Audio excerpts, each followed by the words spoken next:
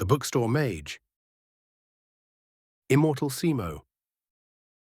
Chapter 1. The Book. The lonely figure of a young man walking through the dark, empty streets could be seen. His steps were hurried as he pulled his coat to cover his neck. The chill of the winter day penetrates deep under his skin. After a few quick turns, he comes to a stop in front of a small 2-story building. "I still can't believe it," he muttered under his breath before he took a step forward. His hand moved to his pockets as he rummaged for the keys before he made his way forward. The bells chimed as he stepped inside the old dark bookstore.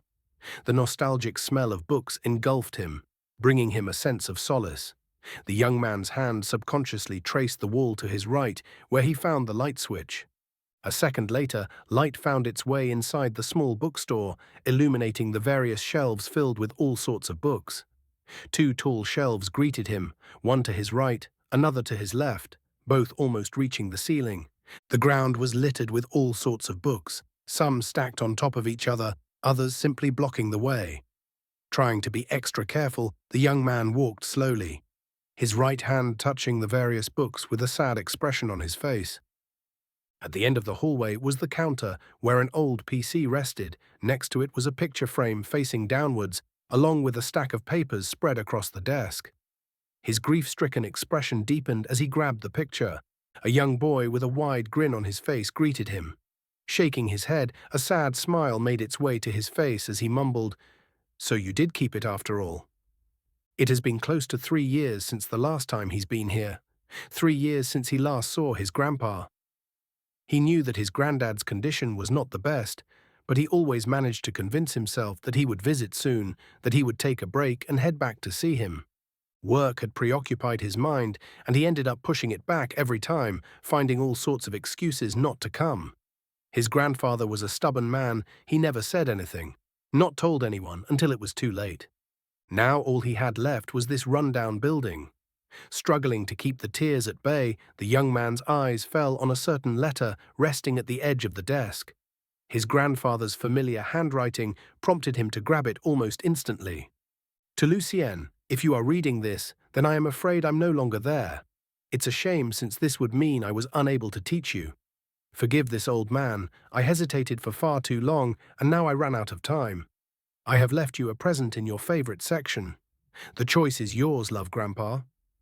A frown quickly made its way across Lucien's face. The content of the letter was not what he expected. He stood there motionless for a while, trying to understand what this means. "Unable to teach? Teach me what?" he muttered to himself before continuing, "My favorite section." Saying that, Lucien turned towards the left shelf, his eyes scanning it with curiosity. His favorite section had always been fantasy. His granddad didn't quite like it, but he still kept a small section at the bottom of the left shelf dedicated to him. Familiar titles greeted him until he came across a strange book, one he had never seen before. "What's this?" Almost as if by instinct, Lucien pulled the book. A large, complicated magic circle was on its hard brown cover. Its surface was smooth and cold to the touch, giving him a strange feeling. The book was thick, almost twice the size of any he had ever seen. He struggled to move it towards the desk and put it down with a loud thump. A new story? He wondered, yet for some reason his heart began to throb in excitement. Almost as if he was possessed, Lucien opened the first page. "Magic is how the divine come to our rescue, how the devils and monsters reach in and cause harm with their temptations. Be aware, be good, and be very careful what you wish for. There is always a fee." The bold words stunned Lucien for a second before a chuckle escaped his mouth. "A novel? Still, the writing style is quite weird." At the bottom of the page was a somewhat familiar name. Oliver Wood. "Is this book written by someone in our family?" wondered Lucien, "but I don't think I know anyone called Oliver." Glancing at the ancient book, a wild thought ran through his mind. An ancestor. Shaking his head, he turned over the next page. Countless complicated patterns and symbols, weird runes unlike any he had ever seen before, alongside a few messy notes. Simply looking at everything caused his eyes to spin. "What the hell is this?" He frowned in confusion, Turning over another page, symbols more complicated and complex greeted him, causing his frown to deepen. Was this joke from his old pops? This didn't seem like any sort of novel he had ever read before. If anything, it looked like a creepy old witchcraft book. Still, Lucien kept turning the pages patiently, trying to find something he could understand. After a while, his eyes lit up as he came across what seemed like relatively simple instructions for a spell. Before he tried, hesitation flashed through his eyes as he glanced at the ancient book. What am I even doing? With a self-deprecating laugh, Lucien was about to close the book when he reluctantly paused. I mean, one try, it can't hurt. Besides, no one is here to witness my embarrassment. With his mind full of determination, Lucien carefully follows the instructions. He quickly dusted the ground, removed his thick coat, and laid it on the ground. He then removed his cap, causing his messy, medium-length dark hair to cascade down on his face, before he sat down cross-legged. Closing his eyes, he tried to empty his mind from all stray thoughts, something that surprisingly came easy to him. Breath in, breath out, breath in, breath out. He continued with the set of breathing exercises for a couple of minutes until his mind was as still as a lake. He then recited the incantation, Akal timest adu aman. Akal timest adu aman. Akal timest adu aman. Akal timest adu aman. By the time he finished his chant, a strange, unfamiliar power engulfed him. Panicking, Lucien hurriedly opened his eyes only to find himself in a foreign plane. He was standing in a large space. In front, he could see countless tall mountains ahead. To his left was a vast sea of flames, and to his right tornadoes danced about in the distance. Behind him was a massive sea. What? Glancing at his surroundings, Lucien found himself standing on top of a tall white pillar, overlooking everything from above. Chapter 2. Settling Down. Scanning his surroundings, surprise, excitement, and confusion flashed through Lucien's eyes. Am I dreaming? He muttered hesitantly. The scenery before him seemed too real for a dream. The roar of the ocean behind, the howl of the tornadoes to his right, the crackle of the sea of flames to his left, and the giant mountain formation in the distance. Everything was too real. After a few seconds of hesitation, Lucien walked forward in an attempt to glance down from the tall platform where he stood. It was then that the world around him suddenly collapsed into countless tiny shards. With a gasp, Lucien suddenly woke up, finding himself still seated cross-legged on the dirty bookstore floor. His eyes glanced at his surroundings in confusion. A strange power now swirled inside of his body. The world before him changed as well. It became more colorful.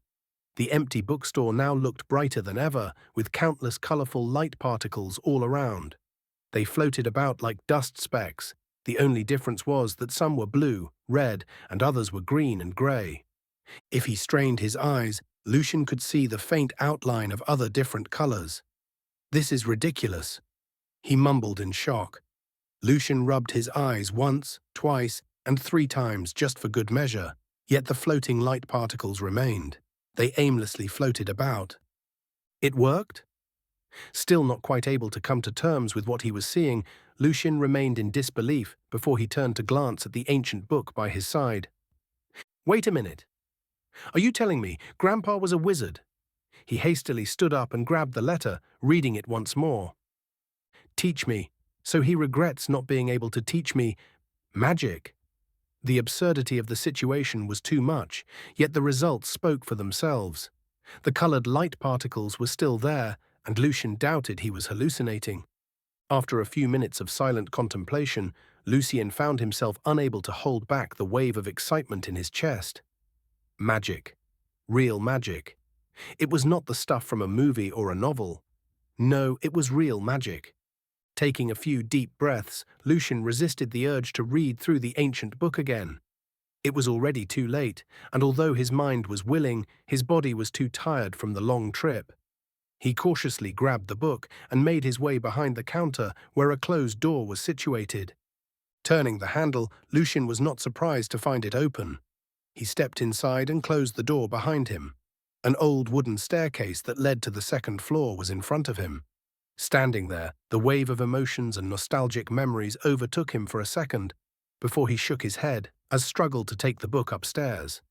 The second floor was not big. It only had one master bedroom, a tiny living room that opened up to the kitchen, and a toilet. Too tired to check on anything, Lucien walked towards the closed bedroom. Opening the door, the smell of his grandfather still lingered around, bringing out a smile to his face. The room was clean and tidy. His granddad was always obsessed with cleanness. He hated when things were out of order. So it was not much of a surprise that his bedroom was as clean and tidy as it came. Lucien removed his shoes and left them outside of the bedroom, and then walked and laid the book on one side of the queen-sized bed. Lucien quickly slipped out of his clothes, only leaving his underwear, and forced himself to fold them before putting them on top of the small desk in the corner. He moved the curtains and glanced at the empty, dark street below for a few seconds before he quickly jumped on the bed. "Sick, I still have to go bring my luggage tomorrow," he muttered in annoyance before slipping under the blankets. The ancient book remained by his side as his eyes grew as heavy as lead. The dream world came shortly after. Waking up in the morning, a yawn escaped from Lucien's mouth. He rubbed his eyes and stayed motionless for a few minutes, trying to motivate himself to get out of bed. After an internal struggle that lasted longer than it should have, he finally stood up. His eyes subconsciously glanced at the thick magic book by his side as a smile stretched across his face. It was not a dream. The colorful light particles were still there, and so was the book. Grabbing his phone, Lucien scanned it for a few minutes, checking for messages and emails and finding none. Of course, what was I expecting? He smiled sadly with a shake of his head before making his way to the bathroom, where he washed his face, brushed his teeth, and took a quick shower. "Lucky that hot water is still working," he muttered as he walked back to the bedroom. Opening the closet, Lucien rummaged through the clothes, searching for something to wear. He and his granddad were about the same build. Since his grandfather liked to work out until his final days, his figure was rather fit for an old man. The only problem was that most of his clothes were suits and formal wear. Reluctant to hop back in his dirty clothes, Lucien carefully picked a black suit with dark blue pants. Staring at his reflection in the mirror, he smiled and nodded approvingly. His grandfather would have been proud, he told himself. Turning around, Lucien grabbed the magic book and strolled downstairs. He settled it on top of the counter and moved to raise the curtains of the window by the door. The sky was grey with the sun hidden behind the clouds. The street looked as empty as always, with few people walking past. Still, Lucien didn't mind. He quite enjoyed this weather, not to mention that he still had no plans for officially opening the bookstore back to business. After gazing through the window for a while, Lucien moved back behind the counter, pulled the chair closer, and sat down in anticipation as he opened the magic book again. His excitement overwhelmed his need for breakfast, so he decided to have a late brunch. Glancing at his phone, the screen read 9:30 a.m. "An hour? I'll head out in an hour, grab some food, and then bring my clothes in from the hotel." It seemed reasonable considering he had to check out at noon. The hotel wasn't too far, he could just walk there, hence why he still had some time to spare. For a while, the sound of pages turning was the only thing that could be heard throughout the old bookstore. Lucien's eyes were shining as he came across another relatively simple spell called Tadausa. According to the book, this was a spell that healed minor injuries. He only needed to follow certain hand gestures and recite an incantation while gently guiding the mysterious power that was flowing through his body to the injury. Lucien continued reading through the page and then memorized the hand gestures until he was satisfied. It was then that the loud growl of his stomach pulled him back to reality. He lazily reached out for his phone. 10:45 a.m. He raised his brow in surprise at how fast time flew. Closing the book, Lucien carefully placed it under the counter, grabbed his keys and coat, and then made his way to the door. He threw the bookstore one final glance before stepping outside, locking the door behind him. A sudden breeze of wind caused him to tighten his coat around his neck. Lucien raised his head and paused. The outside world was more beautiful than he remembered. The colorful light particles did not interfere with his vision. Quite the opposite, they added a charm to everything. He quickly found himself enjoying his new perspective and wondered just how many mysteries and wondrous things he had yet to uncover. Chapter 3: The Stranger. 5 minutes into his walk, Lucien was already regretting the fact that he went out without his cap. The cold breeze made his ears throb in pain, causing him to hasten his footsteps. With his hands in his pockets, Lucien cut through the alleys and then found himself walking along the main street. His mind was reminiscing the past. 3 years was not a long time. The small town was still the same as he remembered it. The only difference was that he was now alone. Everything had happened too fast. He had barely arrived yesterday and was forced to bury his grandfather and had to visit the lawyer for the will reading and sign some papers. The whole day was too hectic. He only managed to visit the bookstore when it was already too late. Lucien booked the hotel just in case he was unable to stay the night over at his old pop's place, yet it seemed like his worries were unwarranted. His granddad had left everything spotless. A sigh escaped his mouth as he found himself thinking about the future. The past 3 years were spent working and gathering money to help out his granddad. Ironically, he was unable to see him because of the same reason. Now that he inherited the bookstore, part of him felt like leaving everything behind and moving back to his old hometown and taking over the business. This feeling was amplified by the fact that his granddad had left him what looked like an old magical book. Lucien was reluctant to go back to the city, not until he got to the bottom of everything. For starters, he doubted he was the only mage out there, that is, if he could be considered one with his meager amount of knowledge. Second of all, his granddad never mentioned anything about his parents, and Lucien grew out of that phase where he constantly asked about them. Now, however, with this whole magic thingy, the situation seemed to be far more complicated than he initially expected. With such thoughts occupying his mind, Lucien quickly found himself standing in front of the hotel. He wasted no time and hurriedly went inside. A sigh of relief left his mouth as he escaped the bitter cold winds of January. Lucien nodded at the receptionist, who in turn gave him a polite smile. He then made his way to the elevator when suddenly a tanned, tall man, dressed in a thick leather jacket, walked out and bumped into him. "Ah, sorry," he apologized. "No worries." Lucien thought nothing of it and was about to walk inside the elevator when the tall man's hand stopped him. Lucien glanced at the hand on his shoulder and then back at the man's face in apprehension. "Yes? Is there a problem?" he asked with a frown. The man had a buzz cut and a clean-shaven face. His dark green eyes looked confused as he stared at Lucien for a couple of seconds before hastily retracting his hand. "Ah, please forgive me. I must have confused you with someone else." The man apologized once more. "I'm Ryan." He held his hand to Lucien, who stared at it and then back at him with a weird expression on his face before he reluctantly decided to shake it. "Pleasure, I'm Lucien." Lucien. The man mumbled under his breath a few times, as if he was trying to memorize the name before flashing Lucien a wide smile. "Ah, please don't let me hold you any longer," he said, motioning for Lucien to go. Looking at the strange man, Lucien gave an awkward smile and tapped on the 4th floor. The elevator door closed slowly while the man remained there staring at him.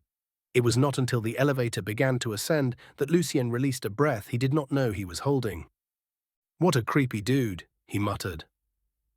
Back on the 1st floor, Ryan remained motionless as he watched the elevator stop on the 4th floor. A strange light seemed to flash through his eyes before he turned to walk away. Lucien. Interesting. Did I see it wrong?" He quietly left the hotel with no one noticing his presence. Once outside, he made his way towards a dark alley where his figure seemed to suddenly disappear. Gathering his luggage was not a problem. Lucien didn't even have time to unpack, hence why everything went rather smoothly. He checked out, called for a cab, and headed back to the bookstore. Breakfast had to wait until he brought the luggage back. One look at his 2 thick bags and then at the cold weather outside was all it took for him to decide on a cab. After he reached the bookstore, Lucien struggled to push his bags behind the counter and checked on the old magic book. Seeing that it was still in its place, Lucien gave a satisfied nod. He'll worry about dragging the bags upstairs when he comes back, as that was a problem for future him. With food on his mind, he quickly left the bookstore and made sure he locked the door behind him. On the other side of the street, hidden in a dark alley, was a tall, tanned man. Ryan watched Lucien leave the bookstore with a frown on his face. The young man seemed normal. Perhaps he was wrong after all. "No," He quickly shook his head. His eyes had never failed him before. There was something strange about that man. Lucien, I don't think he belongs to any of the families. And he doesn't have the aura of the council, nor that of a rogue.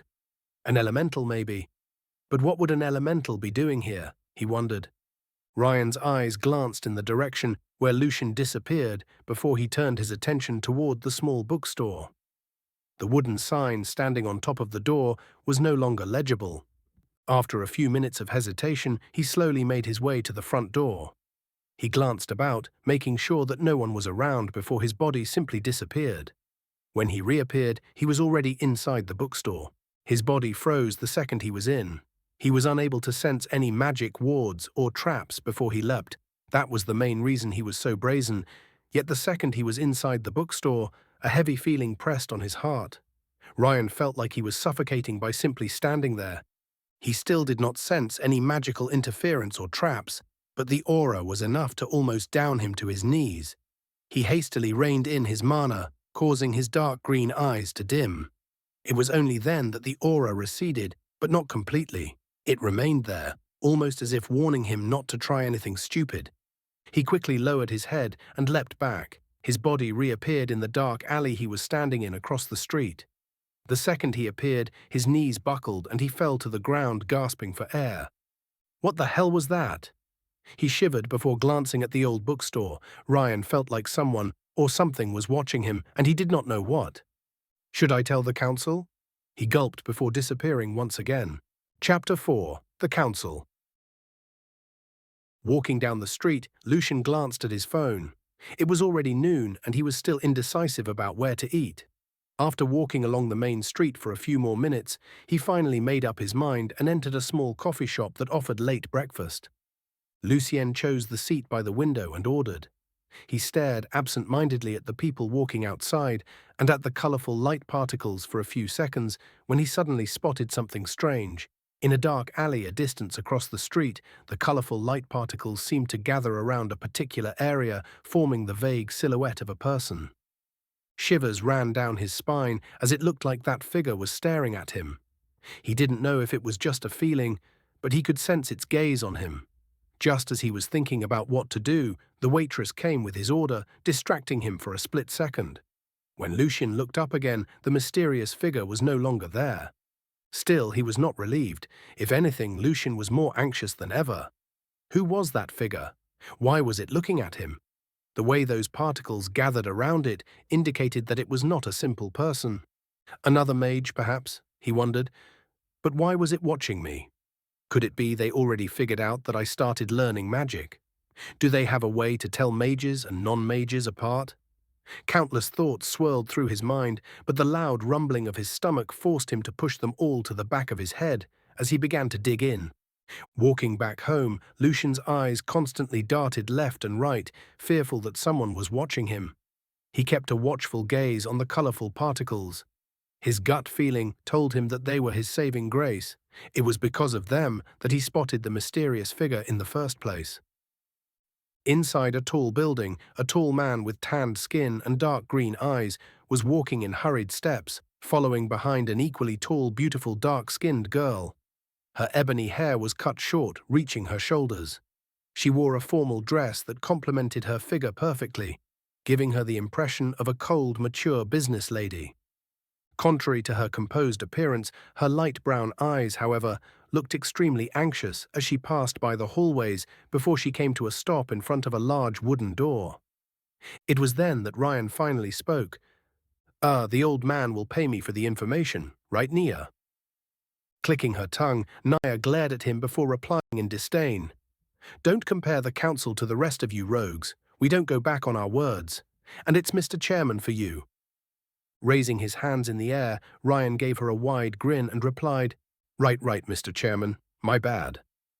Ignoring him, Nia proceeded to knock on the door with a respectful expression on her face. A few seconds later, the large wooden door slowly opened by itself. The inside of the room was surprisingly small.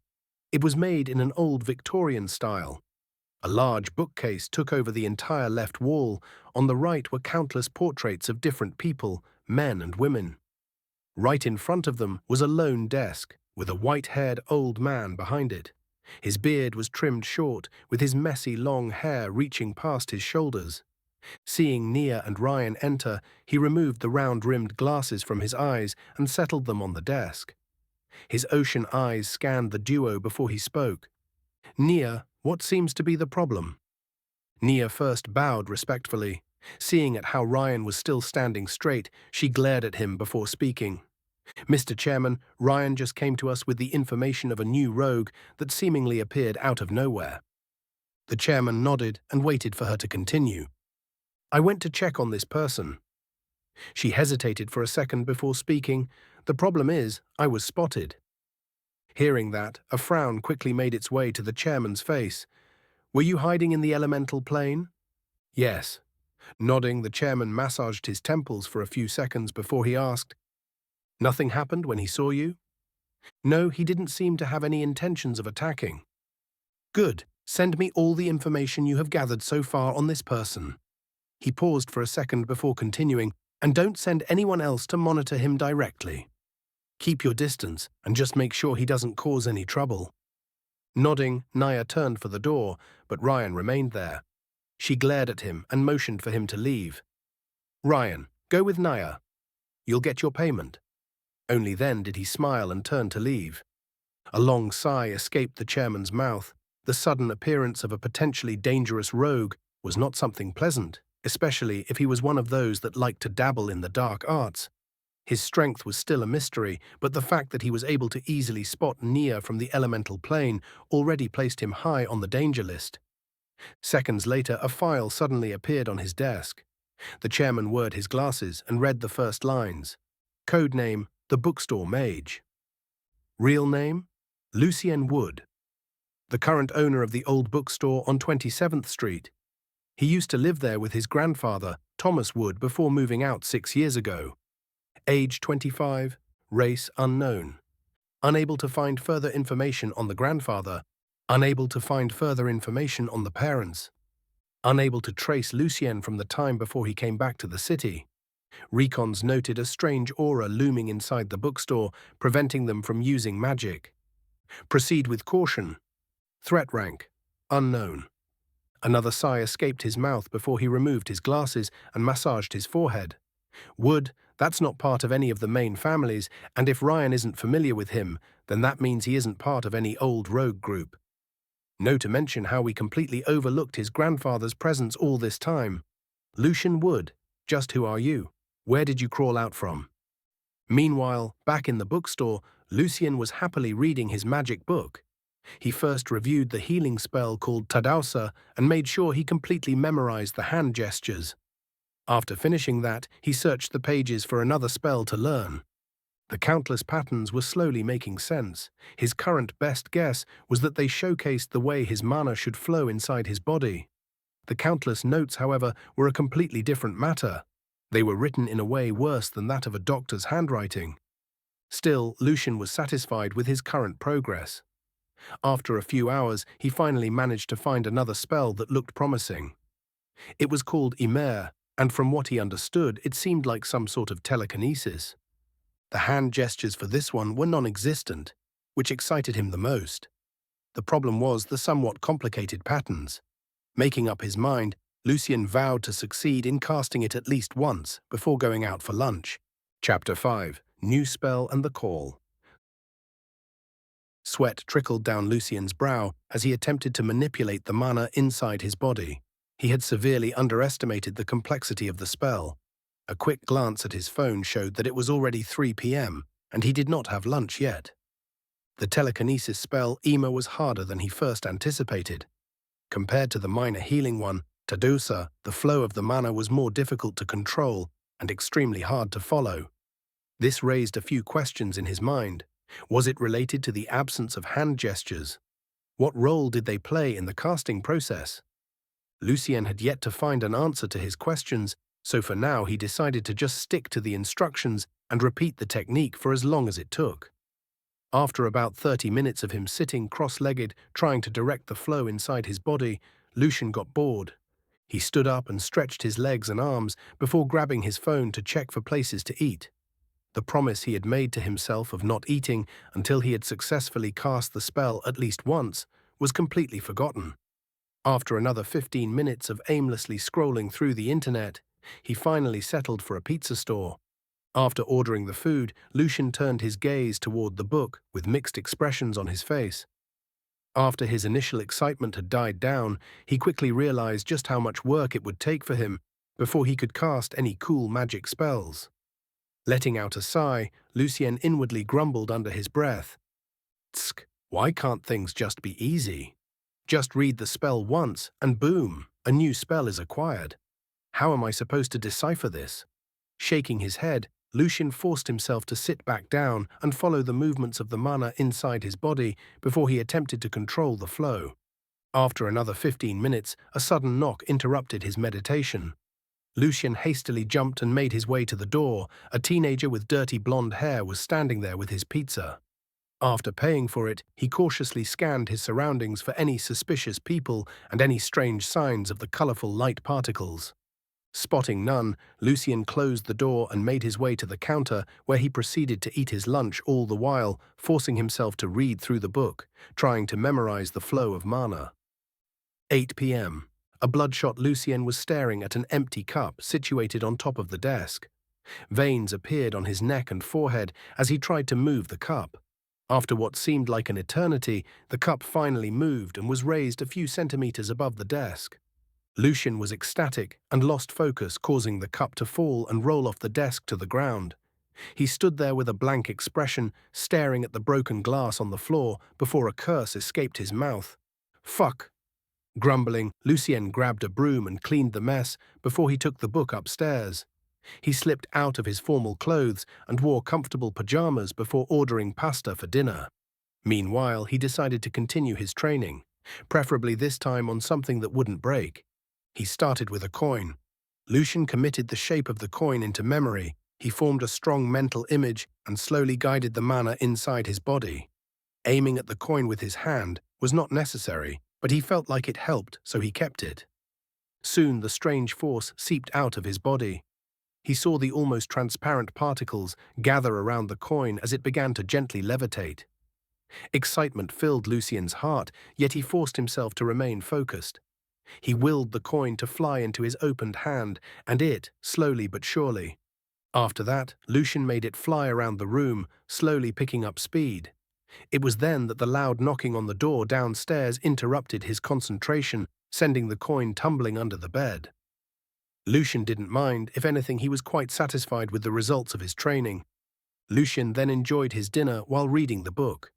He revised the hand gestures and mana flow for the healing spell before he cast Imma on his pasta, making it fly from his plate and into his mouth. This brought a wide smile to his face as he finally began to feel like a real magician. By the time the clock hit 11 p.m., Lucien was already somewhat proficient in his new telekinesis spell. He could barely make the heavy magic book float slowly. Still, progress was progress, and Lucien was happy about it. After his success, he made his way to the toilet, opening the doors with the use of magic, the smile never quite leaving his face before he called it a night.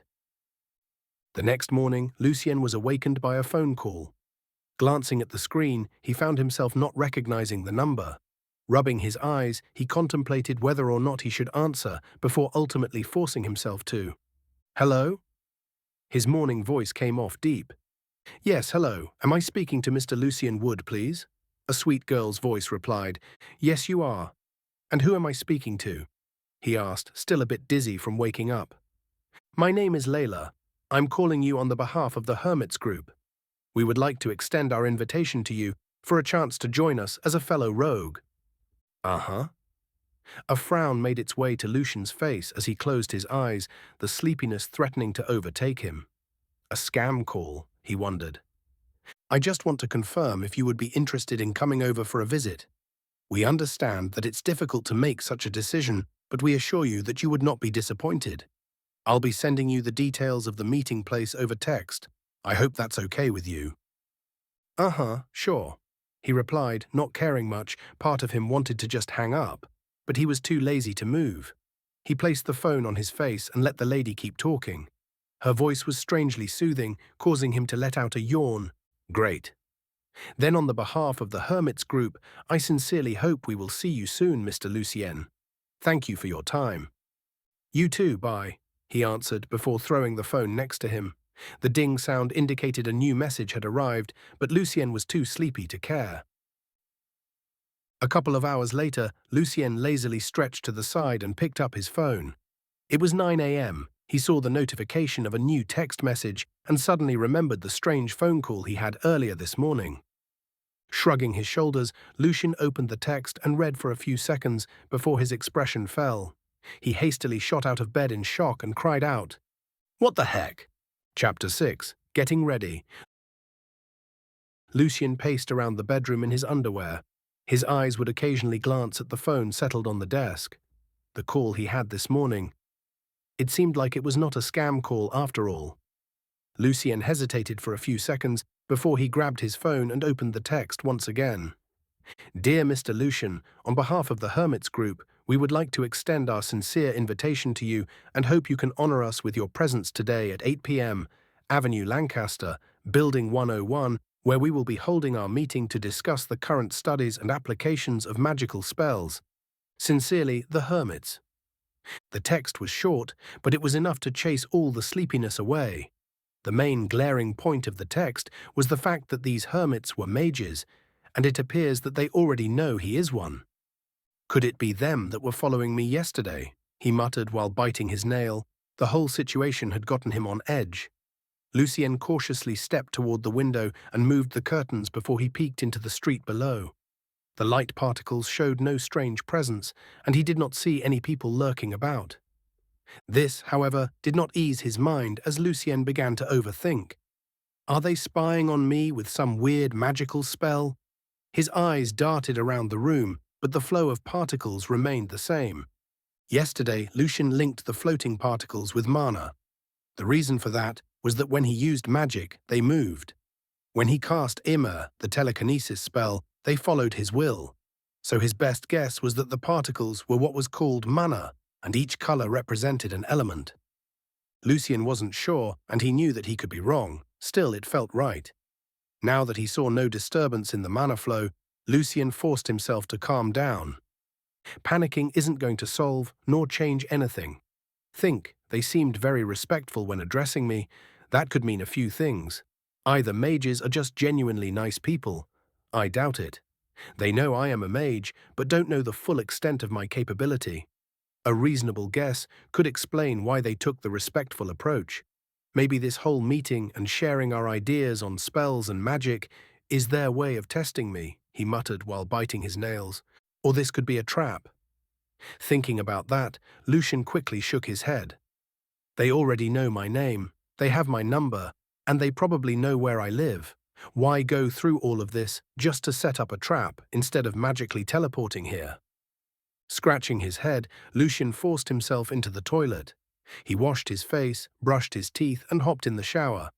Now that I think about it, why the hell are mages using calls and texts to communicate? It doesn't sound very magical, nor secure at that matter. With such thoughts running through his mind, Lucien made his way out of the shower, got dressed, and grabbed his cap and keys before leaving. Glancing at the magic book on the desk, Lucien decided to be safe and cast Immer to move it under the bed. Satisfied, he closed the door behind him with the same spell and made his way downstairs.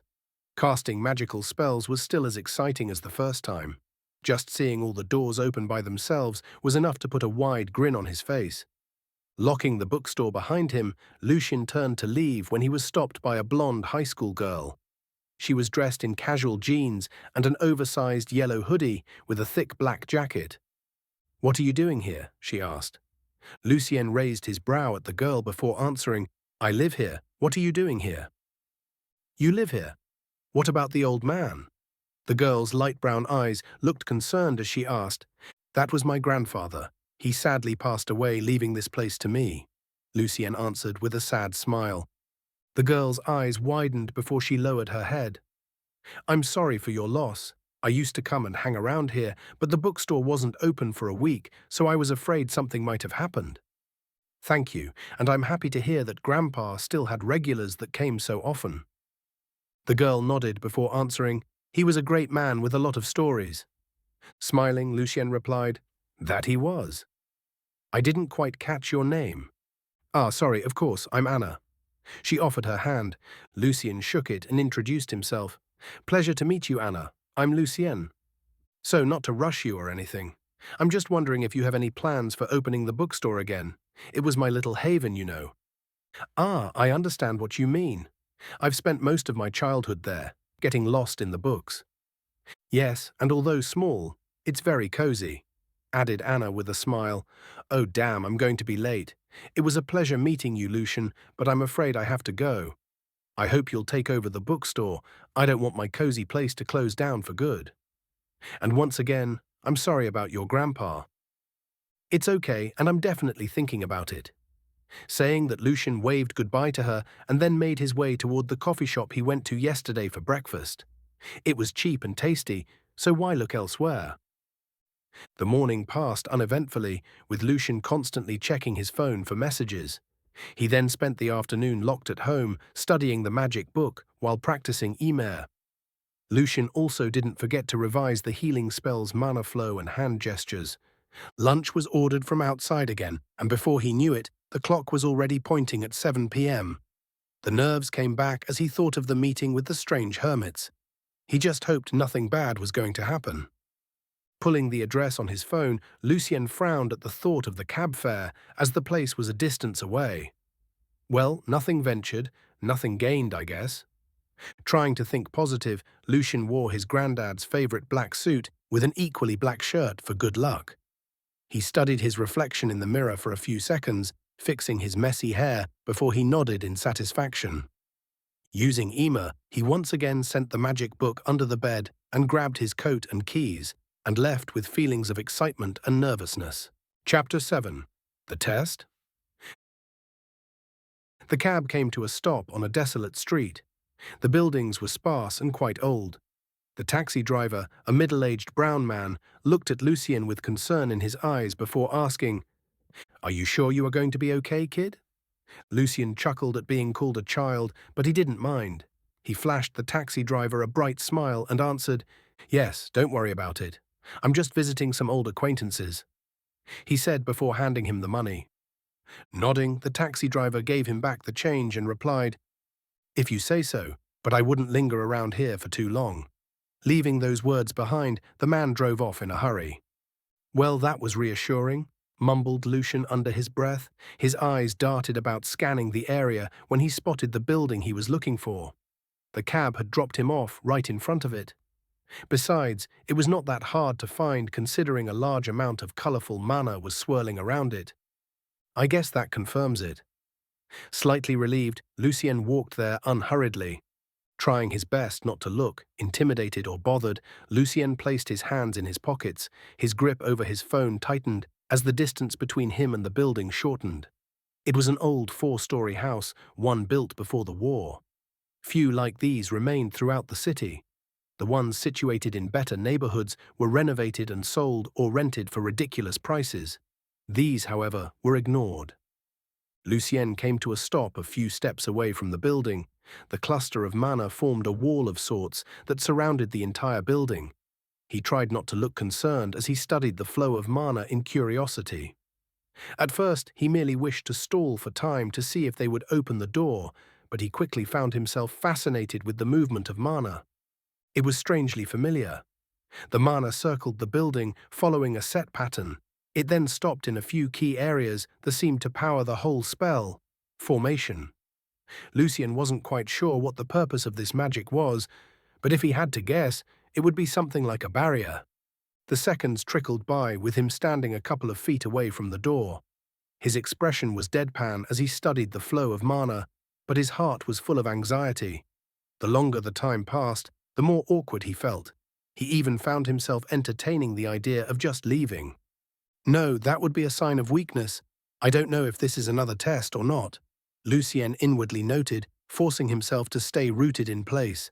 His eyes kept glancing at the flow of mana and the key areas in the spell when a wild thought ran through his mind. If this was truly a test, then what was he supposed to do to pass it? Remove the barrier? That was his first guess. But how was he supposed to do that? Lucien had a faint idea that he already knew the answer to that question. The flow of mana in the barrier spell was somewhat similar to others he had glanced over in the magic book. The main point of similarity was in the key points, where mana gathered around. If he compared it with the spells from the book, that would mean that should the key points of the spell be disturbed, then it would be much easier to interfere with it. Lucien's eyes shined with bright determination. There was no point in just standing there while doing nothing. Besides, it was them that kept the spell around the building. No one even came out to greet him. Yep, it's not my fault, he told himself. On the fourth floor, inside the building, a group of people, men and women, watched Lucien in curiosity and puzzlement as he stood there, unmoving. "What is he doing?" asked a black-haired lady with a sweet voice. Her dark brown eyes looked at Lucien with interest. "I don't know, Layla. He seems a little bit weird, don't you think?" asked a blue-eyed, blonde-haired young man. Layla didn't answer. Instead, she turned her attention to the beautiful, mature, middle-aged lady standing in front of all of them. The leader of the hermits and the organizer of this meeting.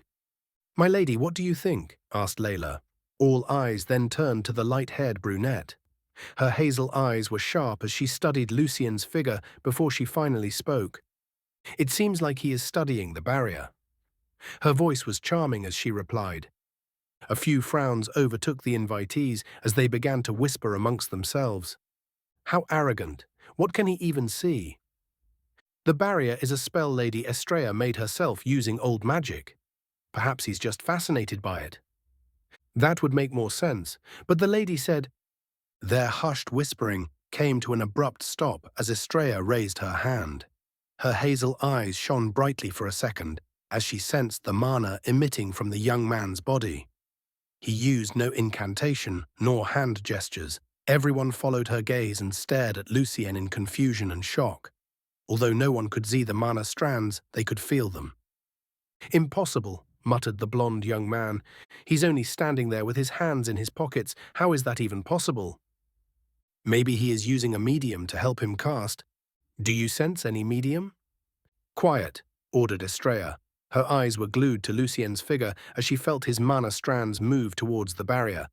Since she was connected to it, she felt it instantly. Her eyes widened as she sensed his mana moving towards the 4 major points. The second his mana reached them, the entire barrier began to collapse, causing her to open her mouth slightly in shock. The rest of the people present were no better. Layla kept glancing at Estrella and then back at Lucien with bright eyes. With a silent explosion, the barrier collapsed into countless tiny shards. Everyone watched baffled as a small, smug smile made its way to Lucien's face. He nodded in satisfaction before he made his way to the door and knocked. The knocking sound resounded throughout the building, causing the hearts of everyone present to thump loudly in their chests. No one moved for a while as the knocking continued. After a few seconds, Estrella was the one to react first. She hastily made her way downstairs and took a deep breath before she opened the door. Chapter 8. The Meeting. Lucien waited patiently by the door. His heart was beating loudly in his chest, with a mixture of excitement and nervousness. This was going to be his first time meeting with actual wizards, and to discuss magic and spells nonetheless. He just hoped not to say anything stupid and embarrass himself. Moments later, the closed door slowly creaked open. A beautiful, mature brunette, with sharp hazel eyes and a curvy figure greeted him. She wore a red dress that further complemented her perfect figure, almost causing his heart to skip a beat. Lucien always had a weakness for older, mature ladies. There was just something about them. Still, he tried not to show it on his face. Before she could speak, however, he had already stepped toward her with a gentle smile on his face and offered his hand. "Hello, my name is Lucien Wood, and I've been invited." "I hope I'm not in the wrong place?" he asked with a smile. The beautiful lady shook his hand with a small smile before she replied, "It's a pleasure to meet you, Mr. Wood. My name is Estrella Holt, and I'm the leader of the hermits, as well as the host of tonight's gathering. We are honored by your presence. Please call me Lucien," he answered, his smile not quite leaving his face. Estrella nodded gently and replied, "Great, then please call me Estrella as well." She then motioned for him to enter the house. Lucien did not stand on the ceremony. Once inside, he almost lost his composure when he saw what looked like 12 or so people staring at him with various expressions in their eyes. Lucien was not usually the shy type, but it was not easy to be stared at by so many people at the same time. Luckily, Estrella came to his rescue. She clapped her hands loudly, gathering everyone's attention before she spoke. "Now that Mr. Wood has joined us, let us all head upstairs and begin the meeting." No one disagreed with her. The 12 people quickly left, leaving her and Lucien behind. She motioned at the stairs with a respectful expression on her face. "Please." Lucien gave her a mischievous smile before replying, "Thank you, but did I not say to just call me Lucien?" Estrella raised her brows at his reminder before she answered with a smile, "I'll remember that." Lucien. Lucien's smile widened at that before he followed the group upstairs. The house was surprisingly luxurious on the inside. The floors were covered in red carpets, and the walls were decorated with expensive paintings and artworks. A large fancy chandelier was placed right above the entrance. Lucien leisurely climbed to the 4th floor while making idle chatter with Estrella. He occasionally asked about some paintings that he found interesting, while also trying to fish for information from the mature lady. Sadly, he failed to gain any significant information. Once he reached the 4th floor, the first thing that greeted him was a large round table that took almost the entirety of the floor. An even more extravagant chandelier decorated the place, casting a soft glow on the open room. There were no doors nor walls. The entire 4th floor was an open hall. The 12 people were already situated in their respective places, while some seats remained vacant. Estrella guided him to his place, which luckily for him was next to hers. Once seated, Estrella spoke. "As everyone knows, this is Mr." She paused for a second and looked at Lucien, who had a gentle smile on his face. Estrella then coughed lightly and corrected herself. "This is Lucien. He will be joining us for our discussion today. I'm sure a test to check his knowledge level is unnecessary, as you have all seen him disperse my barrier spell." Hearing that, Lucien secretly nodded. So it was a test after all. Good thing I learned Ema, otherwise I doubt I would have been able to pass that. He inwardly released a sigh of relief. Estrella continued, "Any objections?" As expected, no one said a thing. The group then proceeded with their meeting. They first introduced themselves to Lucien the newcomer, and he greeted them back one by one, though their names quickly left his memory. The only ones he remembered were Estrella, for reasons, and Layla, since he recognized her voice as the one that called him earlier today. After their quick round of introductions, the meeting officially began. A short old man with balding hair was the first one to speak. "I've recently been working on an earth-based spell. Its purpose is to hasten the growth of magical plants while retaining their quality. I used the Council's Earth Blessings spell as the foundation and then tried to further improve it. I've had some minor successes, but I'm stuck with the flow of mana. Does anyone have any similar spells for me to use as inspiration? Preferably unseen ones, or from the old era." A few people answered. Some gave their opinions on the matter, others offered certain spells for a price. Lucien watched everything unfold with a hint of a smile. It was not exactly what he expected, but he liked it. Everyone took turns talking, no one interrupted, and they were all very respectful. The one thing he noted, however, and found strange, was that every magical spell they talked about or mentioned required an incantation or hand gesture. This confused him because Ema, for one, didn't need any of those, and Lucien was sure that there were a lot of similar spells in the book that didn't utilize any either. When the turn came to Estrella, she turned to glance at Lucien with a curious flash in her eyes. "I'd like to ask you, Lucien, the question I believe has been on the minds of everyone present. Just what was that spell you used when you broke down the barrier? How come you didn't use any incantations or hand gestures? You can choose not to answer, of course." As expected, so they did find it strange. How should I handle this? If I'm not wrong, then it's not normal that I can see the mana particles. Everyone else just feels it or sense it. I'm not sure how that works, but they are certainly not seeing it. Looking at Estrella, Lucien flashed her a mysterious smile and replied vaguely, "That's not a hard question to answer," he said, causing her eyes to shine. "The spell is simple telekinesis. I used it to manipulate the flow of the mana outside of my body and inside the barrier. Once there, It was simply a matter of pointing it towards the key parts of the formation. A frown quickly made its way to Estrella's beautiful face. The way Lucien put it, it did indeed seem quite simple, but the reality was that it was anything but that. First of all, what sort of telekinesis spell allowed one to manipulate one's mana with such accuracy? Secondly, how did he manage to invade the barrier with his mana in the first place? Third of all, how did he know where the key parts of the formation were situated in the first place? Raising her head, Estrella found Lucien staring back at her with a mysterious smile on his face. His eyes looked deep, as if they held all the secrets of the world. He is extremely dangerous, she thought to herself and mentally noted to treat him with more respect. Chapter 9. Estrella. Lucien's response didn't seem to satisfy all those present, but no one dared show any dissatisfaction. The meeting continued smoothly, with Lucien learning more about the hidden world and its factions. From what he was able to gather, the hermits were part of the rogues. The rogues were what the official organization called the unaffiliated mages. Basically, people that stumbled upon magic one way or another in a situation somewhat similar to him, or mages that were exiled from the council or one of the main families.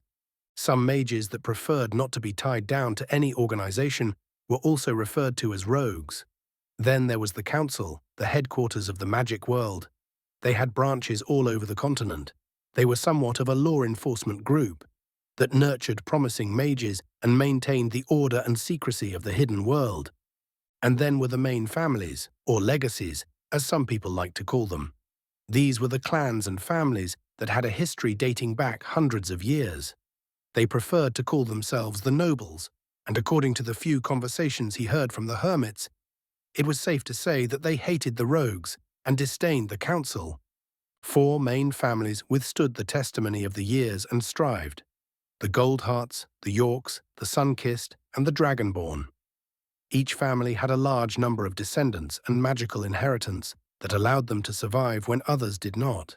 Their power was unquestionable, and although they still fell behind the council a bit, they were not to be underestimated.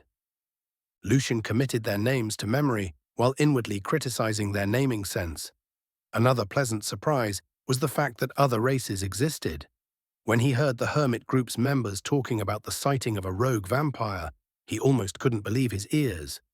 The council classified the non-humans into different categories. The ones that looked humanoid were intelligent and could be reasoned with.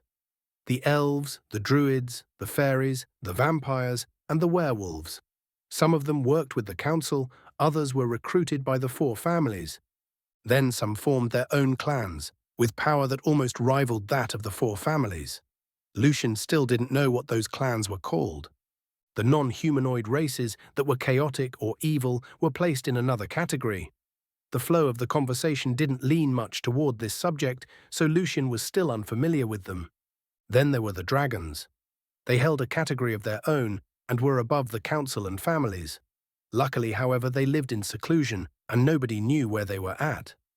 A member of today's gathering mentioned some rumors about the alleged location of an ancient dragon, but the people present simply scoffed at the rumor and called it ridiculous.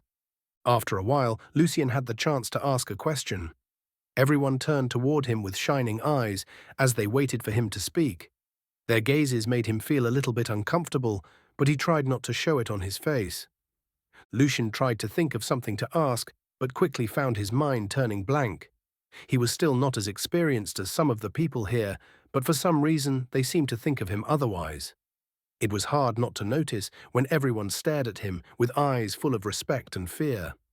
Even Estrella, the hostess of today's meeting, was careful with her words around him. Lucien had no intention of correcting their misunderstanding.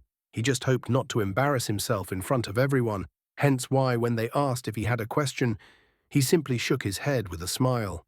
Besides, it was not like he was lying. The ancient book seemed to hold everything he needs. When he compared the 2 spells he learned with those that the hermits were discussing, he was surprised to find that his were much stronger and far more complex. Estrella watched as the young man shook his head. She half expected it after all. With the power he showcased, the spells and magical formations they were discussing were probably like child's play in front of him. It was a lie to say that she was not disappointed, but she was quite excited to have a high-ranking mage attend the meeting. Perhaps she could ask him for help with that ancient spell. He did seem interested in her after all. Estrella did not find it strange at all and was quite flattered. A lot of men pursued her, but few had succeeded. She was more interested in the study of magic after all. Looks like it will be embarrassing to ask him to join the hermits. Still, it's good to maintain a good relationship with a high-rank mage. She inwardly noted and decisively decided to drop the speech she had prepared earlier. Estrella doubted it would work anyways. When the clock reached 9:45, the group began to engage in idle chatter, discussing the local news and politics. Lucien listened in deep interest, as he absorbed as much information as possible. By the time it reached 10, the meeting drew to an end. Estrella, the hostess, stood up and thanked everyone for coming before reminding them that the next meeting will be held a week from now, the same day, same time, same place. Everyone then stood up and began to leave, not before they said their goodbyes to both Lucien and Estrella. Layla was even bold enough to ask him if it was okay for her to reach out to him, under the pretext of discussing magic and experimenting with spells together. Lucien didn't mind. The girl was pretty and very respectful. Besides, it didn't hurt to have more friends. By the time everyone took their leave, only he and Estrella were left behind. He smiled at her and was about to leave as well when she stopped him. "Would like to have a cup of tea before leaving?" she asked with a mysterious smile. Lucien, who was a bit tired, was about to refuse, but decided otherwise. "It has nothing to do with the fact that she's my type. Definitely nothing to do with it," he repeated in his mind. She guided him to the third floor and into a luxuriously decorated modern room. A queen-sized bed was placed by the large windows, and a chic sofa with a classy table in front of it was situated on the other side of the room. "Please, don't be shy." She smiled sweetly and guided him to the sofa. Lucien complied and sat down. "Now, if you'll give me a minute to bring the tea. Any preferences?" "Ah, not really. I'll just take what you will be having," he answered with a smile. Estrella nodded and left the room, leaving him behind. Once he was sure that he was alone, Lucien carefully scanned the room for any signs of danger. He followed the flow of mana to see if there was anything strange, yet he found nothing. With his mind finally at ease, Lucien leaned back on the comfortable sofa. Chapter 10. A Lazy Day. Estrella didn't take long before she came back with the tea. She placed his cup on the table and settled next to him. Lucien thanked her with a smile and took a small sip. His eyes instantly widened in pleasant surprise. The hot mint tea tasted extremely sweet and refreshing. The sweetness might not be for everyone, but he liked it a lot. "It's a very nice tea," he commented. "I'm happy you liked it. It's the national drink of a certain North Pamelian country. You should visit there if you ever get the chance to." "I'd love to," said Lucien before he asked, "So Estrella, tell me a little bit more about yourself. How did a beautiful lady like you end up as the leader of the hermits?" She smiled sweetly at his compliment and answered, "Well, my father founded the group. I took over after he passed away." "I see, and is that what you've always wanted to do? Or was there something else?" Estrella chuckled before she replied, "You are the first to ever ask me that, you know." "Ha ha ha, I find that hard to believe." "Well, most people find me difficult to approach." "Ah, so I take it you don't invite just anyone over for tea?" He grinned. "Only the ones I like," she answered with a mysterious smile. The mood between the duo was light-hearted as they engaged in idle chatter, with the occasional flirty remarks. Estrella tried to pry some information from him, but Lucien masterfully evaded the subject without giving out too many details. The hours passed as the duo's laughter resounded throughout the empty bedroom. When the clock hit 11, Lucien excused himself. He was already quite tired. Estrella was the same. She spoke with the same charming smile. "You can use my teleportation array. It should be more convenient." Hearing the word teleportation, Lucien's eye gleamed with curiosity. He knew teleportation existed, so the fact that he could try it already made his heart thump in excitement. Lucien nodded and followed Estrella to the second floor. A hallway with 4 closed doors greeted him. She guided him to the first door. The normal-looking wooden door opened, revealing a stone-walled room with countless complicated magical ruins on both the floor and walls. The room had no windows and was quite dark. The only source of light was some strange-looking glowing stones in the four corners of the room, bathing it in a gentle blue glint. Estrella motioned for him to stand on top of the magic circle in the middle of the floor. Once Lucien was situated on top, Estrella gave him a light peck on the cheek, causing him to smile. Before he could say anything, the mana particles gathered around the circle, and the world suddenly turned hazy. By the time Lucien blinked, he was no longer standing in the stone room, and was instead in front of his bookstore.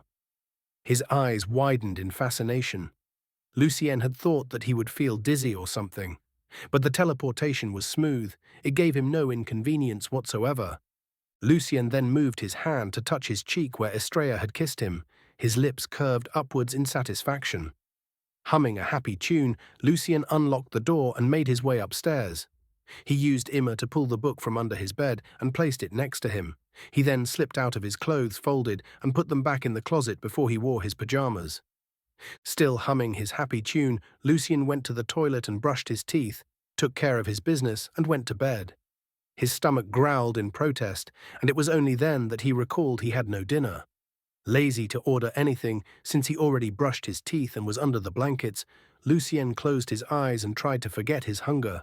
Sleep overtook him mere minutes after that. The next day, Lucien woke up rather late at almost 11. Still, he was in a quite good mood. He got ready, changed his clothes, and made a quick trip to the neighborhood supermarket to buy some groceries. Once back home, he fixed himself some breakfast, along with a cup of coffee to start his day. By then, it was already noon. With nothing planned for the day, Lucien started by cleaning the bookstore and dusting the shelves and counter. After that, he wiped the windows from the inside and then the outside. It was then that an acquaintance dropped by. "Hey, Lucien." "Oh, morning, Anna." He smiled. "Morning." "It's already noon," grinned the blonde girl. "I had a rather busy night yesterday, so I was a bit tired." "Sounds fun. I just finished my uni classes for the day and decided to drop by. I hope you don't mind. I know you said you still didn't open yet. I just missed the place." "Not at all. I was just doing some cleaning. Please, you already know the place," he answered, while gesturing for her to step inside. Anna smiled sweetly and nodded before she walked to the bookstore. She took a deep breath before she began to gently touch the books on the left shelf. Lucien moved behind the counter and grabbed a chair and placed it down for her. "Oh, thank you. You didn't have to. I usually just sat on the floor." "No, it's the least I can do." Saying that, Lucien decided not to bother the girl and left her to continue with his cleaning. By the time the hour reached 1 p.m., he was already sweating and quite hungry. He walked behind the counter, passing by Anna, who was immersed in a fantasy novel. She didn't seem to notice his presence. Lucien then grabbed his phone and ordered lunch. After the cleaning work, he was too lazy to cook. Anna's phone suddenly rang, making him turn to glance at her. The blonde college student stared at her phone in annoyance before she released a sigh. Standing up, she looked at Lucien and spoke. "I'm afraid I have to go." "I'll see you soon, Lucien. I hope that you won't be closed by then." Lucien simply nodded with a smile and added, "See you, Anna." With her gone, Lucien locked the front door and glanced at his phone to check the ETA for his food. Seeing that he still had some time left, he quickly hopped into the shower. By the time he finished, his delivery was also almost there. Lucien grabbed the book with him and went downstairs. "Let's check and see if I can find a new spell today. I'd love a teleportation one. That'd be great." He mumbled. Chapter 11, Moon. Lucien spent the day practicing Immer and revising the hand gestures and mana flow needed for Tadausa. He came across another spell that he thought might come in handy. It was a simple one that created a flame above his hand. The fun part about it, however, was that he was required to add a hand gesture to make it work. The book didn't specify how the hand gesture should be and left that for Lucien to create one. This gave him a bit of freedom to mess about with it. He learned the flow that the mana should take, but did not proceed in trying the spell. Something told him it was not too smart to play with fire indoors, not to mention in such proximity to so many books. "I need to find a place to test my spells, otherwise it's going to be a problem down the line," he muttered to himself. Lucien then grabbed his phone and checked on the time. It was already 4 p.m. He used Emma to send the book back under his bed and changed his clothes into something more comfortable before leaving the bookstore. The day was a pleasant one, considering it was still the middle of January.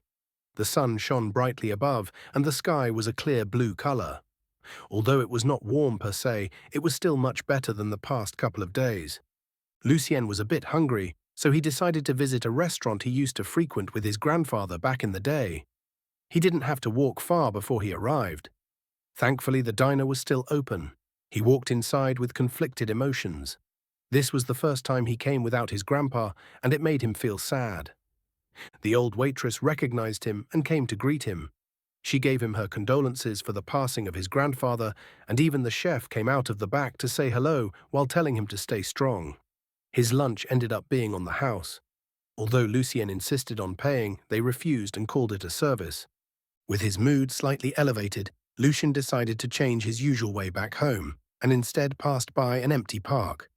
The sound of birds chirping and the smell of trees gave off a serene and pleasant feeling. Lucien's eyes wandered around the park as he gazed at the cluster of green light particles. He guessed the number of certain particles depended on the location. For example, the blue-colored ones would be more prominent. Here in the park, however, the presence of the green ones was more obvious. Lucien found it a bit surprising how deserted the park seemed to be. He seemed like the only person present, not that he minded. Lucien continued his walk when suddenly a faint whimper made him pause. It sounded like the cry of an injured animal. Lucien glanced about and followed the sound behind a tree off the road. There he found a small cat with snow-white fur. The cat's bright green eyes gazed back at Lucien with a pitiful expression. It had hurt both of its front limbs and was unable to move. Lucien approached it carefully. "Hey, little buddy, how did this happen?" He called out in a low voice to not startle it. The cat meowed pitifully but was unable to move. Lucien gently patted its head and back, trying to calm it down a little bit. "A girl?" he mumbled. The injury on the little cat's front limbs looked man-made. It was as if someone had deliberately used a sharp object to hurt the poor cat. Seeing that made Lucien feel sick and angry. The poor cat continued to whimper in pain and pushed its head against his hand. That was when the that.There spell came to Lucien's mind. It was supposed to be a healing spell for minor injuries. The damage on the cat's front limbs, however, was anything but minor. Lucien could only pray that it was enough to at least ease the cat's suffering. He closed his eyes and recalled how the mana was supposed to move. The light particles began to gather around him as Lucien followed through with the hand gestures. His mana slowly began eye condense on top of the snow-white cat's injuries. The cat seemed to sense something, as it suddenly went quiet and stayed very still. Lucien opened his eyes and watched in surprise as the wounds closed with a speed visible to the naked eye. After a few seconds, the cat's paws were as good as new. Lucien was shocked at how efficient that.There was. The kitty snuggled closer to his hands and meowed in excitement. It then began to rub its head on his legs. Lucien didn't know if it was a side effect of using that.There on an animal, but he could feel a bond appearing between him and the kitty. He couldn't understand what it was saying, but Lucien was able to sense its intention. It was as if the cat was communicating with him through its feelings. After playing with it for a while, Lucien waved goodbye and turned to leave. To his surprise, however, the cat followed behind. It refused to leave and continued next to him till he reached the bookstore. Lucien gazed at it with complicated feelings, and the cat stared back with pitiful eyes. "Ah, damn it. Do you want to come in?" he asked, and the cat's eyes seemed to shine as it meowed and ran towards the open door. A smile made its way to Lucien's face as he shook his head with a defeated expression. "I mean, the bookstore was a little lonely, just by myself," he mumbled to himself. Closing the door behind him, Lucien removed his coat and started at the cat that already settled itself comfortably on top of the counter. He approached it and gently rubbed its head, causing it to purr in pleasure. "But we have to give you a name." Hearing that, the cat's ears perked as it raised its head to stare at him with an expectant gaze. Lucien was momentarily surprised at how a cat's expression could be so human-like. "Well, you'll have to excuse me, though. I'm not very good with names, Lucien said while rubbing his chin deep in thought. How about Moon? The cat meowed happily and jumped on top of his shoulder. Oh, you like that? Lucien laughed and patted it. Okay then, from now on you're Moon. Come on, let's go upstairs. I'll make you something to eat. Chapter 12. The Family. The rest of the day was spent with Lucien trying to decipher a new spell. So far, he had learned Tadausa, a minor healing spell that worked surprisingly well. Then there was Ima, a psychic spell that allowed him to move everything with his mind. Lucien had yet to test the limits of Ima, but he had a good feeling about it. Lastly, there was the first mysterious spell that transported him to that strange space. He didn't try it again after that time. Perhaps I should visit again, he mumbled. Moon jumped on top of the desk and laid down on top of the book. That brought a smile to Lucien's face. He gently scratched her head before grabbing his phone to check on the time. 11 p.m. Guess it's about time we call it a night, right? Moon meowed in affirmation. Lucien then changed his clothes, brushed his teeth, and quickly jumped on the bed. Moon joined him and settled on top of the book next to him. Turning off the lights, Lucien closed his eyes with a happy sentiment. The next morning, Lucien woke up relaxed for the first time in a long time. Moon was already up and had moved to stand on top of the desk. When she heard Lucien stir in bed, Moon then jumped out and sat next to the door. Morning, sunshine. How did you sleep? He asked with a yawn before making his way to the bathroom for a quick shower. Breakfast today was homemade. He quickly fixed something for Moon as well before he moved to unlock the doors of the bookstore and turned the sign from closed to open. There was no point in leaving it closed when he was sitting here doing nothing, so why not open it? Satisfied, Lucien moved to sit behind the counter and began to study the magic book. The new spell he was trying to decipher was an offensive one that summoned a fireball. A classic spell that every mage should know. Simple but extremely powerful, depending on the amount of mana invested in it. The hand gestures were not too complicated, but the flow of mana inside his body was a little bit tricky, so Lucien was having a hard time memorizing it. It didn't help that he had nowhere to practice. The hours quickly passed by without a single customer. The small bookstore had seen better days. By the time the clock reached noon, Lucien turned the sign to closed and went upstairs to make himself some food. He tried to cook using Immer while he studied the flow of mana for the new spell. Tajajit at the same time. This way he trained his concentration and bettered his control, while constantly improving his mastery over Immer. After a quick lunch, Lucien came back downstairs and reopened the bookstore. Coincidentally, it was at this time that Anna dropped by once again. She greeted him with a smile and made her way to her favorite section, mystery novels. Moon, on the other hand, remained upstairs lazing on top of his bed. In another unknown location on the other side of town, a young haughty-looking man with flaming red hair and equally red eyes was pacing around inside an extravagant bedroom. His brows were creased as he read the text sent to his phone. Codename, the Bookstore Mage. Real name, Lucien Wood, the current owner of the old bookstore on 27th Street.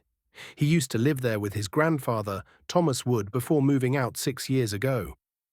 Age, 25. Race, unknown. Unable to find further information on the grandfather. Unable to find further information on the parents. Unable to trace Lucien from the time before he came back to the city. Recons noted a strange aura looming inside the bookstore, preventing them from using magic. Proceed with caution. Threat rank, unknown. Clicking his tongue, the young man threw his phone on the bed and grumbled in annoyance. The council is getting sloppier by the day. What kind of report is this? Could it be that they are withholding information? Ron. Following his call, a middle-aged butler with a well-trimmed mustache came into the room. He gave the young man a deep bow and asked, "You called, young master? Did you see the file on that new mage?" he asked, to which the butler nodded and answered, "Yes, I did, young master. Our man inside managed to get a copy of the file as soon as it came in." "Then explain to me, what the hell does this threat rank mean?" "I'm afraid the council believes that this person might be a dangerous mage. They are still unable to determine his level of power, so it is advised to avoid interacting with him for the time being." Shaking his head, the young man clicked his tongue in annoyance and replied, "I don't care about any of that. All I want to know is whether he will be useful to the family or not." The butler seemed to understand his master's wishes. He quickly nodded before answering, "What type of approach would like us to take, young master?" Rubbing his chin, the young man walked around the room for a few seconds before he raised his head to glance at the butler. "Since the council is treating this with caution, then we should do the same. There's no point in antagonizing a high-ranking mage. Send someone to offer him a job, see if he accepts. If he does, then we'll test him with that and see what level he reached. If he doesn't—" A dangerous gleam flashed through his eyes. The butler nodded and gave a deep bow before he took his leave. Back in the bookstore, Anna had already left, leaving Lucien behind. He was completely immersed in the new spell. Mana constantly gathered and dispersed around his fingertips as the hint of a spark kept appearing and disappearing. "It's not as hard as I expected. The only tricky part is on controlling the size of it." Saying that, Lucien carefully snapped his fingers, causing a small flame to appear above his thumb. He smiled in satisfaction, a sense of accomplishment filling him, before he snapped again, causing the flame to disappear. "And that's another spell in the bag," he mumbled. A yawn suddenly escaped his lips. Standing up, Lucien stretched his limbs and walked to the window next to the door. The evening sun bathed the street in a golden glow, giving off a pleasant vibe. Standing there while staring at the sky, Lucien found himself hopeful for the future. His heart was finally at ease. Chapter 13. The Nice Butler. The next day, early morning, Ron came to a stop in front of the mysterious bookstore. The sky above was grey and gloomy, casting a heavy shadow on his heart. For some reason, the closer he got to the bookstore, the more nervous he found himself getting. Very few people made him feel this way throughout his long life, one of them being the head of the family he served, the Goldarts. The young master was still immature and too arrogant at times, so the head assigned him to protect and try to guide him. This was the main reason why Ron was the one that came to check on the new mage, to determine his level of danger. The young master was the youngest child of the head, but he was his favorite. Ron didn't approve of the way the head had spoiled him, but he was merely a butler. He had no say in how the head raised his children. Trying to calm his emotions, Ron recalled the council's report. It seemed like there was a strange power interfering with magic surrounding the bookstore. Now that he was feeling it for himself, Ron could tell that this was the abode of a high-ranking mage. He resisted the urge to use magic and stepped into the bookstore. The bells chimed above the door as the interior revealed itself before him. The inside was small, with 2 shelves on both sides reaching close to the ceiling. At the end of the hallway was a counter with a handsome-looking young man. A snow-white cat was seated next to him, turned to glance at Ron as he walked in with intelligence in its eyes. A summons? That was the first thought that came to Ron's mind. The young man was wearing a black suit and was reading a strange-looking book. He raised his eyes and glanced at Ron with deep, unfathomable eyes. "Welcome," he said, and then ignored him, turning his attention back to the strange book. Ron found himself strangely fascinated with that book. He felt his consciousness slowly getting drawn into it. His eyes turned glazed as he felt the world turn dim around him. Ron's subconscious screamed danger to him, sending alarm signals throughout his body. Ron felt helpless, but there was nothing he could do. The strange force prevented him from using magic, and the strange, dangerous book kept tugging at his soul. "Are you okay?" came the young man's voice. It sounded like that of a devil, mocking him to Ron. Goosebumps formed on the back of his neck as the hair rose in his arms. He was unable to move. His gaze was still locked on the strange book, as if he had glimpsed at something forbidden, something he should have not seen. The young man suddenly stood up, causing Ron's heart to skip a beat. He was defenseless. Could it be he already knew we were planning to test him? Is this his warning? With a thud, the young man, no, the devil, closed the book, pulling Ron back from his dazed state. He felt his soul rush back to his body and suddenly gasped for breath. The devil rushed to his side with an expression full of fake concern. "Are you okay? Here, come take a seat. Do you want me to call an ambulance for you?" No, I'm good. I was just out of breath." Ron stuttered in reply. This young man was a monster, a devil. How could they come to test him? The damn council. They should have been clearer on the threat rank. Ron had already forgotten that the question marks on Lucien's file meant danger, and was already blaming the council in his heart. He had no thoughts of retaliating against the young man.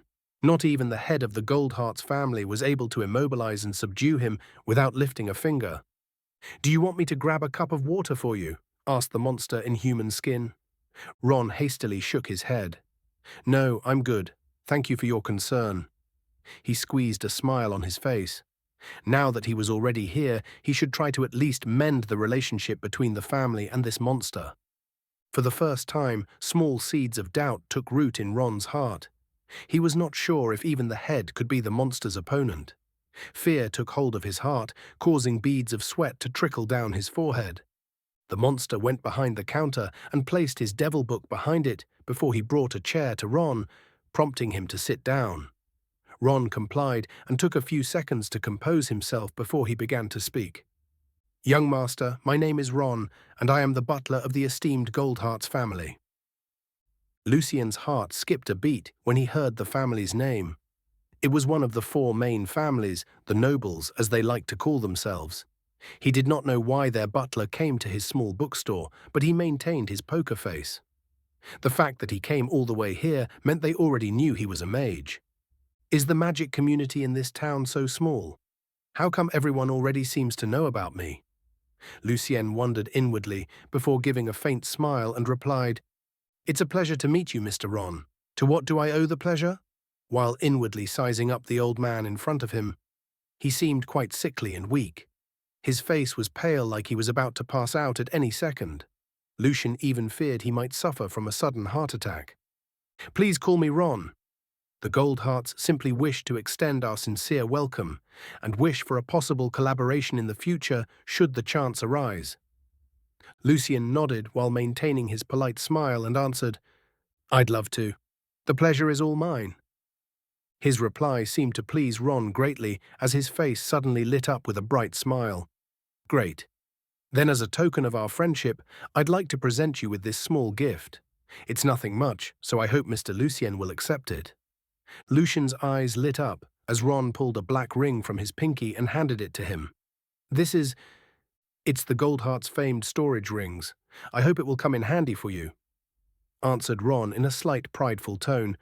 He seemed to value the ring a lot, so Lucien was quite surprised he just handed it to him. His first instinct was to refuse, but it was as if Ron could already read his mind. He hastily replied, "It's not much, so I hope Mr. Lucien will give me some face and take it." Saying that, the old butler stood up and gave him a deep bow. "Now then, I shall take my leave. It was a pleasure to meet you, Mr. Lucien." Huh. Lucien did not have enough time to say anything when the old butler quickly took his leave. "What the hell just happened?" he mumbled, before turning his gaze to the black ring in his hand. Chapter 14. The Gift? With the butler of the Goldarts family gone, Lucien was left behind with a strange black ring. He fiddled with it for a few seconds, studying its shape while paying close attention to the mysterious runes carved into its surface. "But how do I make this thing work?" he muttered out loud. Moon, who was seated by his side, meowed in response. "What do you think, Moon?" he asked with a smile and gently patted her head, making her snuggle closer to his hand. "Well, since it's a magical ring, or at least the butler says it is, then would mana do the trick?" Lucien wondered while rubbing his chin, deep in thought. The strange ring had no glowing particles surrounding it, nor did it emit any. This put Lucien's mind a little bit at ease, but he was still confused nonetheless. Why did a family as big and strong as the Goldarts approach him? From what he gathered in the last meeting with the hermits, the four families despised the rogue mages. They hardly respected the council. So why was Ron that nice to him? Lucien first thought that maybe it was fake. But who would want to fool him when he just joined the magical circle, and why go through such lengths to do it? Besides, the runes and the small insignia of the sun carved on its surface were a little too real for Lucien's liking. He didn't know why, but Lucien had a feeling that they must have misunderstood something. Scratching his head, Lucien places the ring on the counter and grabbed his phone. He hesitated for a second before dialing Estrella's number. After a couple of rings, her sweet, charming voice answered, "Lucien, and here I thought you'd never call." Her tone was joyful and a little bit flirty. An awkward smile made its way to Lucien's face. He had indeed forgotten about her. He was too immersed in studying the book. And then the butler came, putting her out of his mind. Still, Lucien shamefully lied through his teeth. "How could I forget about you, Estrella? I was just a bit preoccupied with some matters." "I see," she chuckled sweetly. "So how are you doing?" "Ha ha ha. I assume you didn't just call me to exchange pleasantries." "Ah, well, I called you for two reasons." "Oh, pray do tell."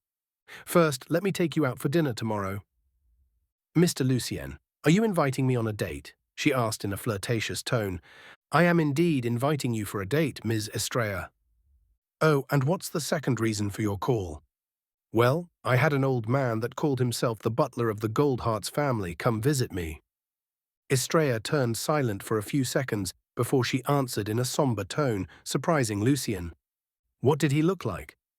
"Middle-aged with a well-trimmed mustache and grey sideburns, though he did look rather pale when just came into the bookstore." "That should be Ron. What did he ask you to do?"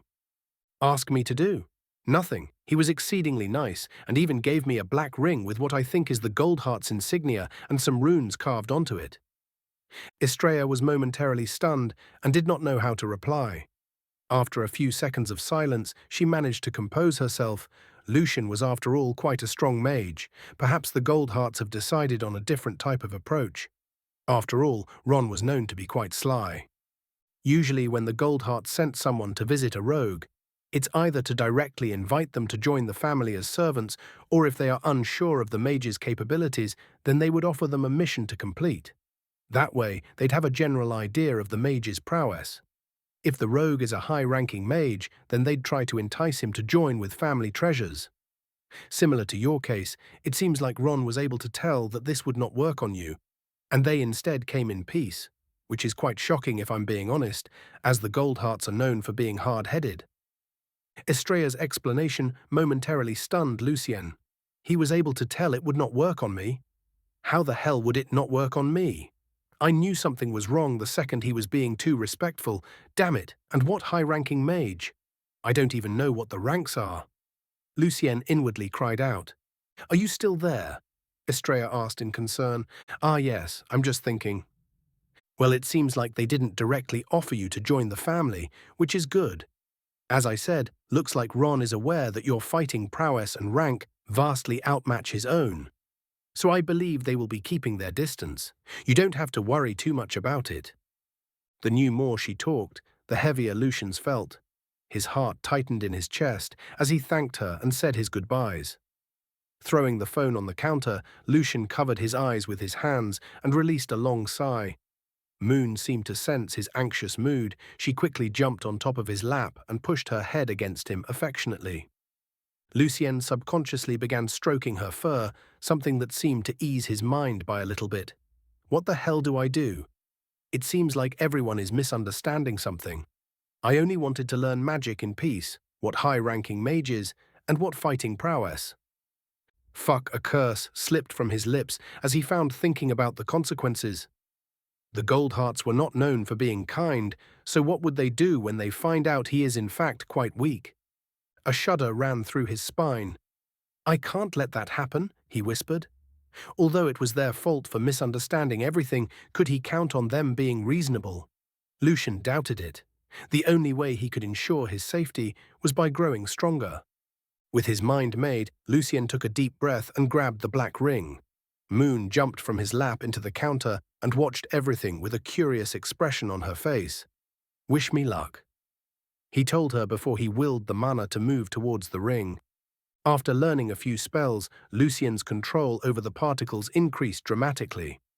He was now able to make them move with his will, though that was the extent of his abilities so far. He still needed to make them follow a certain pattern to activate certain spells, and for others he needed to use the appropriate hand gestures. The ring seemed to sense the mana gathering around him, but it did not react. Nothing happened. Lucien paused and studied the ring for any changes, only to find none. "Could it be a fake?" he mumbled. Scratching his head, Lucien tried again, but to no avail.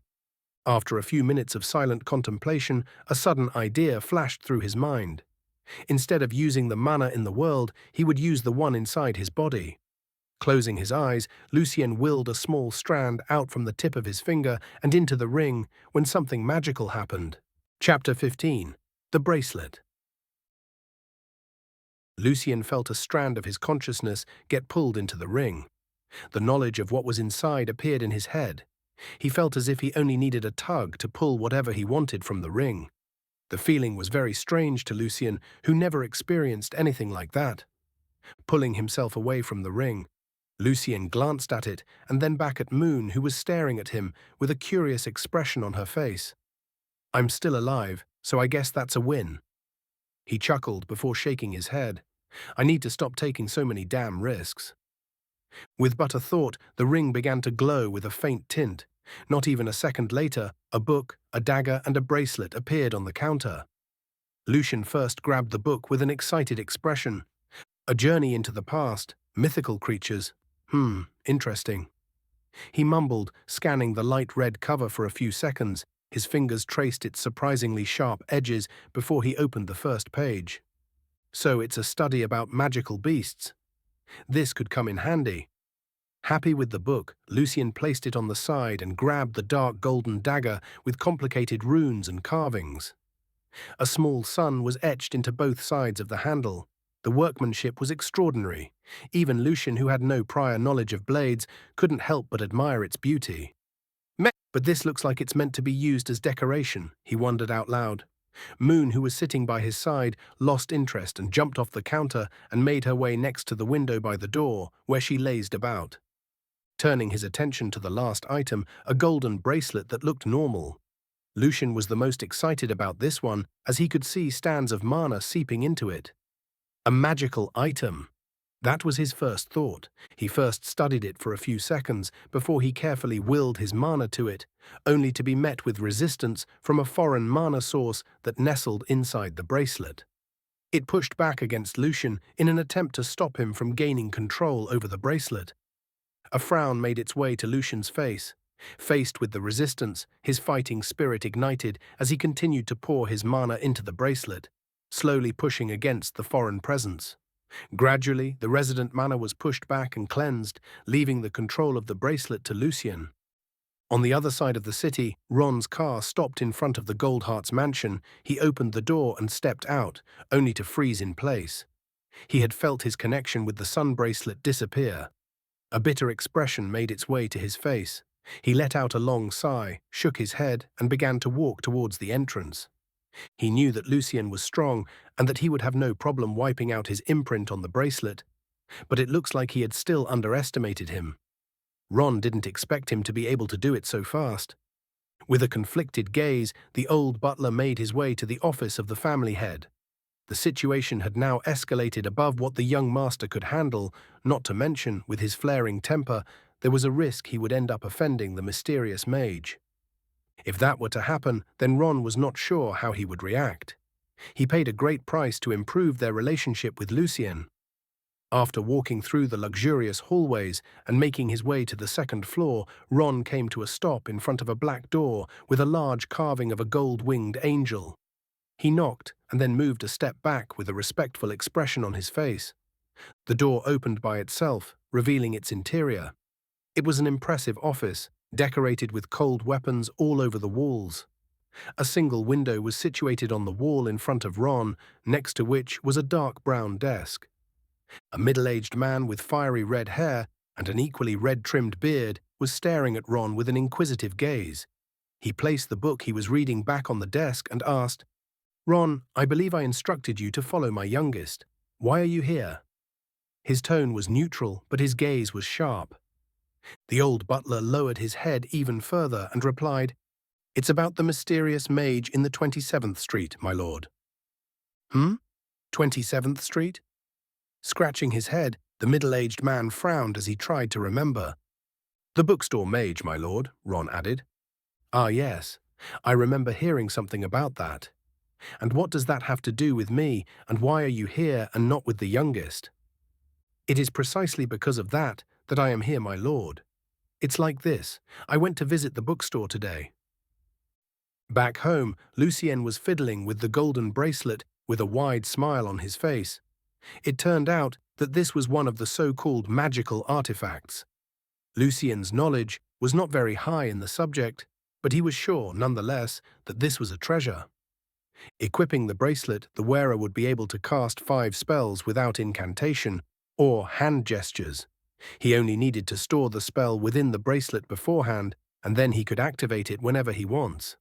Lucien still did not need the bracelet at the moment, but he was sure that it would come in handy in the future. Besides, being able to instantly cast a spell was without a doubt a huge advantage. Happy with his gift, Lucien wore the bracelet on his right hand with a satisfied expression. The smile never quite left his face. He liked its design as well. It looked very stylish. As he was admiring it, Moon jumped to his lap and began to meow. "Oh, are you hungry? Let's go, I'll make you something to eat," he said, and used Ima to grab his book, alongside the book of mythical creatures and the dagger, before making his way upstairs. "My control over Ima is already better than it was before. I can already control this much stuff without a problem. Looks like practice does make perfect." Happy with his progress, Lucien placed everything in his room before he made his way to the kitchen to fix something to eat, for both him and Moon. Chapter 16. The Spell. 2 weeks have passed since Lucien came back to the bookstore. January left, making way for February. The cold weather gradually improved. The chilling winds calmed down. Lucien was seated behind the counter as usual, with Moon resting by his side. Anna became a regular. She visited the bookstore whenever she had the chance. The duo slowly grew more comfortable around each other. She was currently resting on the small chair Lucien specifically brought down from upstairs for her. His relationship with Estrella remained somewhat the same. She would occasionally call to check on him, and the duo would harmlessly flirt together, yet so far it never got anywhere. The Goldarts didn't visit him again after Ron's sudden visit. In the past 2 weeks, Lucien ended up missing one of the hermit's gatherings, and joined one where he learned some interesting pieces of information. The opening of a sudden magical portal. According to what he understood, these portals were usual occurrences. They opened at random times all over the planet. The council was first created to control these, as some of these portals contained monsters that were a threat. It was the council's job to monitor and intervene should they deem the portal dangerous. Some portals were stable and could remain open for years, while others would only appear for a mere instant. According to the hermits, the latest portal was a stable one that opened a short distance from the city. The council had already deemed it no threat to Earth and gave the clearance for the mages to explore it. Some people in the gathering formed a group for exploration and attempted to invite Lucien. He, however, kindly refused. He was not yet confident enough to tackle alternative dimensions. Besides, he had been busy planning for the reopening of the bookstore.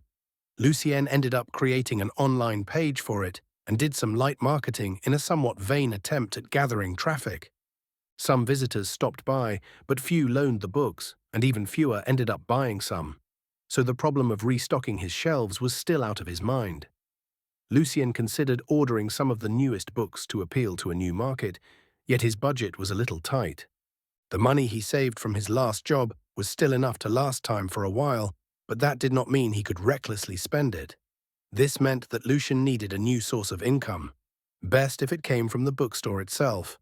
When it came to magical spells, besides Ima, Tadausa, and Tajajit, the fireball spell, Lucien had ended up learning a couple of useful spells as well. Tafat, a minor spell that summoned a light ball to illuminate his surroundings. He could control its intensity and was able to make it float and follow him, acting like a flashlight. This one needed no incantation, only hand gestures. Then there was Usum, a lightning spell. This one was his latest achievement, enabling him to shoot out a thick bolt of lightning from his fingertips. The spell apparently even had a chance to summon real lightning from the sky if the conditions were appropriate. Usum was a little bit more complicated, utilizing a complex chant. Luckily, the hand gesture was one of his creations. Usum was currently his strongest spell, and to train it, Lucien had to ask Estrella for help. She provided him with an underground training facility built under the hermit's headquarters.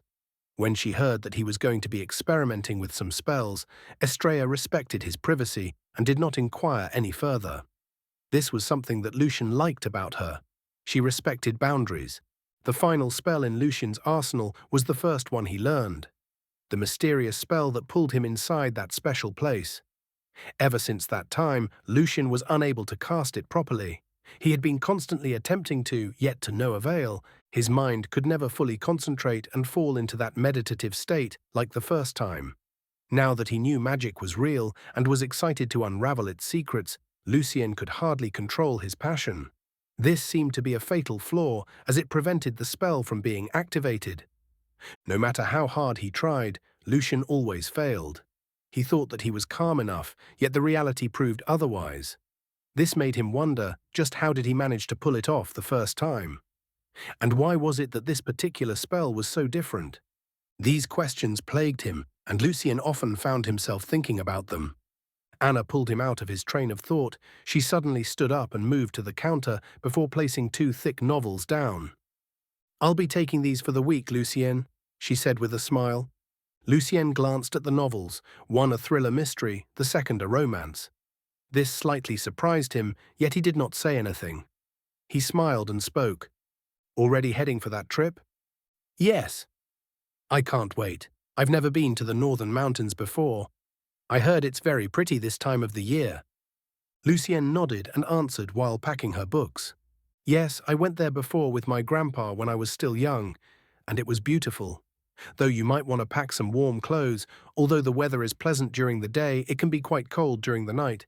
And be careful when you go hiking." "I will. I'm just excited. It's my first real trip alone." Her smile was infectious, and Lucien found himself grinning as well. "Well, I hope the books will keep you company." "Oh, I'm sure they will," she said and signed her name on the paper Lucien presented her. "Anyway, I've got to go. I'll see you when I'm back, Lucien. Bye-bye." Lucien sent her off with a smile and placed the money in his newly bought cash register. He then placed the paper that contained the list of books she borrowed in the drawer before he made his way to the door. Lucien turned to check on Moon, who was lazing on the ground next to the counter, before he opened the door. The cool breeze calmed his mind.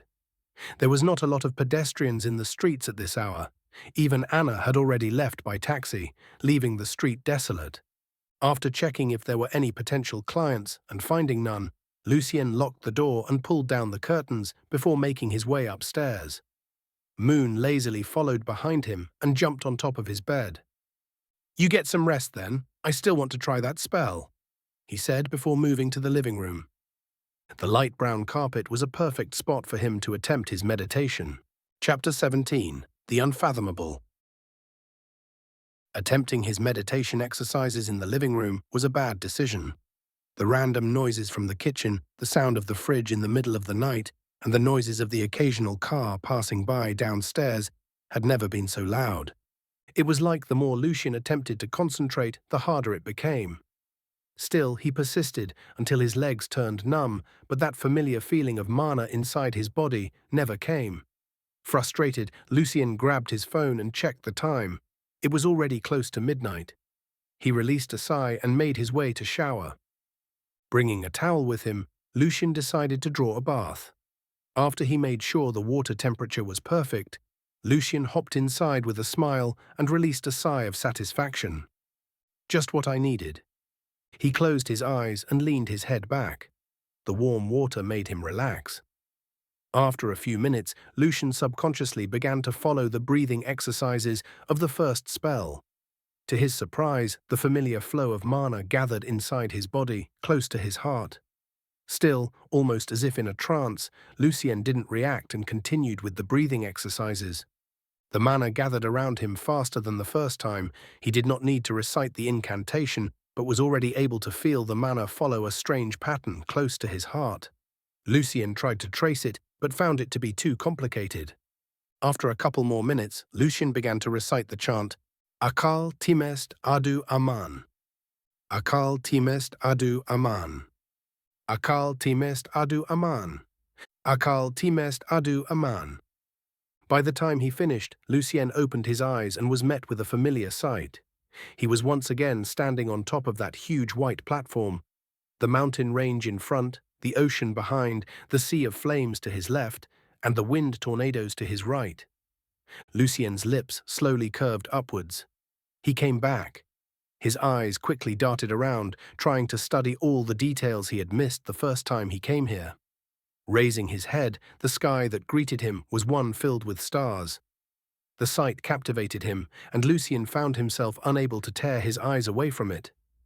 After a few seconds, he forcefully shook his head and glanced at the platform. It was circular, with some strange magical runes carved into it. Lucien kneeled and tried to study the weird language etched into the platform. A single phrase caught his gaze. Illicht nochkad, dillit ranagul. Lucien frowned. The phrase didn't seem to be an incantation, but more of a statement. He didn't know why, but he felt like he should know what it meant. He repeated the phrase a few times, trying to commit it to memory. The language used was the same one he utilized to cast spells with incantations. "I'll have to check and see if I can find any translations when I'm back," Lucien mumbled under his breath before he stood up. The world around him was more corporal this time. It felt more real. Lucien carefully moved to the edge of the platform and peeked downwards. A gasp suddenly escaped his lips. The drop was huge, and the ground was nowhere to be seen. Instead, a huge dark abyss greeted him. Lucien did not know why, but the moment he glanced at that darkness below, his heart began to thump loudly in his chest. Shivers ran down his spine, and he found himself unable to move. Lucien felt as if a terrifying gaze locked on him and was studying him. He was unable to move. His heart was beating wildly in his chest. Lucien did not know what he was looking at, but one thing was for sure: it was not something he was meant to see. He didn't want to stay here anymore. The longer he stared at the abyss, the more Lucien felt like he was losing a part of himself. As if sensing his intention, the entire world began to collapse. It was then that Lucien caught a glimpse of an incomprehensible, humongous figure lurking in the depths of the abyss. Lucien felt as if lightning struck his brain before the world disappeared completely. Back in the real world, Lucien awakened with a gasp. He shot out of the water, gasping for air. The cold feeling that filled his heart remained. It took him a few minutes to calm down. Lucien did not even want to think back to what he saw. The mere thought of it made him tremble. What the fuck was that? He cursed and forced himself out of the shower. Lucien then used the towel to dry himself before he made his way to the sink to brush his teeth. His mind was still a mess as he grabbed his toothbrush. His eyes subconsciously glanced back at his reflection in the mirror when he froze. His reflection was grinning. Lucien's hand moved to his mouth, his figure mimicking his actions, only to find out that he was indeed grinning. His dark brown eyes seemed to be glowing with a faint red gleam.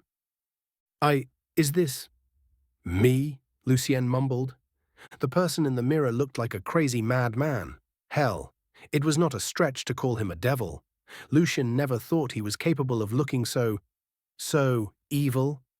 The toothbrush slipped from his hand and fell to the sink, pulling him out of his trance. By the time he grabbed it and glanced back at the mirror, his grin was gone and his face now looked normal again. Shaking his head, Lucien brushed his teeth while trying not to look in the mirror. His heart was filled with anxiety, yet he forced himself to calm down, constantly repeating that there was nothing to be afraid of, and that nothing was going to hurt him. His self-hypnosis seemed to work somewhat, as Lucien quickly left the bathroom and made his way to his room. Moon was sitting on top of the desk by the window. Her green eyes looked concerned as she stared at him. Lucien gave her a forced smile and spoke. "Good night, Moon. I don't feel very good tonight, so no study session today." Saying that, Lucien jumped under the blankets and turned off the lights. He was afraid that his anxiety would prevent him from sleeping. Yet surprisingly, the moment he laid his head on the pillow, Lucien quickly found himself sinking into the dreamland. Moon, who was seated on the desk, hopped down and made her way to the bed. She jumped on top of Lucien's chest and continued to stare at him. Chapter 18. Unexpected Guest. The next morning, Lucien woke up feeling that something was different. He didn't know what it was exactly, but he had a distinct feeling that something had changed. Moon was surprisingly up next to him. She was staring at him with a strange expression. "Morning, sunshine. Strange how you didn't wake me up," he said and patted her head. Moon meowed in response before she jumped out of bed and made her way out of the room. A yawn escaped Lucien's lips as he turned to grab his phone. The clock read 8 a.m. He lazily got out of bed and dragged himself to the toilet. The second he faced the mirror, however, the events of yesterday came rushing to his mind. Lucien wanted to subconsciously avoid it, yet he hesitantly studied his reflection. After making sure that nothing was wrong, Lucien tried to convince himself that he must have been tired yesterday. Still, that scene in the strange astral world made him shiver. Shaking his head, Lucien hopped in the shower to get ready for his day. What he did not see, however, was Moon, who had pushed the bathroom door open and was watching him closely. Her green eyes seemed to shine with intelligence as she stood guard. After Lucien finished getting ready for his day, he made his way back to his room and dressed in another one of his grandpa's favorite suits, a dark blue one. After making sure everything was all right, Lucien placed the Goldarts ring on his pinky, grabbed the ancient book, and the one about the study of magical beings with Ema before he made his way downstairs. Lucien then placed them on the counter and moved to raise the curtains of the windows. He glanced at the streets, seeing that traffic was still as light as always.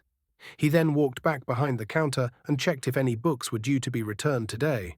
After finding none, Lucien made his way upstairs and fixed a quick breakfast for both himself and Moon. By the time the clock hit 9 p.m., the old bookstore was open and ready for business. Lucien, in his suit, made for a strange sight as he used a broom to sweep the floor. After making sure that everything was clean and tidy, Lucien walked back behind the counter and opened the book on magical creatures and leaned back into his chair. Moon, who was seated next to him, jumped into his lap and closed her eyes.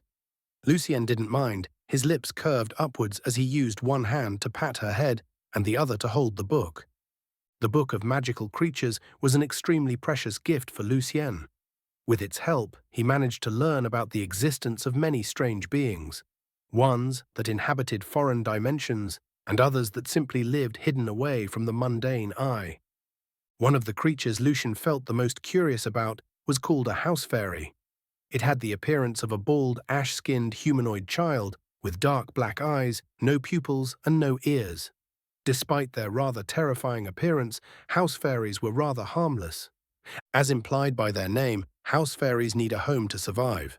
If you ever managed to contract one, then they would take care of cleaning your house, doing the chores, and even cooking the food for you.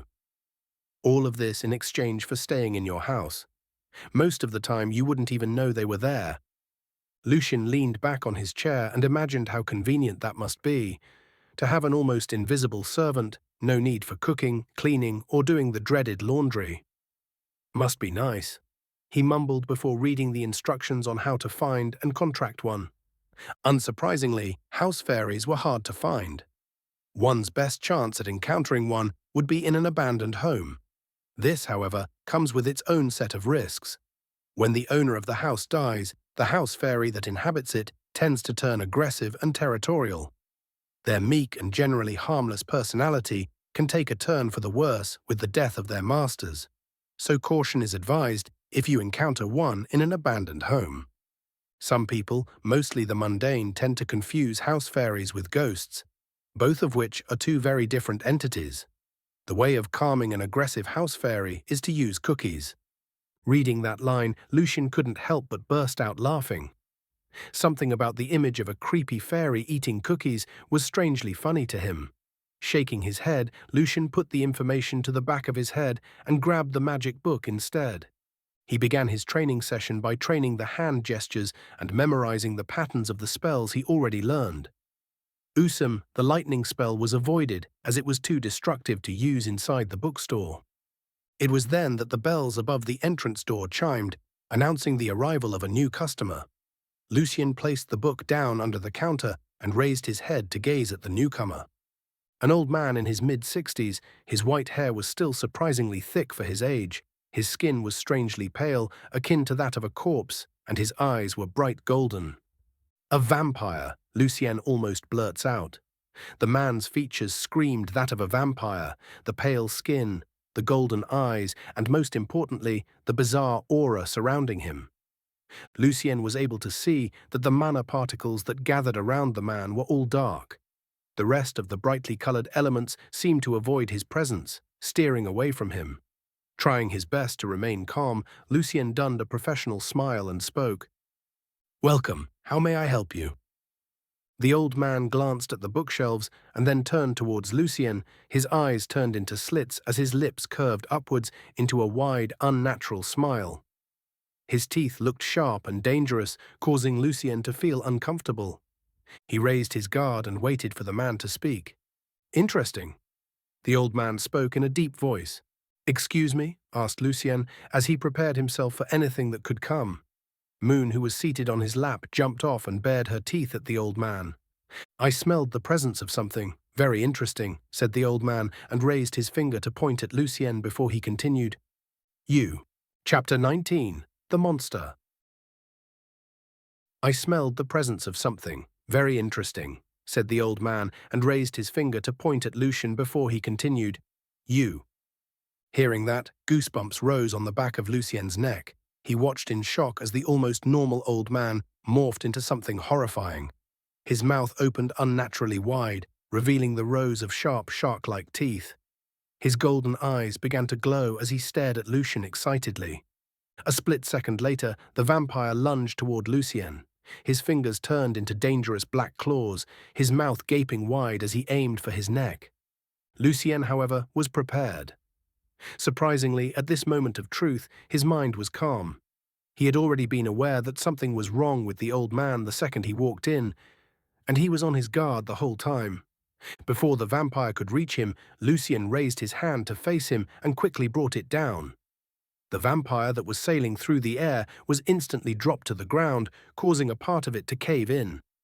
Seeing that Immer worked on him, Lucien's eyes shone brightly as he raised his hand, causing the vampire to rise from the ground and hover in the air. His expression was vicious as he tried to break free, but Lucien's control over Immer was already far beyond what any of them could have imagined. Glaring at the vampire that almost gave him a heart attack, Lucien stepped from behind the counter and carefully approached him. He took a glance at the door and used Immer to pull down the curtains and lock it, before he turned his attention towards the intruder. "What the fuck was that? Didn't your parents teach you any manners?" He scolded in annoyance. The adrenaline was still pumping in his body.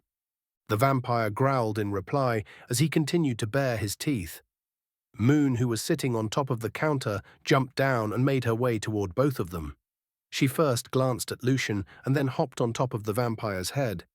"Wait, careful," Lucien warned, yet the cat was already nestled on top of the monster's head. She hissed and began to deliver a series of vicious paw strikes to his face, aiming for his eyes in particular. The proud vampire wanted to roar in anger, yet Lucien quickly used Immer to seal his mouth shut. Although his neighborhood was relatively empty, he did not want anyone calling the police on him, only to find him holding a vampire suspended mid-air. Still, it was satisfying to watch Moon punish the vampire as he squirmed mid-air. Cuts began to appear on his face, which in turn began to heal at a speed visible to the naked eye. "Interesting," Lucien mumbled. It looked like the vampire's famed regeneration was not a hoax after all. It was even more ridiculous now that he was seeing it live. "Still, I have to say, I'm a little bit disappointed. I thought vampires were supposed to be strong. You couldn't even put up much of a fight." Lucien's words caused the vampire to shake in anger. His golden eyes burned with rage. He hadn't expected the young magician to be so proficient in high-ranking spells. He didn't even see him cast it before he was pinned to the ground and was now hopelessly made to float about. The damn cat that continued to blind him wasn't helping. The vampire watched as the young man's eyes turned frosty, as if he was suddenly possessed by someone else. His dark brown eyes began to burn with a red glow, causing shivers to run down his spine. A wide grin slowly stretched across his face. Even the cat that was hitting him stopped and jumped off before she ran off on top of the counter. "What the hell is that?" inwardly cried the vampire. The young man was not normal. How could a mere human change so fast? The aura that he was leaking was tremendous. As a vampire, he was not very sensitive to mana. His body had a natural degree of immunity to it, so he was unable to sense the pressure emitting out of the bookstore. But when faced with Lucien, the vampire felt like he was staring at a devil. He deeply regretted his rash decision to plunge into this damned bookstore head first. He deeply regretted not being able to control his urge. He regretted it all. If only he was able to turn back time. The world suddenly turned clearer in Lucien's eyes. He felt a sense of ease and calm wash over him, as if something had clicked in his mind. The bound vampire was no longer as scary as he thought him to be. No, why would he be scared? It was the intruder that was supposed to be afraid. "Yes, are you afraid?" asked Lucien as he slowly approached the vampire. His hand moved and lightly patted his head with a chuckle. "I think we are going to have so much fun together." The grin on his face extended as he turned to make his way upstairs with the vampire floating behind. Moon, on the other hand, meowed before she followed behind from a distance. Her green eyes seemed to shine with intelligence and concern. Once upstairs, Lucien placed the vampire on the ground of his bedroom and tapped his chin, deep in thought. "I heard that healing spells don't work against vampires. I wonder if that's true," he mumbled. The old vampire overheard him. His eyes widened as he struggled to shake his head. "Oh, you sound excited. Don't worry, it's just a minor healing spell. It shouldn't do much damage. I think—" His words were like a hammer that smashed on the vampire's heart. He was confused. Wasn't the young magician supposed to interrogate him? Ask him what was his reason for attacking him? What brought him to this damned shabby old bookstore? Why did he seem so unconcerned about the answers?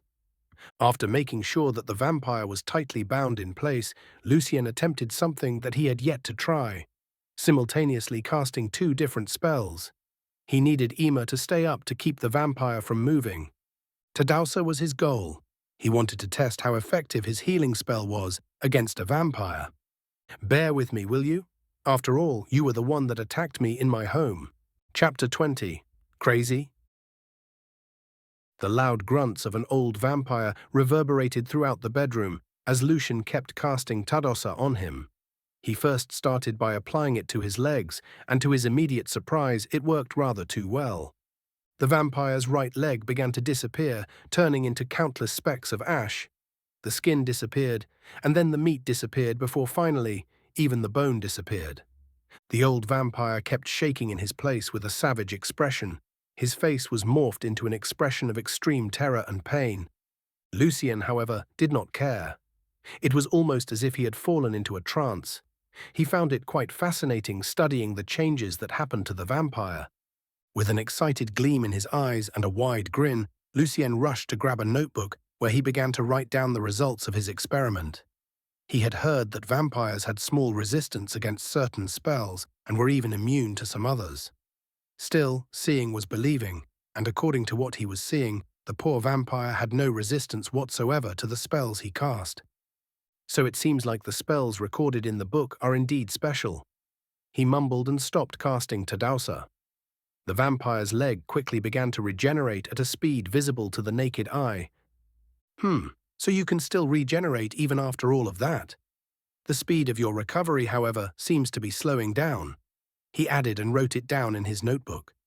"Well, now that we know Tadausa is extremely effective, shall we try some other spells?"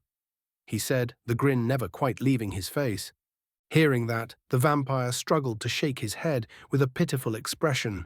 He regretted getting tempted to come to this cursed place. He regretted attacking this damned monster. It was impossible to even communicate with him. His eyes widened in horror as Lucien snapped his finger, causing a small flame to appear over it. The vampire kept shaking his head, trying to speak, yet to no avail. His mouth had been sealed shut. "Now then, let's see how you fare against fire," said Lucien with a smile.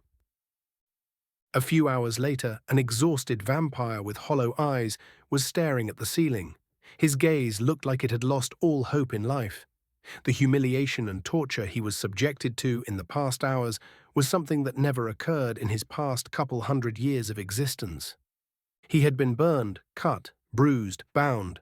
His limbs were forcefully torn from his body and made to regenerate, over and over and over again, all until he could regenerate no more. The devil that captured him kept using his strange spells, ones that the vampire had never encountered before. They seemed like simple spells, but the power output behind them was ridiculous. It had rendered him helpless against them. His resistance toward magic turned useless. The devil only stopped when he saw that he could regenerate no longer. Ah, speaking of which, I forgot to ask. Why did you attack me? I'm sure I never saw you before in my life, and I don't think I offended you or anyone. The vampire wanted to cry out. Weren't you supposed to ask that first? Yet all that came out of his mouth were muffled moans. Ah, silly me. I'll remove that for you, but remember, if you scream, you're dead. Lucien's gaze brought shivers down the vampire's spine, making him nod hastily. Good, I ask the questions, and you answer, he added, to which the vampire hastily nodded again. Good. Lucien then removed Ima's influence on the vampire's mouth, granting him freedom over it once more. Name? Darius, answered the vampire, his voice hoarse and tired. Age? Darius raised his brows at the question, yet did not dare dally in his reply. 204. Damn, you're old, Lucien subconsciously muttered, causing Darius's eyes to twitch. Ah, sorry. So, why did you come to my place? Darius hesitated for a second before answering. I smelled something very appetizing, something that called me over.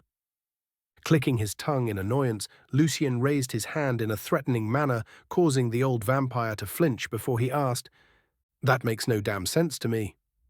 Explain, what the hell do you mean something very appetizing? Darius once again hesitated, his face turned strange as he motioned with his head toward Lucien.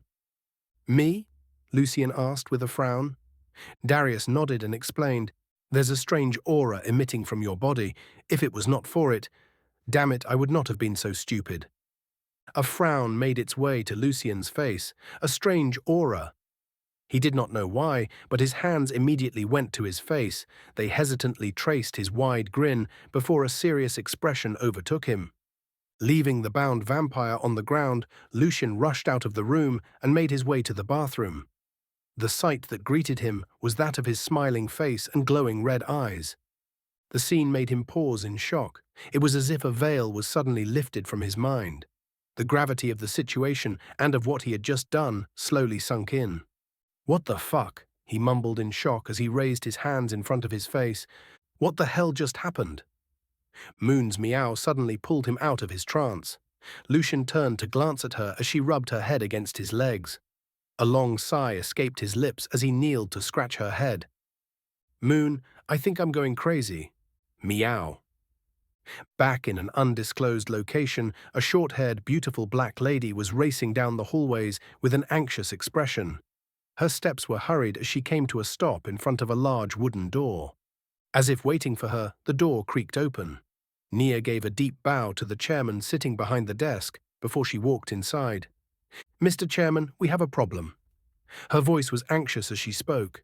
The old man released a sigh and pulled his long, messy white hair back before asking, What happened? Our scouts in charge of monitoring the bookstore on 27th Street reported the appearance of a mid-ranked rogue vampire. Who is it? The old man's eyes turned serious as he asked. Darius. Damn it, you handle this, Nia.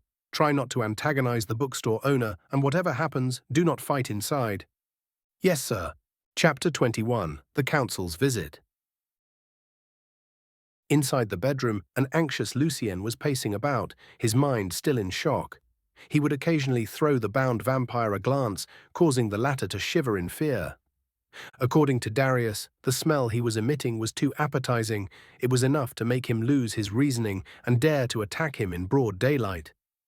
After further explanation, Lucien slowly came to the conclusion that whatever scent he was emitting came after he had visited that altar plane. Could it have something to do with that presence I saw? Goosebumps appeared on the back of his neck as he remembered that incomprehensible figure that lurked deep in the abyss. Maybe that could also explain all of these changes I've been going through, Lucien wondered as he glanced at his hands.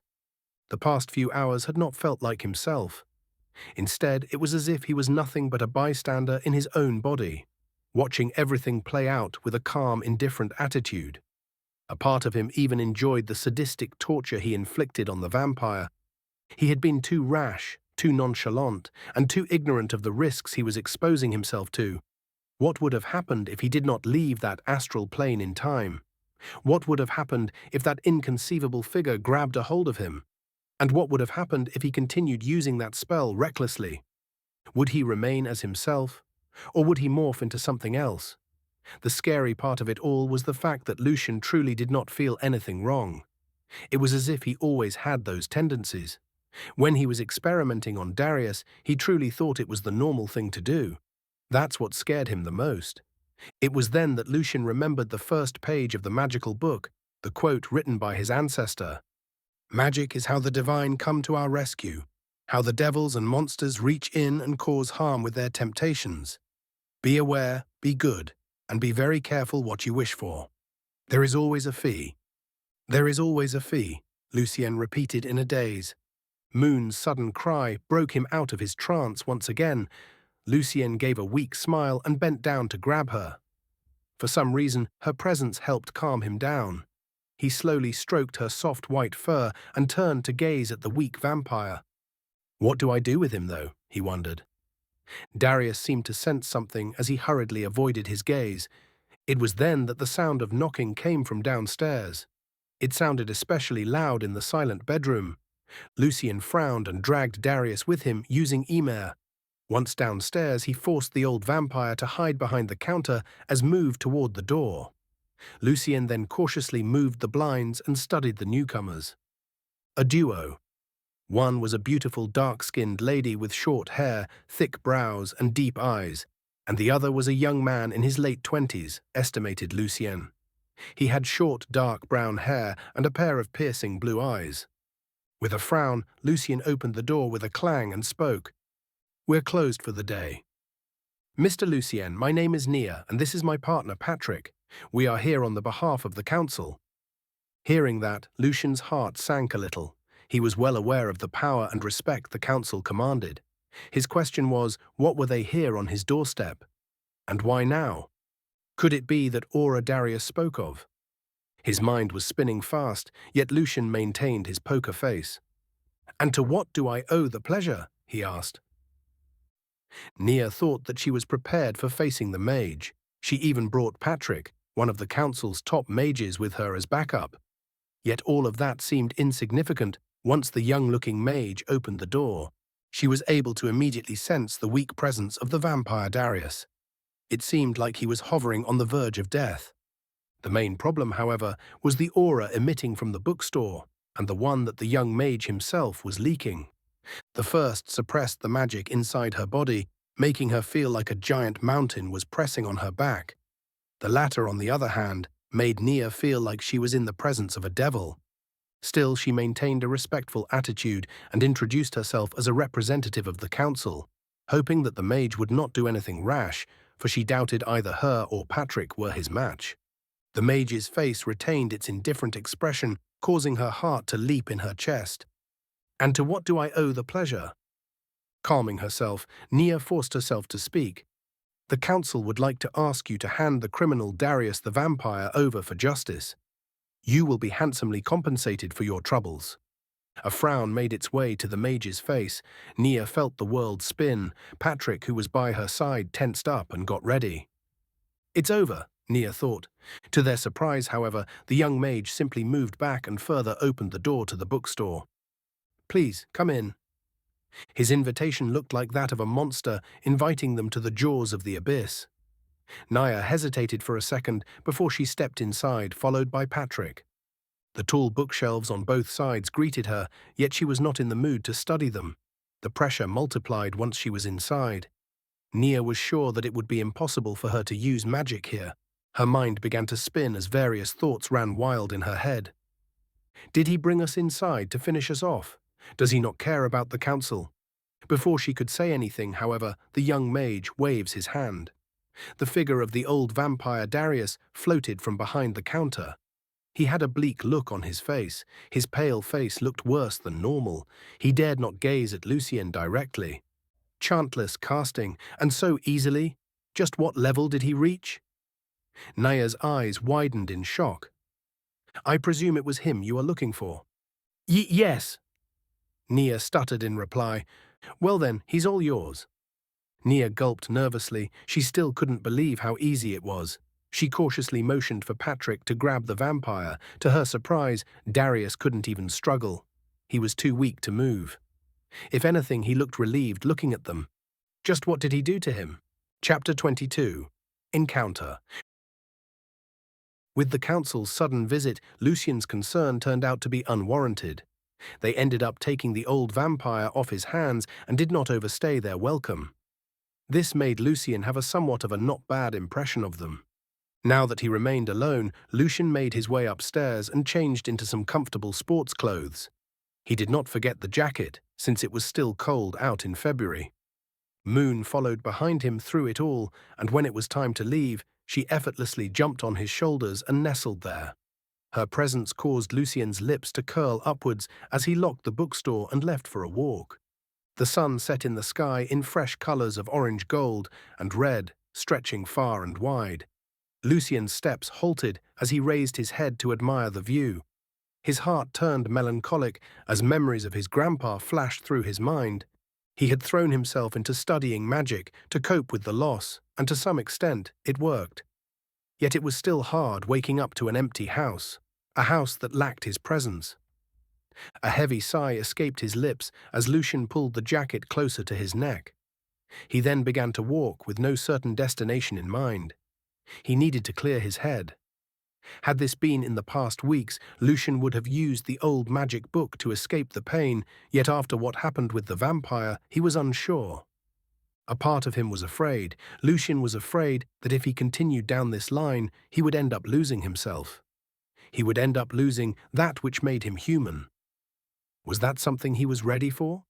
Shaking his head, Lucien's steps subconsciously brought him before a 7-Eleven. He walked inside, causing the bells to jingle. An average-looking young girl greeted him with a cheerful attitude. "Welcome." Lucien simply nodded with a forced smile and moved to grab an energy drink. He could feel the young clerk's gaze on him, or more specifically on Moon, who was seated on his shoulders.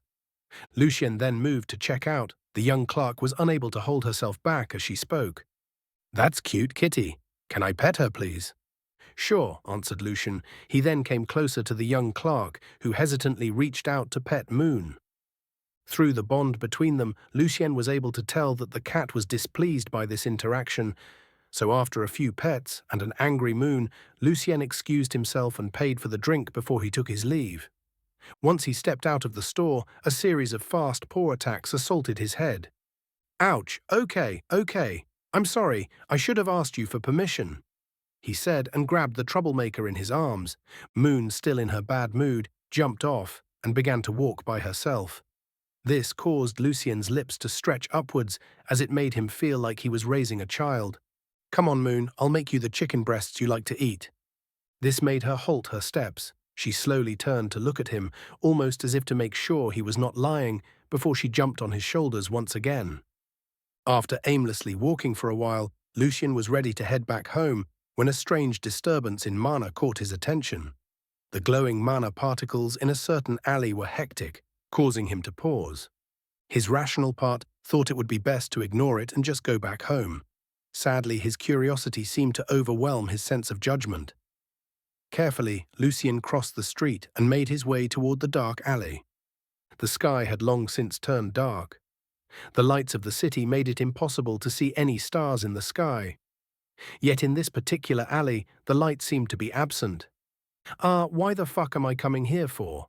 This is like the plot of every horror movie that ever existed. Lucien inwardly berated himself. His curiosity, however, was too strong.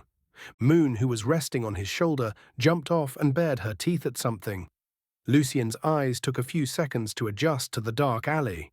His ears perked as he caught the sound of an animal growling from behind the dumpster. Moon was on the verge of jumping out and attacking whatever was there. Lucien, on the other hand, tried not to be rash. He attempted to calm her down through their bond, but was still nonetheless prepared for anything that might happen. Red, piercing eyes that seemed to shine in the darkness greeted him. Lucien's mouth opened in shock at the creature that appeared from behind the dumpster. It was a head, a female head, floating in the air with dangling organs. The head had blood splattered all over its mouth. The smell suddenly assaulted Lucien as he took a step back. That was when his eye caught sight of a horrifying scene. A man was collapsed on the ground, his eyes open wide in shock and terror. The man's chest was split open and his organs were spilling out. The scene caused Lucien to take another step back. He staggered, nauseous, and clutched his stomach, struggling to keep himself steady. The floating head of terror made its move then, as it launched itself towards him. Before Lucien could do anything, Moon jumped out and slapped it away with a force far beyond her little frame. Lucien had no time to consider what just happened. He instantly used Immortals to hold the floating head in place. To his surprise, however, Immortals was only able to make it a pause for a second before it launched itself toward him again with a silent cry. Lucien took another step back, his mind panicked as the red eyes locked on his. Just as the head was about to reach him, Moon stepped forward again for the save. This time she decisively latched onto it and refused to let go. The head slammed into the alley wall, sending both of them crashing to the ground. This brought Lucien out of his trance as he saw Moon collapse on the ground. "You motherfucker!" He cursed and willed the mana inside his body, along with the one in his surroundings before he died, snapped his fingers, using Tajajit. A fireball suddenly appeared and shot towards the head that was struggling to fly away. The second the fireball made contact, both it and the head exploded with a bang, forcing Lucien to cover his eyes. After a few seconds, he hastily scanned his surroundings, finding no signs of the monster before he rushed toward Moon and used that.There. Chapter 23, Questions. Thankfully, Moon's injuries were not that serious. After casting that.There, she quickly jumped on his shoulders and refused to get down. Lucien didn't mind. A sigh of relief escaped his lips. The floating head was burned with nothing left to show for it. The only indication that remained of its existence was the corpse of the poor man sprawled on the ground with his guts spilling. Lucien subconsciously averted his gaze. He had never seen murder before, and certainly not one as bloody as this. It was completely different than the movies. The smell was overwhelming, and the sight was enough to make his lunch threaten to jump from his stomach. But what should I do? I can't leave the poor guy like this. A part of him wanted nothing to do with this whole situation. He was tempted to bolt out of this alley and never look back again. Yet another look at the man's horrified face made him hesitate.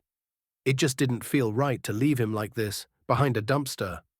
Lucien didn't know the guy. He didn't know if he was a good or a bad person. He didn't know his name. He knew nothing about him.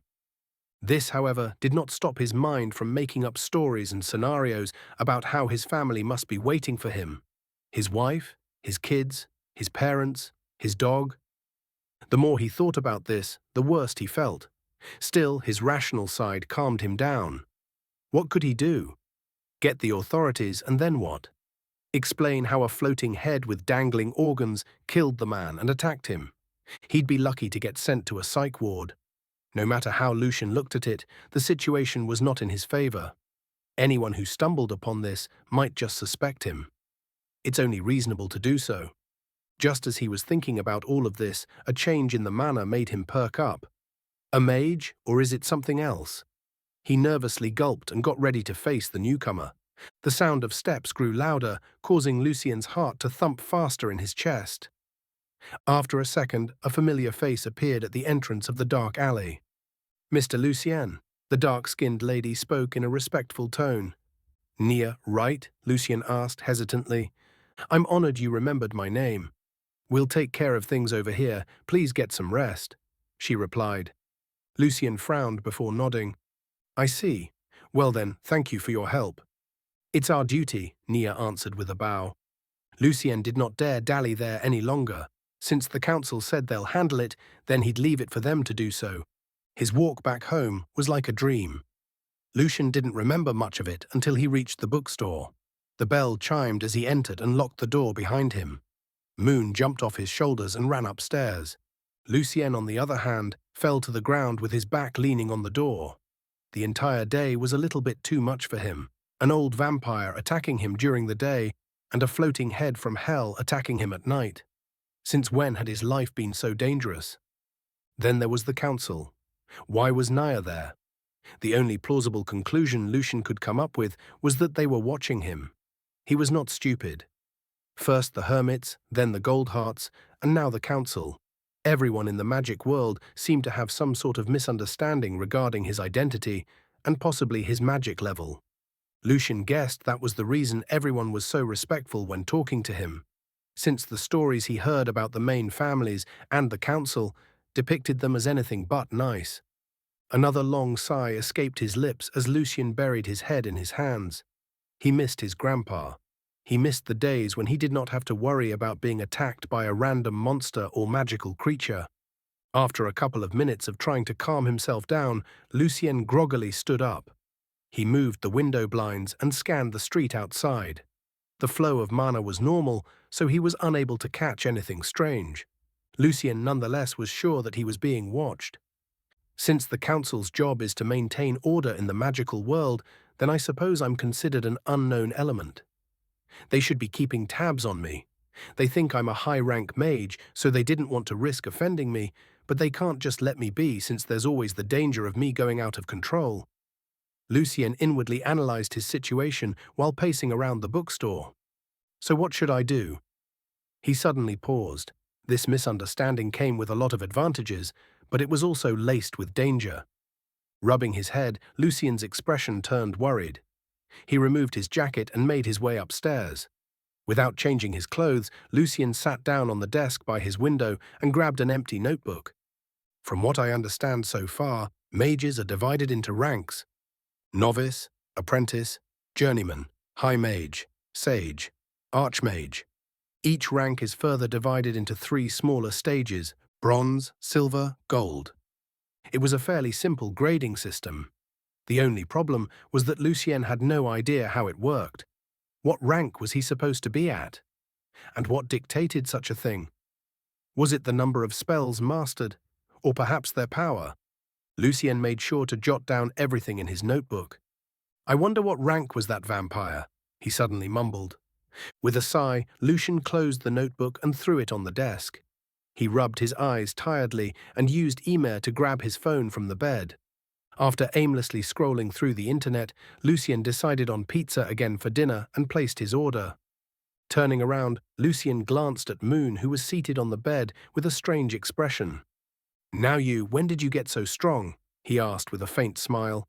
Moon, on the other hand, replied with an innocent meow before she jumped off the bed and ran downstairs. "Does it have something to do with the bond I feel between us?" Lucien wondered out loud.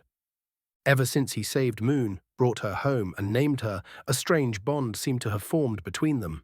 They were able to communicate with emotions. Lucien was not quite sure how that worked, but most of the time he had no problem understanding Moon. Interesting. Chapter 24, Granny Loreni. After a not-so-good night's sleep, Lucien woke up with a determined expression plastered on his face. Yesterday's events were like a heavy reminder that the world he was in was no longer the same. It was a world fraught with danger. Although Lucien would love nothing more than to stay home and study magic, he needed the strength to back him up, the strength to look for answers on his grandpa, and the strength to understand his situation better. He had been reckless in the past month. Lucien knew it. He understood how lucky he had been. That abyssal monster that he encountered in the astral plane was proof enough of what lurks on the other side of things. One wrong move, perhaps one wrong incantation, or one wrong spell, and who knows where or how he would end up. Shaking his head, Lucien groggily stood up and made his way to the bathroom. After he finished with his morning routine, Lucien fixed some breakfast for both him and Moon. When he was done eating, Lucien made his way back to his room, changed his clothes, and grabbed the magical book and his notebook using Emer before he made his way downstairs. Lucien settled the books behind the counter, grabbed a broom with Emer, and began to clean the place. He returned some of the books that were laying on the ground to their respective places.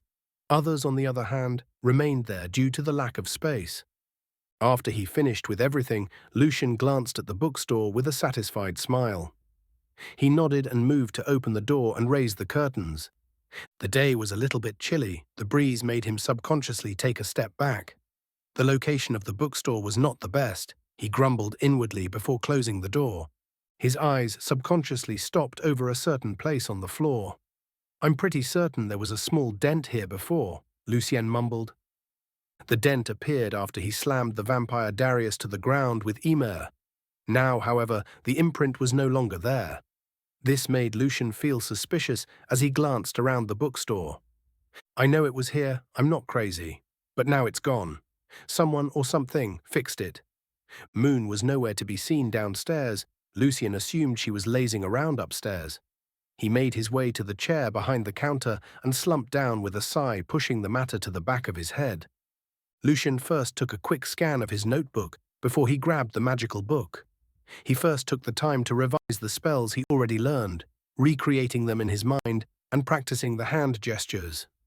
After he finished, Lucien's eyes eyed the golden bracelet equipped on his right hand.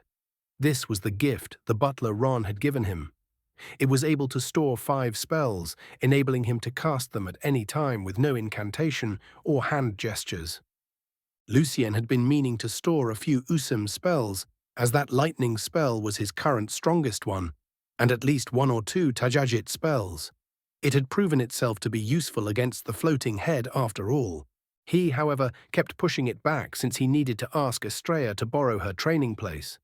Usim was too dangerous to summon here after all. Raising his hand, Lucien looked at the black ring on his pinky. The storage ring was not too useful for him as of yet. The main reason was the fact that it couldn't hold the magical book inside. It was as if a force repelled it from doing so. This left Lucien with quite the dilemma. The magical book was too big and too thick to carry around everywhere, and he did not feel very comfortable leaving it around every time he left the bookstore. The chimes of the bell above the door broke him from his thoughts as they announced the arrival of the first customer of the day. "Ah, Madame Loreni, welcome." A gentle smile stretched across his face as he greeted the sweet old lady. She was not an unfamiliar face, quite the opposite. Madame Loreni was a regular when his grandpa was here. She had lost her husband a long time ago, and Lucien always felt like there was something between her and his old pops. He did see her at the funeral, and she promised to visit him. Although it had been a little over a month since then, Lucien was still happy to see a familiar face. "Hello, dear. I see you've taken care of everything quite nicely. And what did I tell you to call me?" Madame Loreni's voice was surprisingly strong and deep. It brought Lucien a sense of nostalgia as he recalled scenes of the past, with her and his grandpa sitting behind the counter, laughing while he was buried in his fantasy books. Lucien quickly stood up from behind the counter and moved to hug the old lady. She gave a sweet smile in return and gently patted his back. "It must have been lonely, staying in this place all by yourself." Lucien answered with a smile, "It was not so bad. Besides, I'm not alone," he said, and broke the hug to show her Moon, who came down at some point and was laying down next to the counter. Madame Loreni's eyes seemed to shine momentarily before she nodded in understanding. "That's good, dear. I'm happy to see you are doing well." "Please, come take a seat," Lucien offered, yet she promptly shook her head and hand. "Oh no. I only came to check on you, as promised. This old lady is still a little bit busy, I'm afraid." "What old? You are still very beautiful, Granny," Lucien answered with a smile. "I said I'm old, not ugly." Granny Loreni rolled her eyes, causing Lucien to hastily shake his head. "Ah, of course, that's not what I meant." "Ha ha, you are still as fun to tease, dear." Her voice always rose several octaves when she was happy and became more girlish and younger. "Well, I'm afraid I have to go now that I've made sure you are doing well." "Already?" "At least stay for some tea." "Oh no, I'm afraid I am in a bit of a rush, dear." Lucien's face turned a bit sad as he nodded. "All right, but you still need to come visit." "Of course," Granny Loreni said, and pinched his cheeks like she used to do when he was a child. "Now stay safe, dear," saying that she quickly turned to leave, not giving Lucien any chance to speak. Once she reached the door, however, she paused and turned toward him. "Ah, and dear, leave some cookies on the counter when you go to sleep," saying that Granny Loreni left. Cookies. Chapter 25. The Fairy. The day passed uneventfully. A few customers came to return the books they rented, while others stumbled upon the bookstore for the first time. Lucien did not leave the bookstore and instead cooked his and Moon's lunch at home. The rest of his time was spent reading the ancient book and studying the one about magical creatures. For some reason, what Granny Loreni said popped into his mind. Cookies, Lucien mumbled as he stood up to close the bookstore for the day. His mind recalled a certain creature he had read about. Could it be a house fairy? A house fairy, mostly harmless and rarely aggressive unless they lost their master. The best way to calm and approach a house fairy is by giving them cookies. Lucien remembered finding the whole thing quite funny when he read about it. Now, however, Granny Loreni told him to leave cookies out on the counter. Why? Lucien's mind went on overdrive as he came to a sudden conclusion. Maybe Granny Loreni is also a mage, he inwardly noted. It would make sense considering how close she was to his old pops. This could mean she could explain more about this whole situation. Lucien's eyes lit up at that thought before he heaved a sigh. He had no way of contacting Lady Loreni.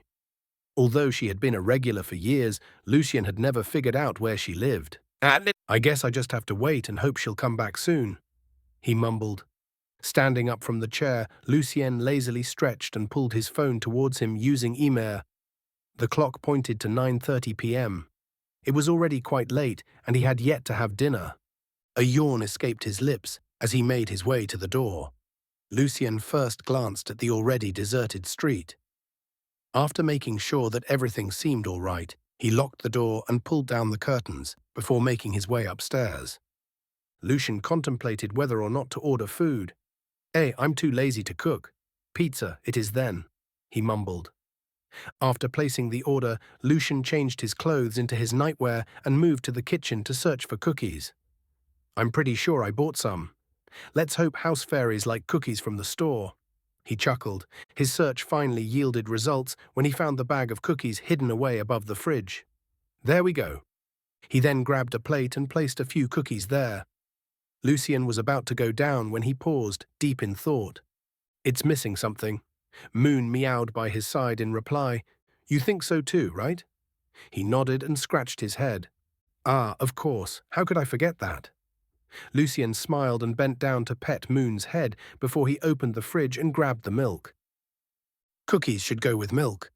He nodded in satisfaction. It was then that his phone suddenly rang. Lucien made it fly to his hand and glanced at the unfamiliar number. "Hello?" "Hello, it's your pizza. I've been knocking on the door for a while." "Ah, sorry, I'll be right there."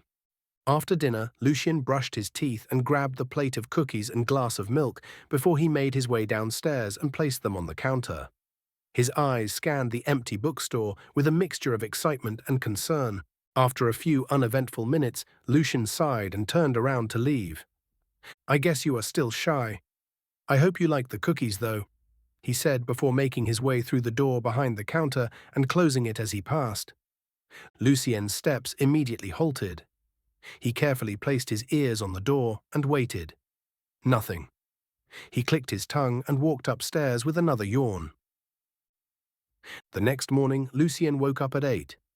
By the time he got himself ready and made breakfast for both him and Moon, the clock already reached 9. He lazily made his way downstairs, still feeling a little bit sleepy. The second he opened the door, however, his steps stopped abruptly. The scene before him dispelled all of his drowsiness. Lucien regularly cleaned the bookstore, even more so since he learned Immer. Still, it was never to this degree. The floor was almost shining. The books that usually littered the floor were neatly arranged to the sides in a way that did not take up any space. If anything, they added to the charm of the bookstore. The windows that had some old spots were cleaned. Heck, Lucien was unable to find a speck of dust in the whole place. His eyes were subconsciously drawn to the empty and cleaned glass of milk and plate of cookies. They were placed on the counter, where all of the paperwork Lucien had was neatly arranged. A wide smile overtook his face as he kept scanning the whole place. His fingers traced the shelves with a look of admiration as he continually nodded in satisfaction. "Amazing," Lucien muttered. He had his doubts and suspected that a house fairy did indeed live here. His old pop was a mysterious old mage after all, so it was not that shocking. What he did not expect was the efficiency of it all. Lucien did not hear a single thing. He wasn't a heavy sleeper, yet the house fairy did not seem to make a sound. "Amazing," He couldn't help but blurt out again, his eyes shining in excitement. This changed everything, he thought. No more dishes, no more laundry, and no more cleaning. He almost shouted, yet restrained himself. "Ahem, dear house fairy, are you there?" He called out in a gentle tone, yet got no response. "Ah, give me a second," Lucien called out, before he grabbed the empty glass and plate and ran upstairs. Moments later, he was back with a full glass of milk and the now full plate of cookies. Moon was following behind him with a strange expression on her face. After observing him for a few seconds, she turned her attention toward a particular spot before she quickly lost interest and made her way back upstairs. Lucien, on the other hand, carefully placed the plate and glass on the counter. His eyes continued to scan his surroundings in excitement as he spoke. "Please consider this a thank you for the amazing job you've done." Lucien then slowly sat down behind the counter and patiently waited. House fairies seemed to be masters at hiding. Even with the help of his eyes that were able to see the mana particles, Lucien could not figure out where the fairy was at. Come on, don't be shy. Chapter 26. Another meeting. The day passed by normally with no signs of the house fairy. Lucien would have been lying if he said he was not disappointed. A sigh escaped his lips as he glanced at the untouched glass of milk and plate of cookies. It was already close to closing time, and tonight was special. He had promised to go visit the hermits for their weekly meetups. Lucien unhurriedly stood up and stretched. Moon, who was seated next to him on the floor, pushed her head against his leg. Lucien obliged and scratched her back and head. After doing that, Lucien closed the bookstore a little bit early for the day. The meetup would take place at 8 p.m., and it was already 7. He made his way upstairs and changed into his grandpa's favorite dark suit before he studied his reflection and nodded in satisfaction. Lucien left the door to the house on the second floor open. He glanced at Moon, who was following him, and spoke. "Can I count on you to watch the house while I'm out?" "Meow." Her reply prompted a smile to stretch across Lucien's face, and he was unable to hold himself from patting her again. Once he reached downstairs, his eyes subconsciously glanced at the glass of milk and plate of cookies. I guess he's still shy. Or is it a she? With such thoughts swirling through his mind, Lucien took his leave and closed the door behind him. The bookstore turned silent. Moon, who was left alone, jumped on top of the counter and glanced at the milk and cookies with clear desire in her eyes, yet she forced herself not to touch them. A cry escaped her mouth following which a small hand materialized out of thin air. The hand was as pale as a corpse. It reached out for the cookies first, making them disappear one after another. After the cookies were gone, the stranger finally appeared. If Lucien was still here, he would be surprised to see that the Stange House fairy was different from the ones he read about. This one had long white hair reaching its back, pale white skin, and piercing grey eyes. It was difficult to ascertain the gender of the house fairy, as it wore a suit that typically belonged to butlers, but its features looked feminine. The house fairy quickly reached out for the milk and drank it in one gulp. It left a tiny bit and passed it to Moon, who was watching the whole ordeal with shining eyes. Moon, seemingly happy with the house fairy, moved to the glass and finished the milk with a satisfied expression on her face. Soon after, the house fairy disappeared and the glass and plate began to float in the air. As always, Lucien found it hard to catch a cab that was willing to drive him to Avenue Lancaster. He didn't blame them either. That street was not known for its safety. After a while, an old driver finally agreed. The ride was mostly spent in silence.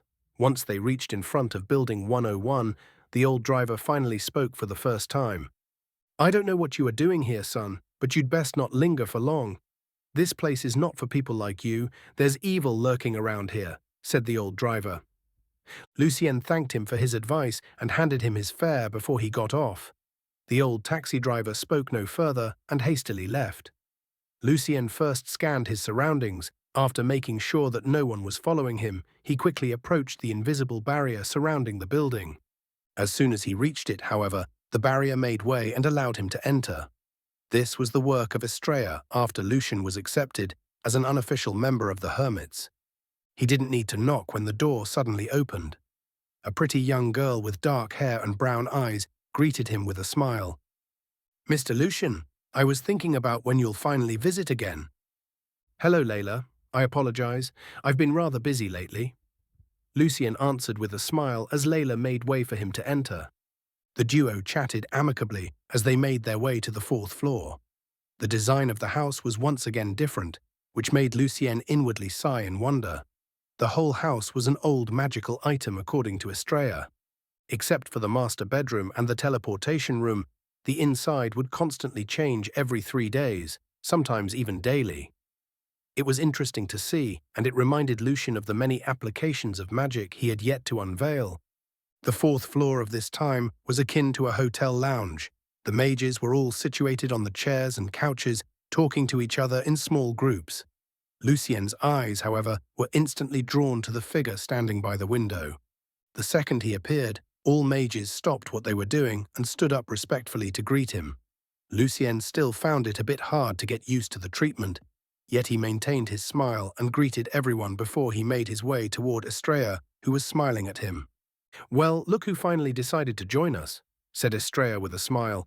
"What can I say? I've been a bit busy with some unwelcomed guests," Lucien answered and kissed Estrella's cheek in greeting. She didn't mind and instead frowned and asked, "Unwelcomed guests?" Lucien nodded and continued. "An old vampire, Darius I believe was his name." Estrella's eyes widened slightly before her frown resurfaced. "You know him?" Lucien asked. "Not personally, but I've heard about him before. Hard not to when he's been around for a couple of centuries. He's also a rogue, but the difference is he is one of the most wanted ones by the council." Well, let's talk more about it after the meeting," Estrella added with a smile. Lucien nodded and replied with a smile, "After you. Ladies, gentlemen, let the meeting begin." Estrella's voice silenced the entire floor. Lucien's eyes shone as strands of mana began to move across the entire fourth floor. As if on cue, all of the mages present stood up and made their way to the center of the floor in a circle. The furniture slowly came to life and made its way to the center as well, forming a large circle behind the mages. A tall, comfortable chair appeared behind Lucien, where he promptly sat down. Estrella was to his right, and Layla was to his left. Chapter 27. Ian. The meeting proceeded as usual, a few debates over a couple of spells. Lucien refrained from participating in such topics and instead chose to listen carefully. His knowledge was still quite insignificant, so the less he talked, the fewer mistakes he would make. Estrella, on the other hand, was quite active in joining the conversations. Layla, who was seated by his side, remained relatively silent as well. Lucien caught her sneaking a few peeks at his face, but thought nothing of it. The meeting continued with nothing catching his interest, until a young blonde-haired man with bright blue eyes stood up and spoke. "I've come across a strange spell, but I don't know what it is. It's written in a strange language I've never seen before." Lucien's ears perked up at that, and he turned his attention towards the young man. The group of mages present, however, sighed and shook their heads while muttering to each other. "It's Ian again. He should really let go of those childish fantasies. I don't understand why he insists that it's an actual ancient magical language. He's just desperate. Don't you know that he has been stuck at the bronze novice rank ever since he started?" Although the conversations between the mages were quiet, they still managed to make their way to Lucien's ears. He scanned the young man's face with interest. The young mage did not seem to care much about what others said about him. He carefully reached out to his bag and grabbed an ancient piece of yellowish paper, before he gently placed it on the round table that had materialized in the middle. Lucien's eyes were subconsciously drawn to the piece of paper when his heart suddenly skipped a beat. The language used was one that he was familiar with. It was the same as the one in the magic book his old pops left him. He tried to control his expression to not betray his emotions. The young mage pointed at the crude drawing of shining lights that seemed to follow a certain pattern before he spoke. "I believe this should be a guide to learning the spell." Lucien inwardly nodded. The shining lights represented the floating mana particles, and the pattern should be the one to follow to activate the spell. Although Lucien wasn't completely sure, he was still convinced that the spell was indeed legit. The rest of the mages present, however, thought otherwise. As far as he knew, nobody was able to Z mana, The most they could do was feel it, and even that was not accurate enough. Hence why it was hard for these mages to assume that the shining lights were in fact mana particles. Boy, I know it's hard to progress to the next rank, but you are still young and still have potential. Don't waste your time with these baseless superstitions. An old lady who was seated opposite to Lucien spoke in a kind tone. Before the young mage could reply, a middle-aged man with a well-trimmed beard spoke impatiently. This is not wasting your time, but ours as well. Do you think it's easy to discover a new spell? Not to mention an ancient magical language? Stop wasting our time on this. I think I speak for everyone when I say we are tired of this bullshit. Lucien was surprised at the strong reaction everyone was showing. The young blonde mage frowned and gritted his teeth before he sat back down and gently grabbed the old piece of paper before he placed it in his bag. Estrella waved her hand, silencing everyone before she spoke. Enough. Who's next? The meeting proceeded with no problems or unexpected interruptions. It continued that way until it was close to midnight. Estrella stood up and announced the end of the discussion. Everyone stood up and began to take their leave. Lucien, on the other hand, remained seated. His eyes were glued on the young blonde mage, who had a downcast expression on his face. Goodbye, Mr. Lucien. Layla waved at him as she turned to leave. Lucien smiled and waved back. A few mages he did not recall the names of came to ask him a few questions, to which Lucien answered vaguely. His eyes never quite left Ian, the young mage, throughout the whole time. Estrella was busy sending everyone home when Ian stood up with a sigh. He grabbed his bag and got ready to leave. It was then that Lucien excused himself from the group and made his way to the young mage. "Excuse me." Ian, who didn't expect to be stopped, turned around with a puzzled face. His eyes widened in shock as he realized who called him. "Mr. Lucien." Lucien nodded with a smile and spoke. "I'm a little bit curious about your research. If you don't mind, please come and visit me sometime." Ian, still in shock, hurriedly nodded his head repeatedly and replied, "It would be an honor, sir. Would it be all right if we exchanged contacts?" "Of course," Lucien answered and gave the man his number along with the address of his bookstore. "Thank you, Mr. Lucien. I'll definitely visit you as soon as possible." "Good. Now, if you'll excuse me, I still have some matters to discuss with Estrella." "Yes, please take care," Ian responded excitedly with a bow. The few mages that stayed behind watched the entire ordeal in confusion and began to whisper amongst themselves. "Tisk, he's going to end up wasting the high mage's time as well." "Mr. Lucien is too nice," another mage sighed in reply. Lucien didn't care about their opinion. He instead made his way to the window on the other side of the floor. He watched the various mages slowly take their leave in groups of 2 and 3, with a few minutes in between each exit. After the final group left, Estrella, who was the organizer of the meeting, came back. She glanced at Lucien with a sweet smile. Her hazel eyes seemed to shine as she looked at him. "Well then, Mr. Lucien, please follow me." Lucien shook his head and replied, "I thought I told you to call me Lucien." "You did," Estrella answered with feigned ignorance. She then led him to her bedroom, which was surprisingly the same as last time. "So the whole house changes, except for the master bedroom?" Estrella gave him a mysterious smile and replied, "Something like that." Lucien nodded and settled down on the couch. "Tea? I'd like that, thank you." Chapter 28. A Good Night. Estrella came back with the tea and placed it on the table before Lucien. He glanced at it and asked, "Green tea?" "Yes, same as last time. I hope you don't mind." "Not at all. Besides, anything is bound to taste better with a pleasant company," Lucien answered with a smile. Estrella covered her mouth and chuckled. "That was very cheesy." Lucien shrugged in reply, "I'm only saying the truth." "I'm sure you are. I suppose you only tell the truth to all the girls you meet." "What can I say? I'm an honest man," Lucien answered and took a sip of his tea. The sweetness lingered in his mouth for a few seconds as he savored the taste. The duo continued with their light-hearted flirting for a while before Estrella steered the conversation toward the main topic. "So, Darius?" she asked before gently placing the empty teacup on the table. "Yes, not a very pleasant visit. Quite the rude customer, I must say." Lucien joked, to which Estrella laughed and shook her head. I wouldn't expect anything less. He's not very famed for his manners. Yes, I figured. You mentioned something about him being on the wanted list of the council. Estrella leaned back on the couch and crossed her legs, assuming a more comfortable position before she spoke. That's what I know. I'm not very familiar with the details. But if I'm not mistaken, it had something to do with him attacking a small mountain village up north.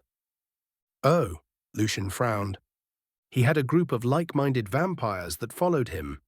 They preached something about the New World Order and how the fantastical side of the world should be the one to rule publicly. So basically, the opposite of everything that the council is working for. Yes, Darius and his little group were notorious a few years back. They crossed the line, however, with the mountain village incident. That's when the council increased the resources spent on hunting them. Eventually, only Darius was left, and not much was heard about him until now, that is. I see. Lucien nodded and refrained from asking more about the mountain village attack. He had a feeling he would not like to know the exact details. Still, it is quite strange how he managed to go unnoticed for all these years right under their noses, Estrella mumbled out loud. Perhaps he wasn't hiding here in Holden. That's a possibility, but I doubt it. Intrigued, Lucien couldn't help but ask, "Oh, why do you think so?" Well, Holden is a special place. Even with its relatively small size, the number of mages and magical beings that exist here is far larger than normal. This wasn't always the case, though. And what does that have to do with Darius? Simple, it's easier for him to hide here rather than elsewhere. There are a lot of unknown things lurking beneath Holden's surface. Lucien frowned at her reply, but did not interrupt, and instead waited for her to continue. There's a reason why the council's branch here doesn't care much about us rogues. They have bigger things to worry about. Some of the older mages say that an ancient devil was sealed under the city, while others believe it's been blessed. Some even think that there's a treasure to be found. And what do you believe? Lucien asked. Estrella fell silent for a few seconds as she raised her head and glanced at the ceiling. What do I believe? That's hard to say. I do think that things are not as simple as they seem. They seldom are. Estrella then turned her gaze toward Lucien. Her sharp hazel eyes seemed to be able to look right through him. The density of mana in Holden has also been steadily increasing for the past couple of decades. So who knows? Perhaps there really is a treasure waiting to be found. Lucien tried to maintain an unconcerned expression on his face. He shrugged and replied, "Maybe." Inwardly, however, his mind was in turmoil. Lucien did not know why he instantly thought of that terrifying entity. In the astral plane, when Estrella talked about an ancient devil being sealed below the city. Trying not to sound too ignorant, Lucien asked carefully, "When exactly did you say the mana density started to grow?" Shaking her head, Estrella answered, "I'm not sure. I only heard about it from my father, bless his soul. Something about a change 20-something years ago that made the mana grow. Most of the mages don't care much for that, calling it a happy side effect. Still, the question remains, a side effect of what?" Lucien nodded his head to indicate his understanding. Inside, though, his heart skipped a beat. He didn't know if he was reading too much into it, but his grandpa came to Holden 23 years ago to be exact. The coincidences just seemed to continue. The increase in mana density when he came, the mysterious entity sealed underneath the astral plane, and then there was the book he left him in the center of it all. "Just what did you hide from me, Grandpa? Are you all right?" Estrella's voice broke him from his chain of thoughts. "Ah, yes, I just have a lot on my mind." Lucien responded with a smile. "Well, it is getting late." Taking the hint, Lucien stood up to take his leave. "Indeed, I'll be on my way then." "Please, let me send you off again," Estrella spoke. "I'm not sure I'll find any cabs at this hour, so I'll be grateful if you do." "Oh, it's my pleasure." Estrella then led Lucien to the teleportation room and motioned for him to get inside. He instead turned to face her. Lucien was a little bit taller than the mature lady, forcing her to slightly raise her head to look at him. "I forgot to ask. I still need to use your training ground if that's all right." "No problem. I'll be a bit busy tomorrow, so I won't be here, but the day after tomorrow should be all right." Nodding, Lucien thanked her and added, "Well?" Confused, Estrella tilted her head in confusion. "Well, what?" "Where's my kiss goodbye?" he asked with a mischievous grin. Estrella rolled her eyes and chuckled. "You are going to need to make some more effort than that, Mr. Lucien," she said while sarcastically adding the Mr. part. Still, Estrella moved closer to him and gently cupped his face between her hands. She closed her eyes and angled her face to his. Lucien met her halfway through until their lips locked. The kiss was small, gentle, and very meaningful. Before it could escalate to anything further, Estrella quickly broke away and pushed Lucien to the middle of the teleportation circle. A faint blush was visible on her face as she spoke. "Goodbye, Mr. Lucien." And with those final words, Lucien disappeared only to find himself standing next to his bookstore door. His lips curved upwards into a wide grin as he fumbled for his keys. The sweet smell of her perfume still lingered in his nose as his hand subconsciously reached out for the light switch to his right. Tonight is a good night. Chapter 29. Acting the Part. The next day was spent as usual. A few regular customers dropped by, with a couple of new ones who stumbled upon the bookstore by chance.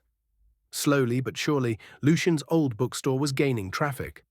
Although it was still nowhere near enough to pay for his living expenses, Lucien was getting there. He decided to take a break from studying magic and clear his mind with some of his old favorite fantasy novels. Lucien continued like that all the way until evening. He even forced himself to cook lunch, an achievement he was quite proud of. Moon also got to enjoy a lavish meal with chicken and tuna. The evening hue of the sun painted the old bookstore floor orange. Lucien placed the novel in his hands on the counter and raised his eyes to look at his surroundings. The floating mana particles still looked as pretty as always. They glimmered like ethereal gems in the air, giving off a mystical vibe.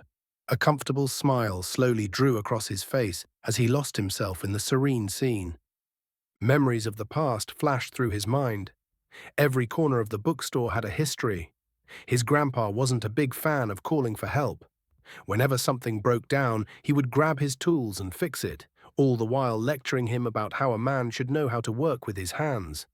"It builds character," Lucien muttered his old pop's favorite phrase with a chuckle. A long sigh quickly followed. The past month was not easy.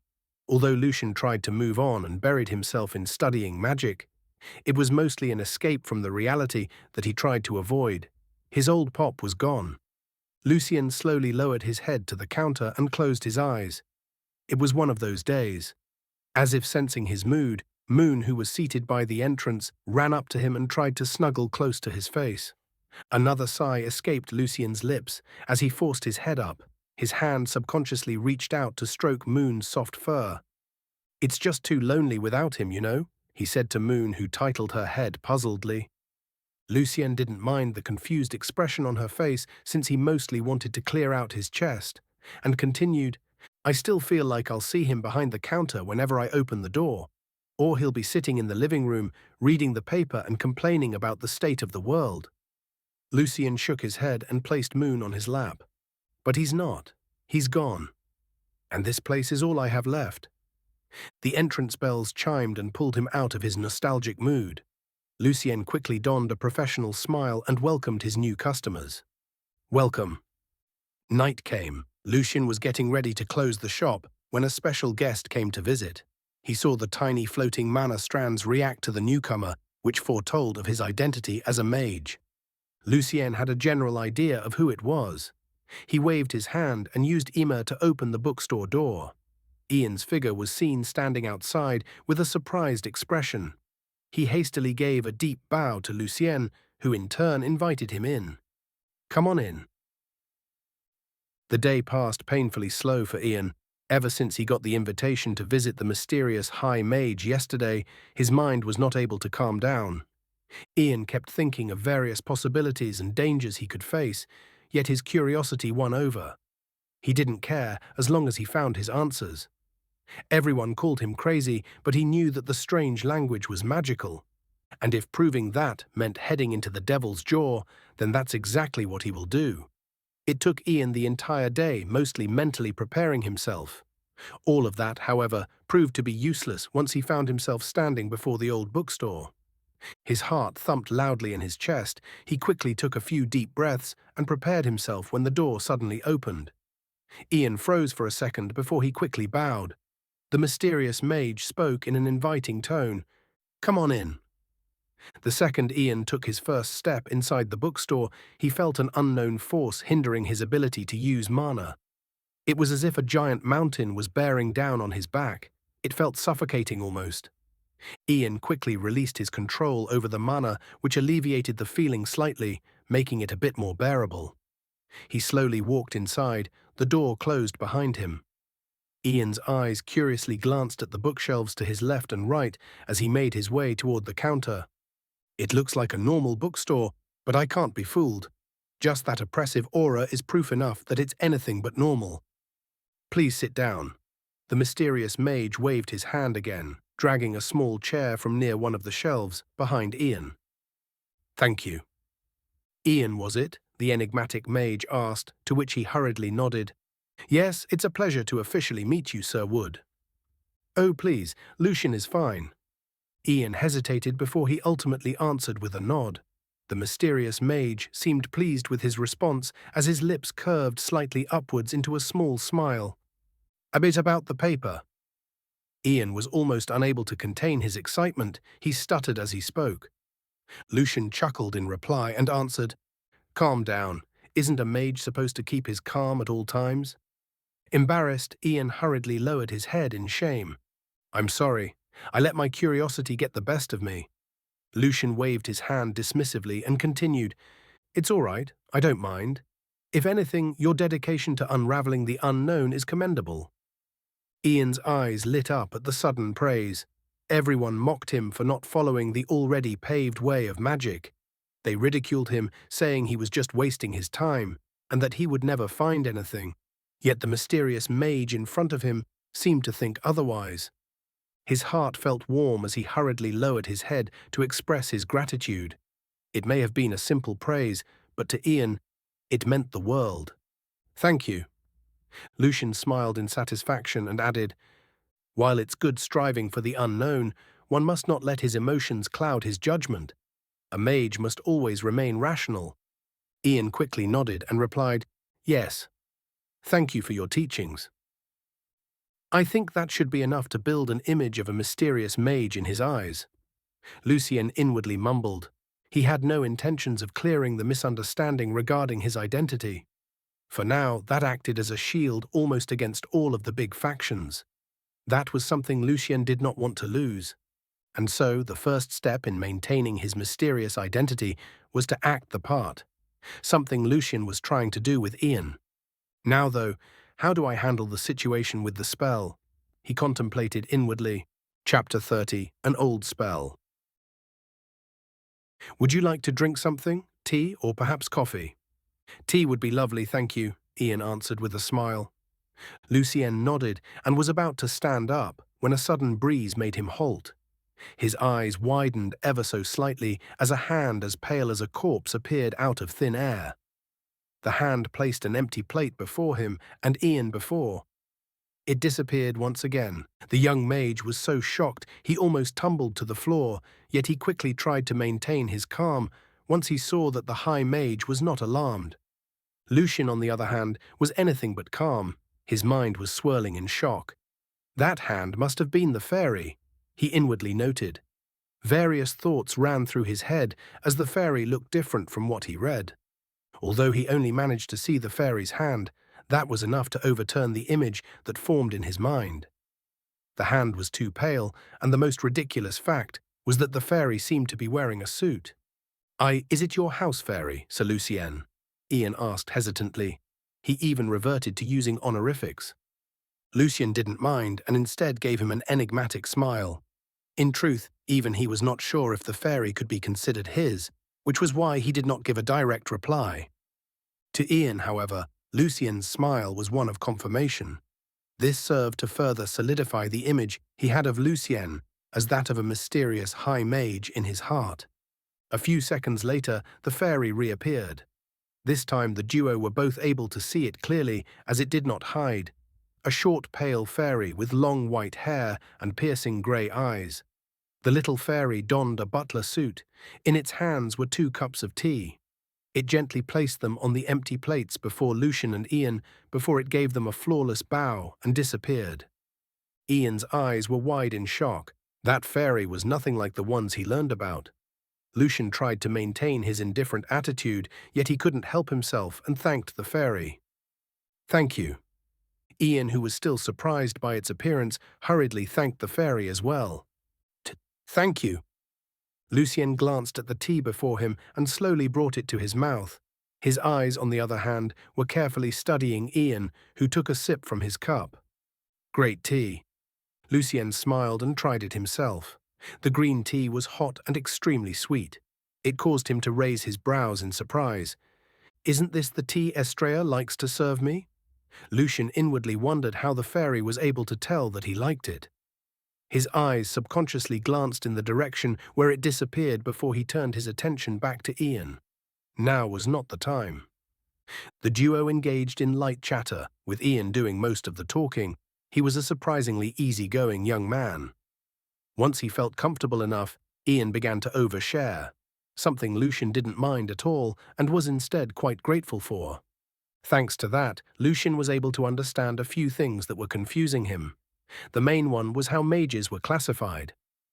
According to Ian, one was considered a novice mage of the bronze rank when they managed to sense the presence of mana and learned their first spell to control it. This was Ian's rank. To upgrade to the silver rank, a mage must learn a total of 2 beginner spells, and to go from silver to the gold rank, they must earn a total of 3. It was fairly simple for the novice rank, as beginner spells were not considered very hard, nor were they very useful. To upgrade to the apprentice level, on the other hand, a mage must master 1 apprentice-level spell for the bronze rank, 2 for silver, and 3 for gold.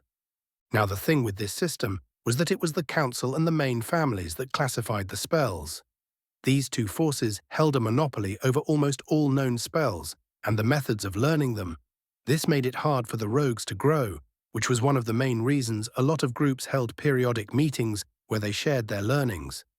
All of the spells the council and main families approved of were considered orthodox, and anything they didn't was unorthodox and deemed evil. It was a simple system where they controlled what was considered normal and what was not. Now, if that was the truth, and if the unorthodox spells were actually dangerous, was something Lucien did not know yet.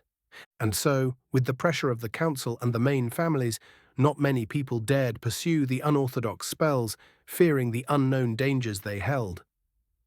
As for the ranks above apprentice, Ian had no idea about them. "Mr. Lucien, about this spell." Ian suddenly spoke as he brought out the old paper from his bag and gently placed it on the counter.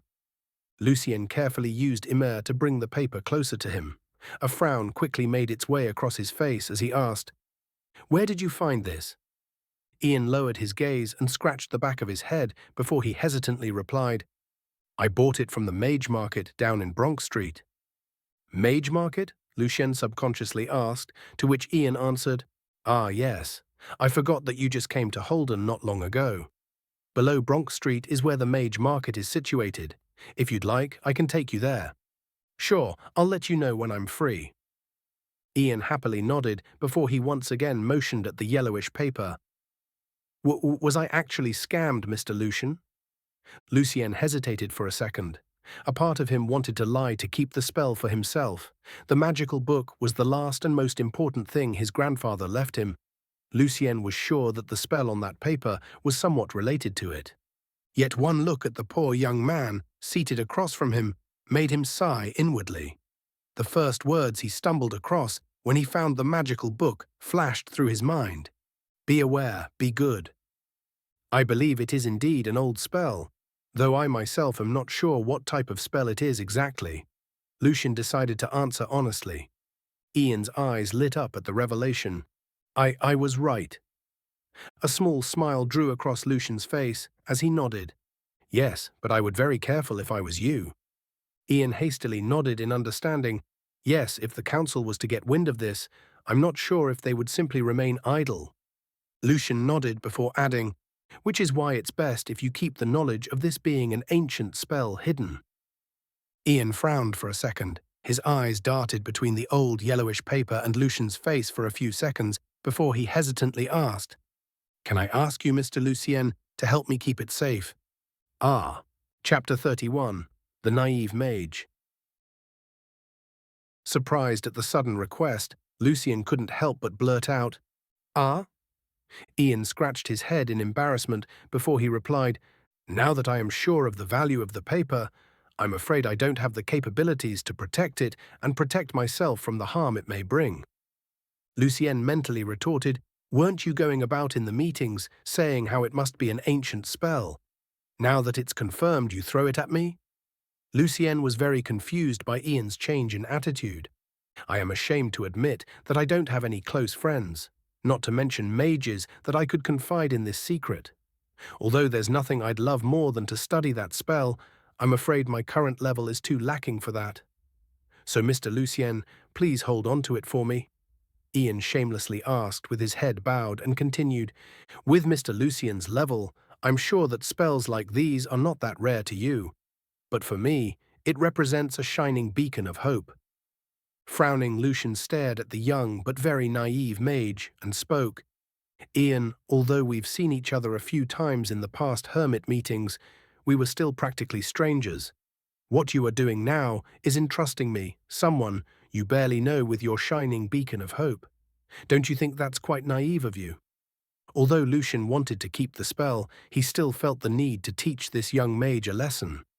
He still didn't know what sort of society the magic world was, but Lucien doubted it was a place for the gullible and trusting.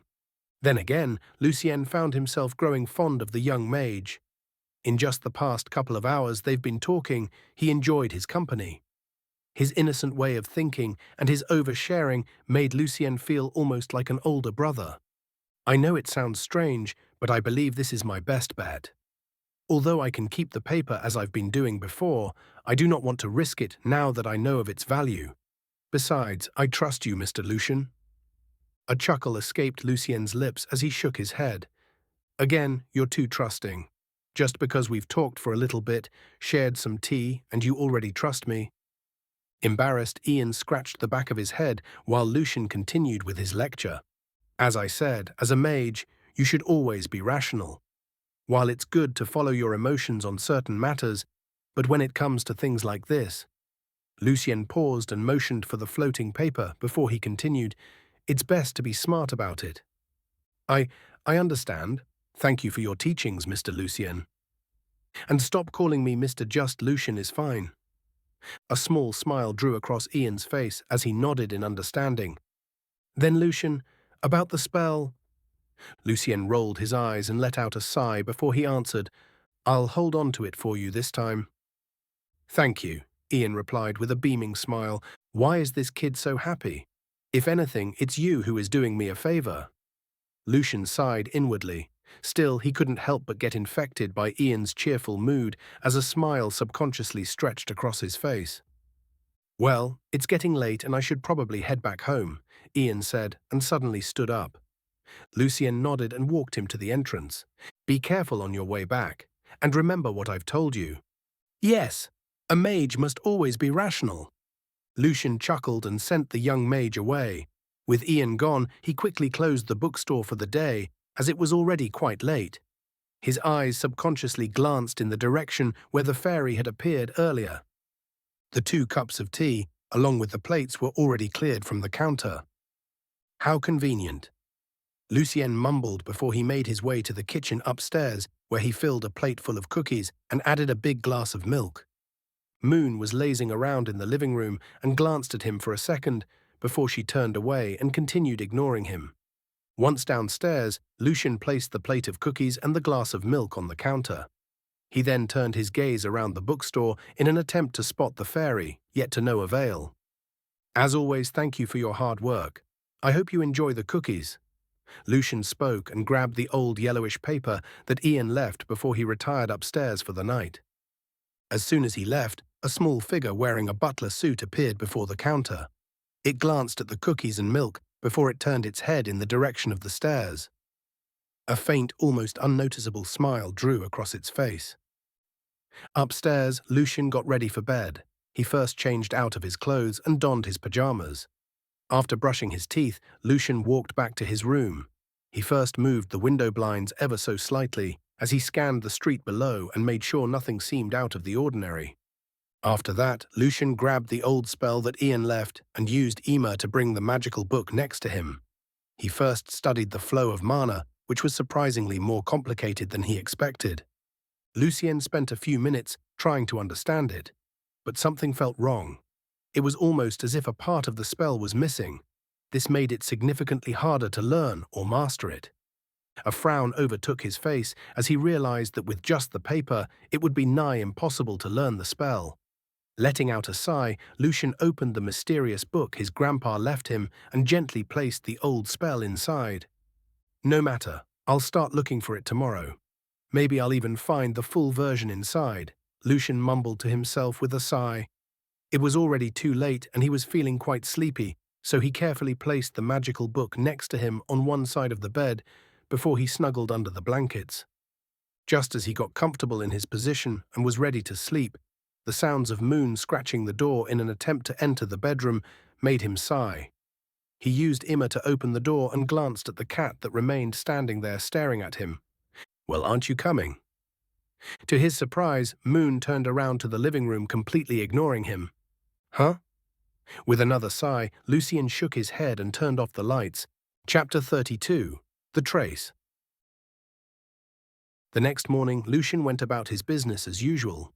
He didn't forget to thank the invisible fairy for its hard work, as it even managed to clean and iron his laundry, something he was still amazed about. Lucien didn't consider himself to be a heavy sleeper, but even so, he failed to catch a glimpse of the fairy. Still, considering it refused to show itself before him, Lucien decided to leave the matter to rest for now. After eating breakfast, Lucien changed his clothes to leave the bookstore a bit earlier in the morning. He was running low on groceries, and so a trip to the local supermarket was required. The weather outside looked cloudy and quite gloomy, so Lucien donned his heavy coat and top hat to cover his head.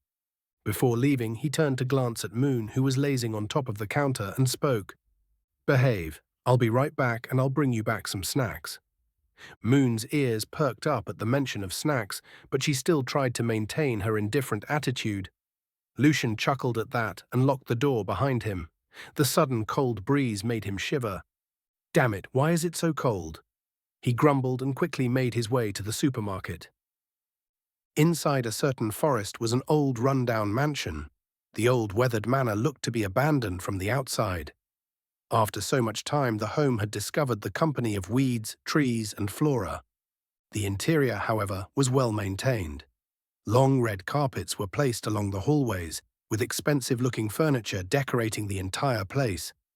Still, even with the well-designed interior, a solemn, heavy mood seemed to be looming in the old manor. Two pale, lanky figures could be seen hurrying down one of the many hallways. The creatures lacked a head, and their facial features were instead on their chest. They wore no clothing and had no distinctive private parts.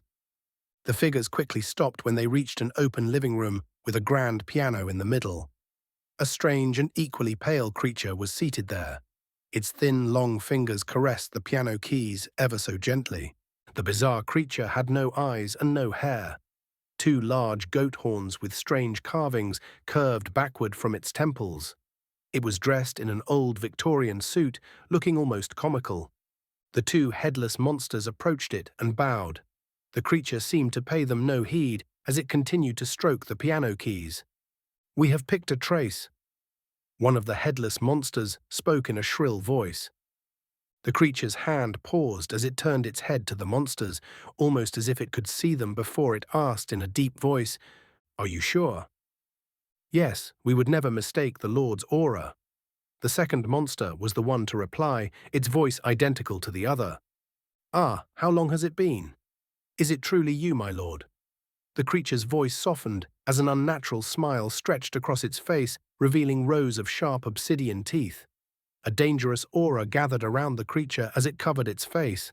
After a few seconds, the strange demon-like creature turned its head to the monsters and asked, "Where was the trace from?" Both monsters answered simultaneously. Holden. Meanwhile, back in Holden, Lucien was leisurely making his way back to the bookstore. The weather cleared out a bit, which confused him since it was so gloomy just a couple of hours ago. Still, he wasn't complaining.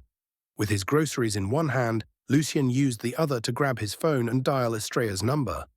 After a few rings, her charming voice finally replied, "Good morning." "Morning, Estrella. I hope I didn't wake you up." She chuckled and answered, "Oh, I wish. It's been a while since I've last slept in." "Busy schedule, I reckon?" "Yes, there have been a few disappearances on the outskirts, and so the council is cracking down on most of the unorthodox rogue groups."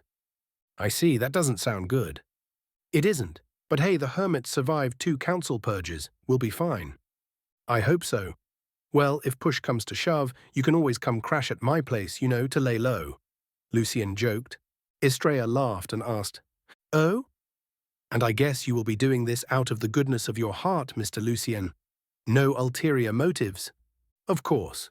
What do you think I am? Some sort of monster?" Lucien answered with a feigned hurt tone. "Haha. Maybe you are, and this is your master plan in luring poor me into your evil lair. That sounds ridiculous, but if it'll get you to come, then I'll take it." Lucien shook his head with a smile. "We'll see. Well, since you are still not keen on visiting me, do you think I can drop by your training ground soon?" "Ah, of course. Like I told you before, you're always welcome. Will 8 p.m. tonight work for you?" "Can we do 9? I still have the bookstore to attend to." "Sure, then I'll see you later, Mr. Lucien.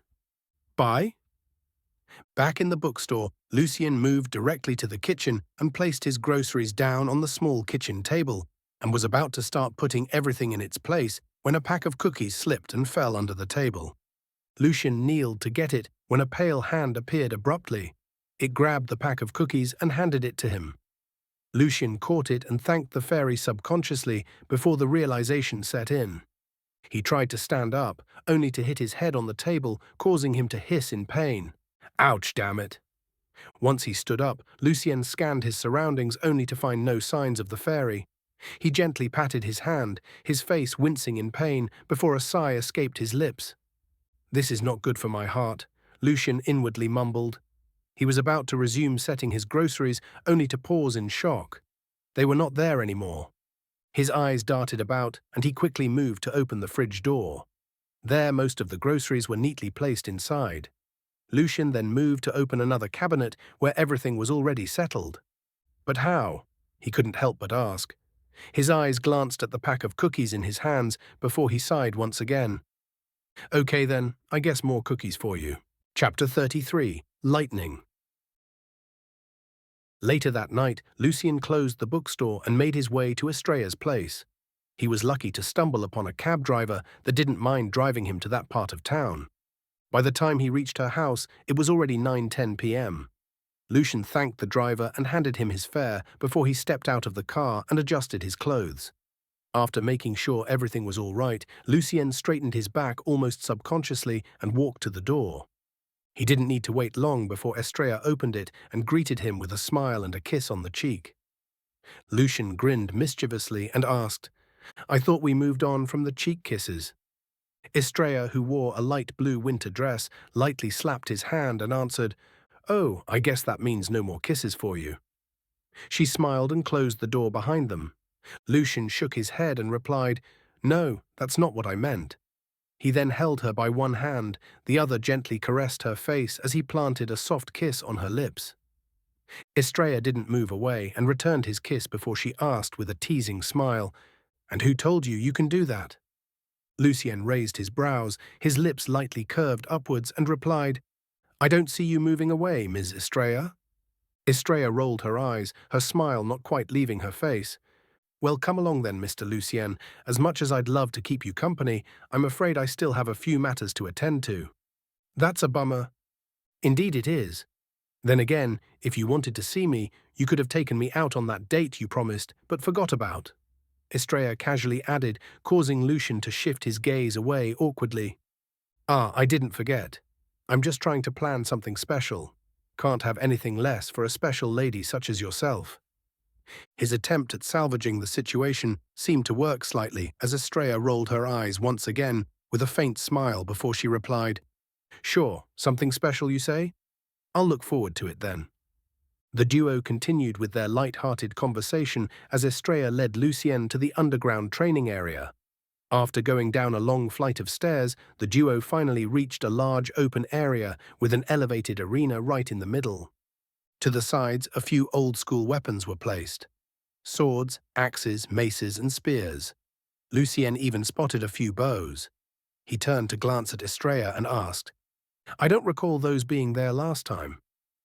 Estrella shook her head and answered with a shrug, "They weren't. I don't pick the changes, the house spirit does." The house spirit, as Lucien came to understand, was what Estrella called the entity that controlled the house.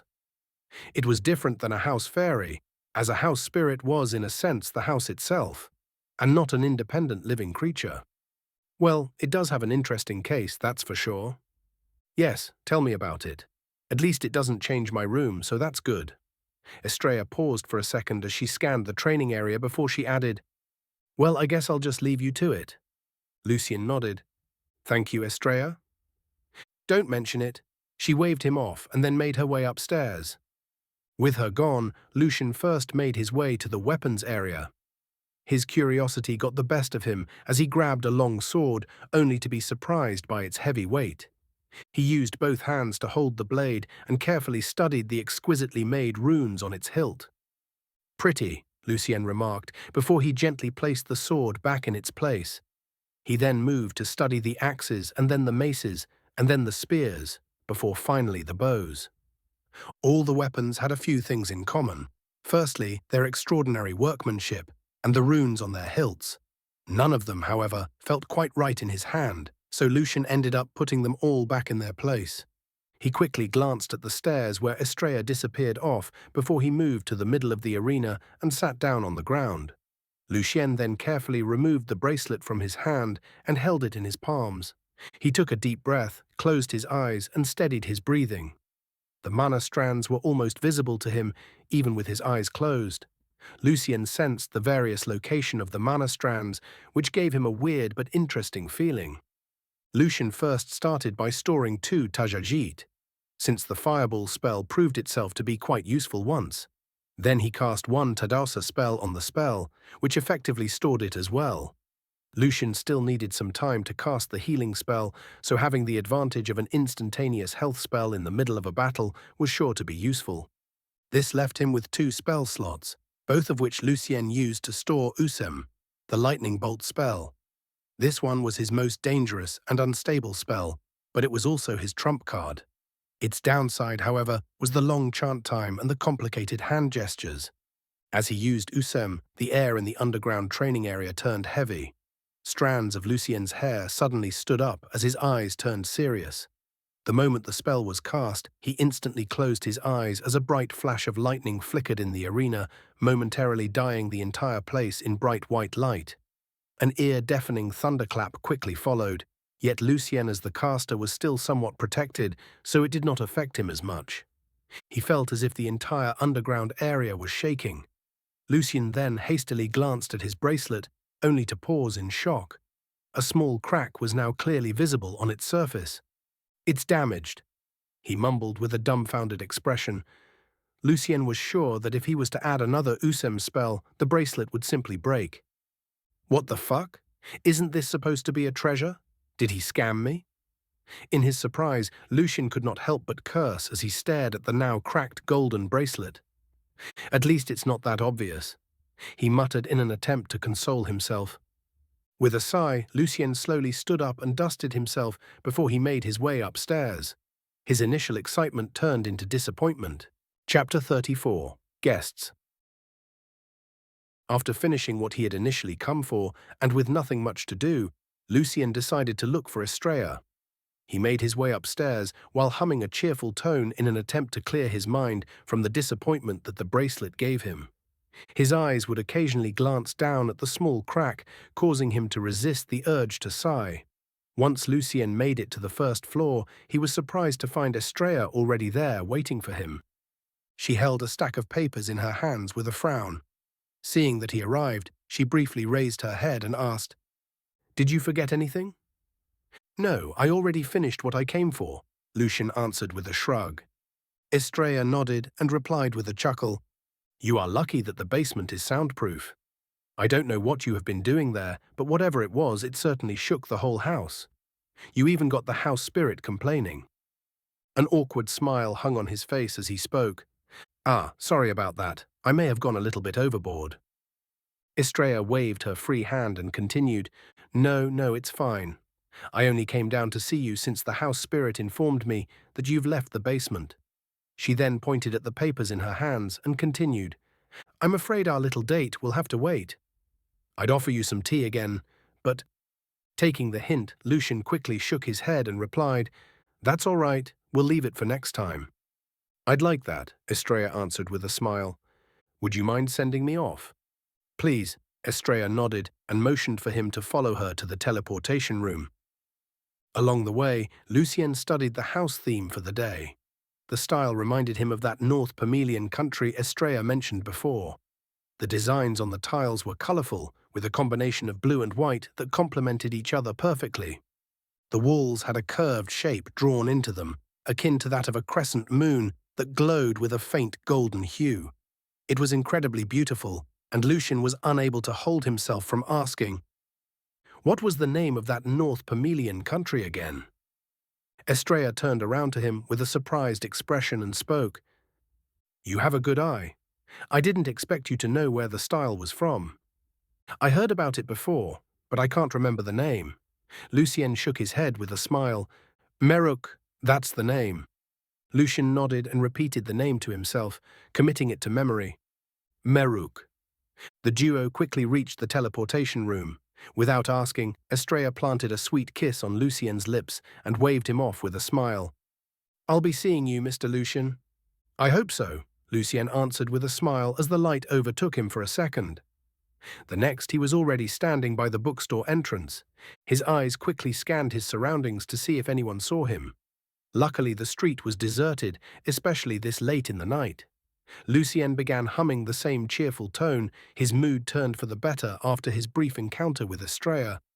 He rummaged for his keys in his pockets and opened the door. The light was automatically switched on before he could reach out for the light switch, causing him to quickly turn his gaze to that direction in surprise. He barely managed to make out the vague outline of a pale arm before it disappeared completely. "That's not good for my heart," Lucien inwardly sighed. "Good evening." He called out to the house fairy, not expecting a reply. Moon was nowhere to be seen, so he assumed she was lazing about upstairs. Lucien took off his coat and made his way upstairs. The light turned off on the first floor once he left. Although scary, that's still very handy. On the second floor, Moon greeted him with a meow as she rubbed her head on his leg. "Well, someone's in a good mood." Lucien smiled and scratched her head and back before he opened the door to his bedroom with Emer. Moon quickly followed after him and took her place on the bed. Lucien didn't mind and quickly changed his clothes. He then moved to brush his teeth and came back to slip under the blankets. The magical book floated from under the bed into his hand as Lucien began to review the spells he had learned. After doing that, he spent the next hour trying to find a match for the spell Ian left him, yet to no avail. A yawn escaped his mouth as he grabbed his phone to check the time. "It's 10 already, I'll just continue tomorrow." He used Immer to send the book over to the desk by the window and turned off the lights. Moon moved over to snuggle closer to him, which caused his lips to curve upwards. "Good night, Moon. Good night, fairy butler." At 2 a.m., two headless, lanky figures emerged out of the shadows in a dark alley. Their eyes were located where their nipples were supposed to be. The strange creatures walked out of the alley and glanced at the dark bookstore across the street. "It's there. It's there." They both spoke simultaneously. "The trace." "The Lord." The monster to the left spoke. "Let's go greet the Lord." The other hesitated and replied, "But our orders were to scout the area first and report back." "What are you afraid of? We don't need to follow the orders of the bishop. The only one that can command us is the Lord." "The bishop will be angry." "Humph." The monster ignored its companion and made his way to the bookstore. After a brief moment of hesitation, the second monster chose to follow as well. The duo moved swiftly, and in but a second they were already standing in front of the bookstore. "It is the Lord's aura." "We found him." The monsters were unable to control their expression. Their faces morphed into ones full of excitement and devotion. They were about to take a step forward when the bookstore door silently opened, revealing abyssal darkness inside.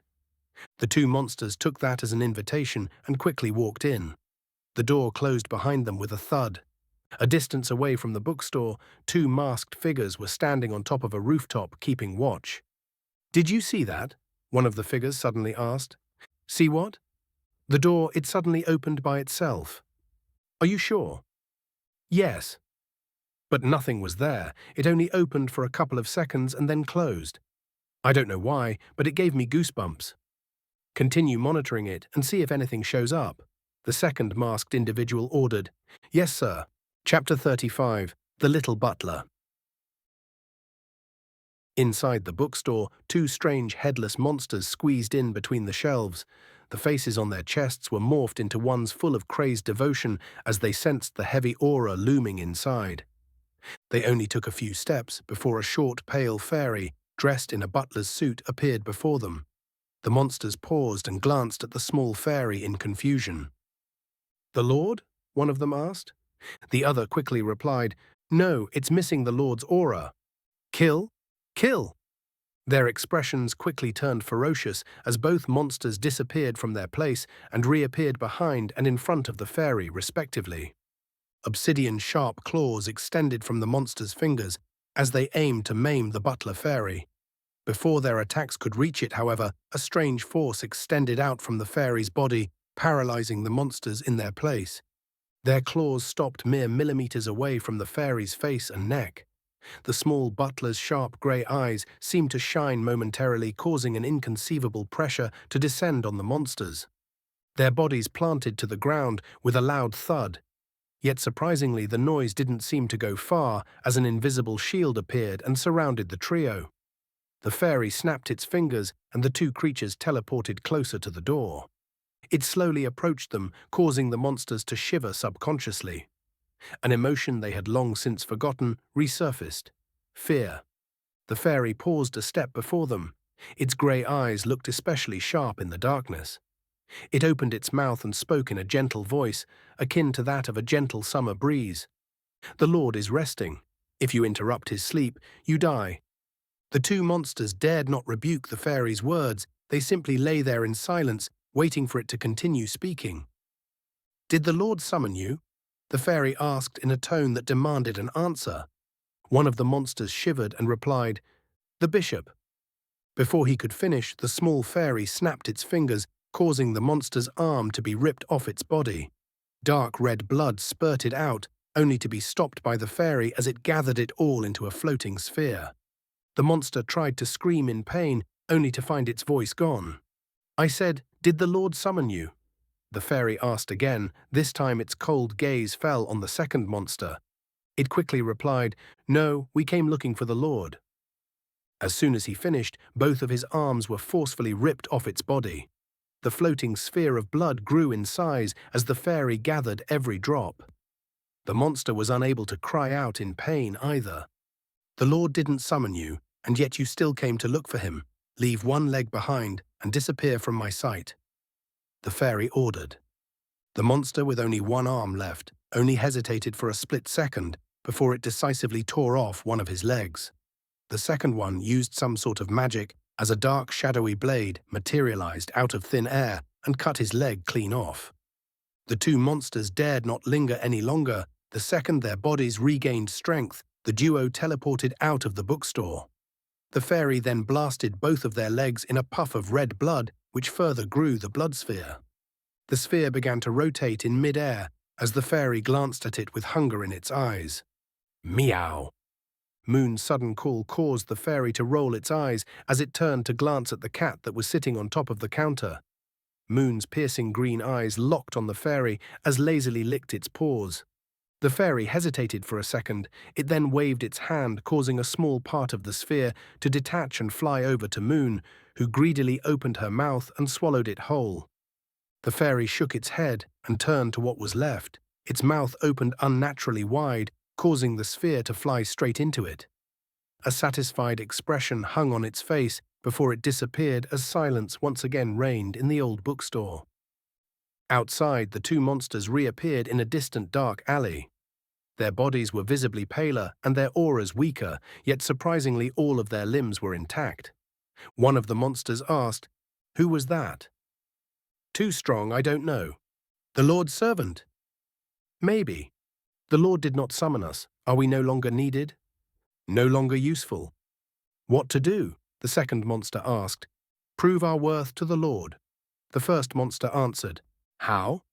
"Kill the bugs spying on the Lord."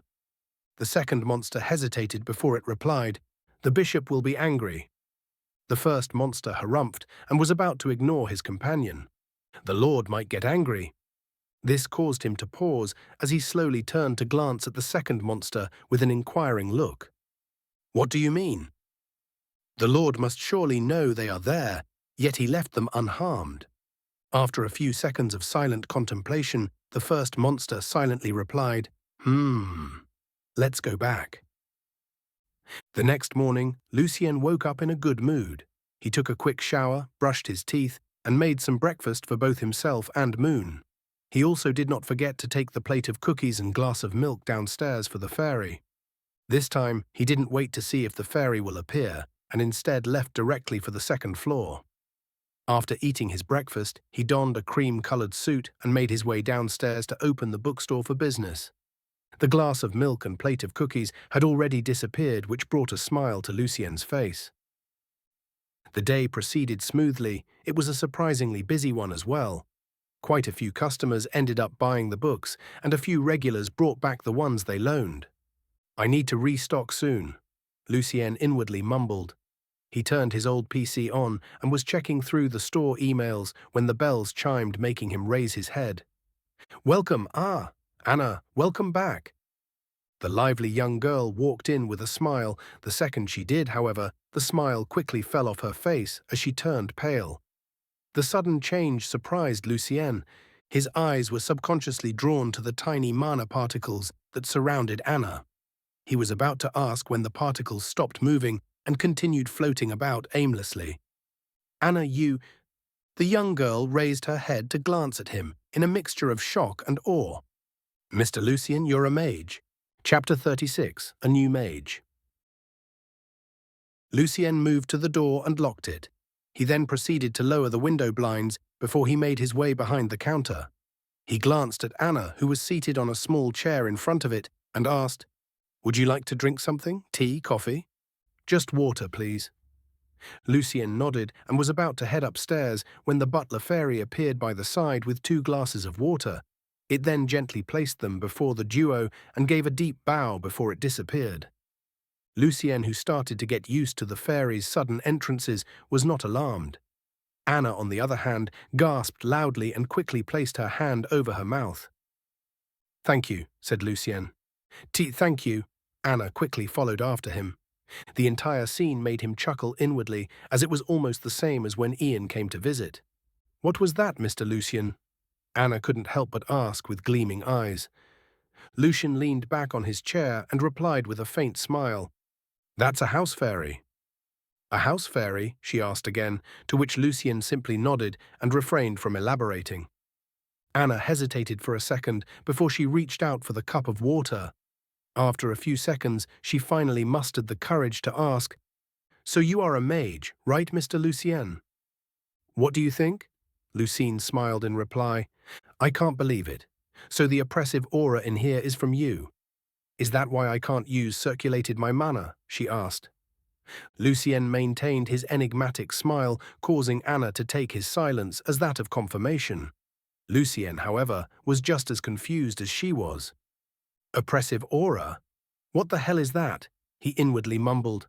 Changing the subject, Lucien quickly asked, "When did you become a mage?" "It happened on my trip to the northern mountains. I met a wandering mage who said something about me having the potential to grow to a high mage. At first I thought he was just a random crazy guy, but then he summoned a giant horned wolf in front of my eyes. Anna explained with glimmering eyes. It seemed like the entire scene had a great impact on her. Some sort of summoning spell, or maybe an illusion, Lucien noted inwardly. He left me with a simple spell and asked me to learn it before he disappeared. I did, but he never came again after that. I ended up prolonging my trip by a few more days, yet the result was the same with no signs of the man. What did he look like? Well-trimmed black beard, tanned skin, dark brown eyes, and a little bit above average features. He was probably about your height, Mr. Lucien. Does he sound familiar? Lucien shook his head and answered, I don't think so. I see, Anna answered with a tinge of regret in her voice. Did you catch his name? Shaking her head, Anna replied with a frown, No, he told me that I wasn't ready when I asked. That's weird. Trying to change the subject, Lucien asked, About that spell. You said you learned. Do you mind showing me? Ah, of course. No problem, Anna replied excitedly before she paused and added, It's just that with the aura in here, it's hard for me to use my mana, as I said. If possible, please recall it. Ah, just the spell instructions are fine, Lucien quickly replied. He had no idea what aura she was talking about since he felt nothing. Is it the house fairies doing? Or is it something else? He wondered. Oh, of course. Saying that, Anna opened her bag and brought out a small normal notebook and handed it to Lucien. He nodded and opened the first and only page inside. Instructions on how to sense the surrounding mana were recorded on it, along with the flow one should follow before finally the incantation, which was written in normal language. Seeing that, Lucien was a little bit disappointed since the spell was a normal summoning one, unlike the one Ian had left him or the ones he had in his book. So it's a summoning spell. He mumbled out loud, to which Anna nodded and replied, Yes, I came here to check if I can find any books with similar drawings, she said while pointing at the bizarre drawing of the flow of mana. Although the entire spell was not very complicated compared to the likes of Usum and Tajajit, it was still not something a complete beginner could easily master. Thinking about that, Lucien curiously glanced at Anna, who still had a beaming smile on her face as she looked at him excitedly. Lucien shook his head and answered, I'm afraid I don't keep such books in here. Ah, yes, that makes sense, Anna answered with a nod. Silence quickly descended as Lucien lowered his head to study the new spell. He was quite curious about it and wanted to try it, yet stopped himself since Anna was present. He did not want to embarrass himself. So, Mr. Lucien, I'm sorry for asking so many questions, but it's really hard to contain my excitement now that I know magic is real and that the owner of my favorite bookstore is a mage himself. Ha ha ha, it's all right. Ask away, I'll try to answer your questions to the best of my knowledge, Lucien replied with a chuckle. Great. First of all, is there some sort of secret hidden world for mages? You know, kind of like the movies. Oh, and what about magical creatures? I mean, I suppose my summon can be counted as one, but what about other magical creatures? Oh, and monsters. Do they exist? What else? Slow down, I'm not going anywhere. Ask one question at a time. Embarrassed, Anna scratched the back of her head and replied, Sorry, I got too excited. It's fine, Lucien answered with a smile. The duo continued with their conversation, with Anna asking all sorts of questions. There came a couple of times when she asked Lucien something he had no idea about. Still, he managed to masterfully divert her question away and gave a vague answer. After a couple of hours, Anna had to leave for work, leaving Lucien behind with a copy of the summoning spell. He was quite excited to try it, but before he did, Lucien grabbed his phone and called Estrella. The phone rang for a couple of seconds before she replied, Oh, if it isn't Mr. Lucien, finally calling me about that date, she asked in a teasing tone. Lucien awkwardly winced and replied, Ha ha. Estrella interrupted him before he could continue. I'm just kidding. To what do I owe the pleasure? Is it possible for me to bring a new mage to the next meeting? Oh? Is it your friend, or perhaps an apprentice? Estrella asked without hiding her curiosity. It's a customer that ended up stumbling across someone whom I believe is a rogue mage. He taught her a spell and disappeared. Her? She asked, causing Lucien to feel a sudden chill for some reason. Is that a problem? No, not at all. Please do bring her in next time you come. Great, thank you, Estrella. I already told you the best way to thank me. Of course, and I didn't forget I'm just trying to find something special. Sure. Chapter 37. The Lord. The day proceeded smoothly after that. Lucien ended up ordering a few books that needed to be restocked from the usual places his grandpa got them. He then posted a few pictures to the bookstore's social media pages in an attempt at drawing more traffic. A few customers dropped by after Anna left, and by the time it was closing hours, Lucien locked the door and drew the blinds before he grabbed the instructions of the spell left behind by Anna. He was unable to hold back his excitement any longer. Lucien quickly settled in the chair behind the counter and closed his eyes in an attempt to follow the instructions. Although he was able to see the mana particles, Lucien was curious if he would be able to sense them. To his surprise, however, he couldn't. Without the visual aid, Lucien found it impossible to draw the mana particles to his body. A frown quickly drew across his face as he opened his eyes. "That's weird," he mumbled to himself. Moon was sitting by his side with a strange look on her face as she watched the entire ordeal. Lucien tried it a couple more times, yet the result was always the same. Even when he tried to follow the instructions, nothing happened. He quickly mumbled the incantation for Tajajit and snapped his finger, causing a small flame to appear. "I can still use magic normally," he muttered, and snapped his fingers again, making the flame disappear before he continued. "But why can't I use this one, though?" His hand subconsciously moved to Pet Moon, who didn't mind. Lucien then stood up and ran upstairs to bring the magical book using Emer, along with Ian's spell before he made his way back downstairs. Lucien then tried again to draw the mana particles toward him, this time with his eyes open. The mana followed his will, yet when he followed the flow in the instructions to activate the spell, nothing happened. The mana particles circulated inside his body and then seeped out as if nothing happened. Why? Confused, Lucien scratched his head with both hands in annoyance. He then tried again, only to fail once more. Taking a deep breath, Lucien proceeded to cast most of the spells he learned and tried to compare the flow of mana with that of Anna's summoning spell. The flow between the two was fundamentally different. The spells in the magical book seemed to make the mana particles follow a pattern that spread across his entire body before Lucien had to circulate it to his hands or another body part that would act as a medium for him to cast the spell. When it came to the orthodox spells from the rogues and the council, the entire process was focused on drawing mana to their hearts, which effectively strengthened them before they used the incantation and appropriate hand gestures to cast the spell. The main difference was that the spells he was familiar with forced Lucien to gather mana in certain areas of his entire body, while the orthodox spells focused on the heart only. Maybe it's because of this, Lucien wondered. He was about to try Anna's spell one more time to study the changes in mana when the butler fairy suddenly appeared by his side. Lucien raised his brows in surprise and asked subconsciously, "Do you want some more cookies?" The fairy lowered its head and replied, "Please be mindful of your stature, my lord. Do not dabble in the inferior methods of the mortals." Huh? Lucien's eyes widened in shock as the fairy's sweet voice surprised him. Wait. What do you mean inferior methods? And what lord? And mortals? I think you are missing something. The fairy retained its poker face and replied, "You are the old lord's successor and last in the family line, so you are the lord."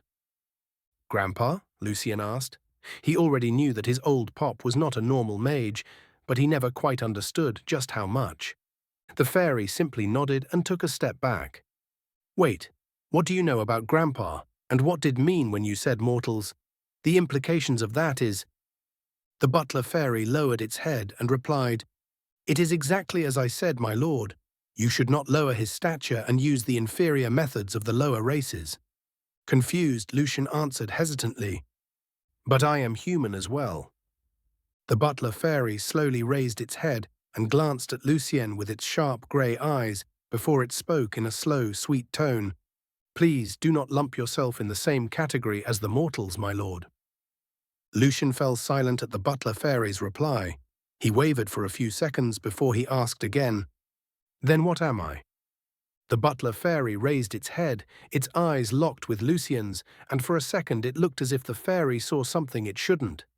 It quickly lowered its gaze and answered, "I am afraid I don't have the right to answer that, my lord." "Huh, what does that mean? Why not?" The fairy remained silent with its head lowered.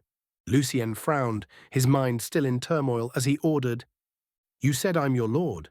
Then in that case, I order you to tell me, what am I?"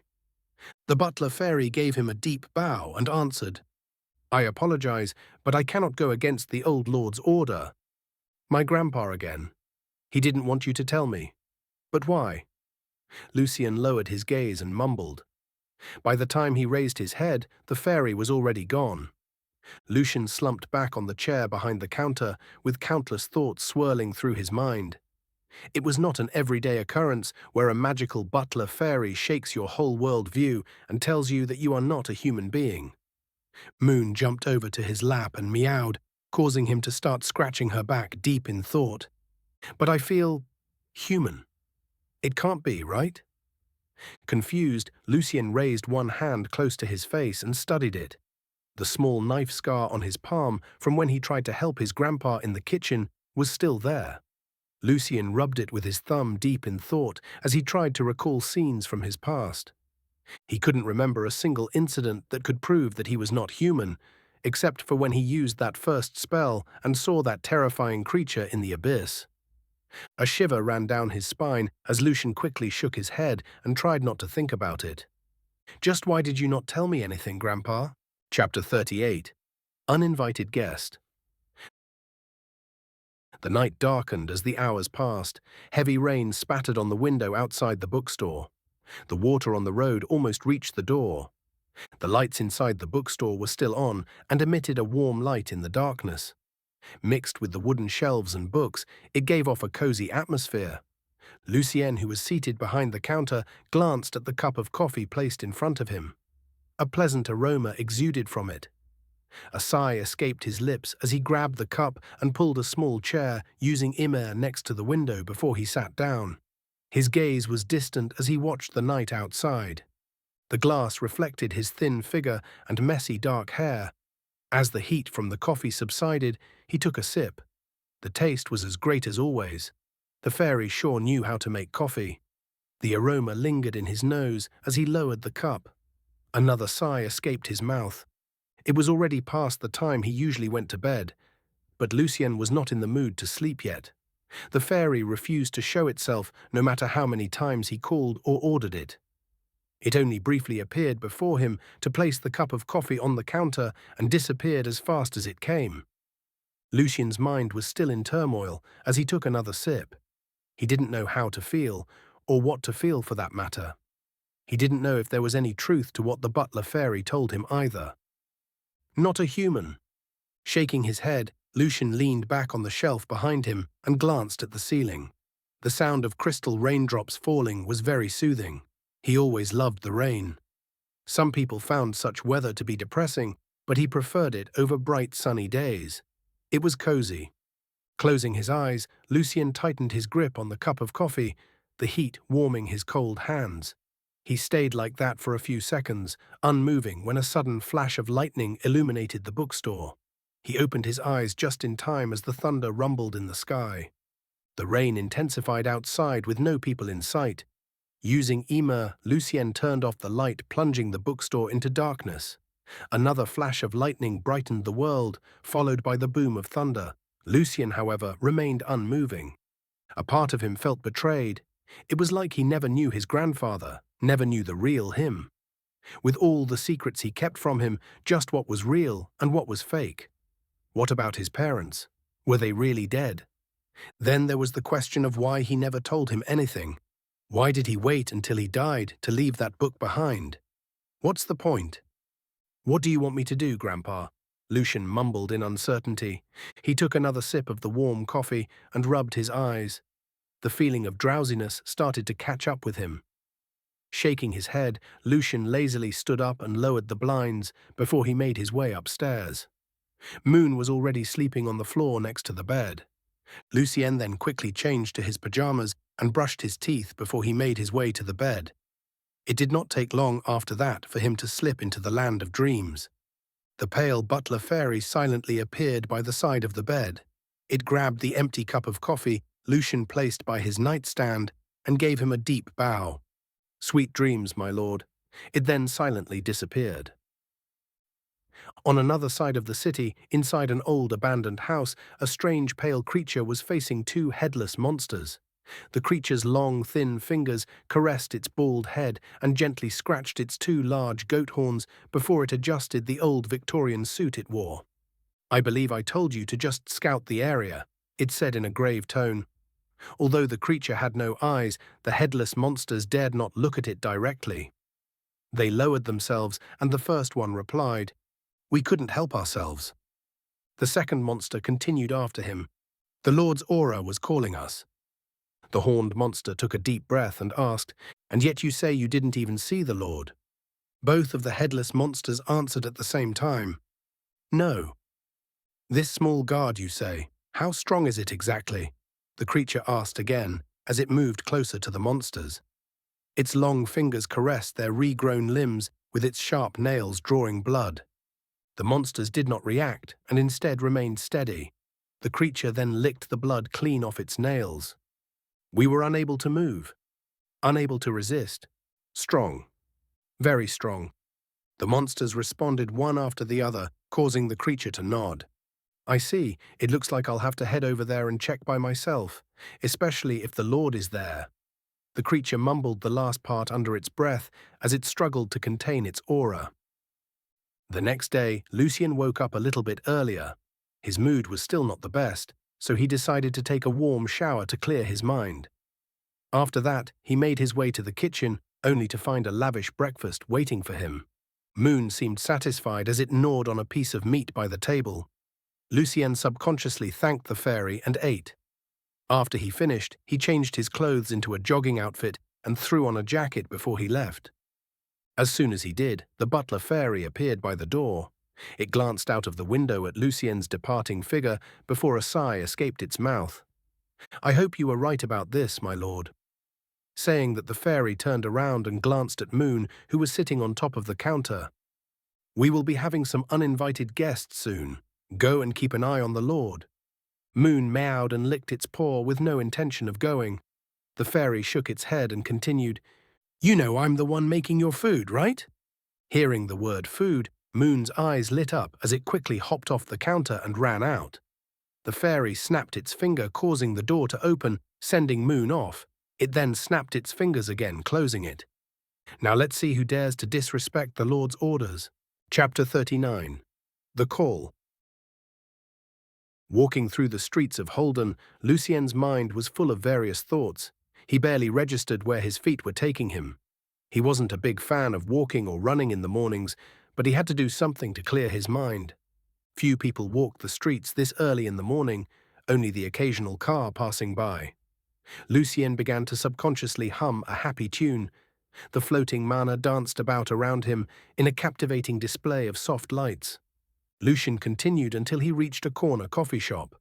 He stopped before it and hesitated for a couple of seconds before he ultimately made his way inside to have some breakfast. Outside of the coffee shop, Moon was sitting on top of a bench across the street. She licked her paws and kept her gaze on Lucien. Back at the bookstore, the bishop monster teleported abruptly outside of the door. It turns its head around as if it could see before it turned to face the door. A couple of passers-by passed by the monster, but did not seem to notice his presence at all. Once the street cleared out, the door to the bookstore silently opened. A wide smile extended across the bishop monster's face as he made his way inside. The door closed behind him. Unnatural darkness swirled within the bookstore, making it impossible to make out the shapes of anything. As soon as the monster took a step forward, a pale figure flashed by, aiming for its neck. The bishop took a step back and lowered its head, using its horns to block the sneak attack. The sound of metal meeting metal resounded throughout the bookstore as both the fairy and the monster took a step back. "Why did you come here, Vex?" the fairy asked in a frosty tone. Sharp white claws extended from its hands as it faced the monster. "So it is you. Is that the way to greet an old friend, Tamalalt?" Tamalalt raised her claws and replied, "I'll only ask you once. Why did you come?"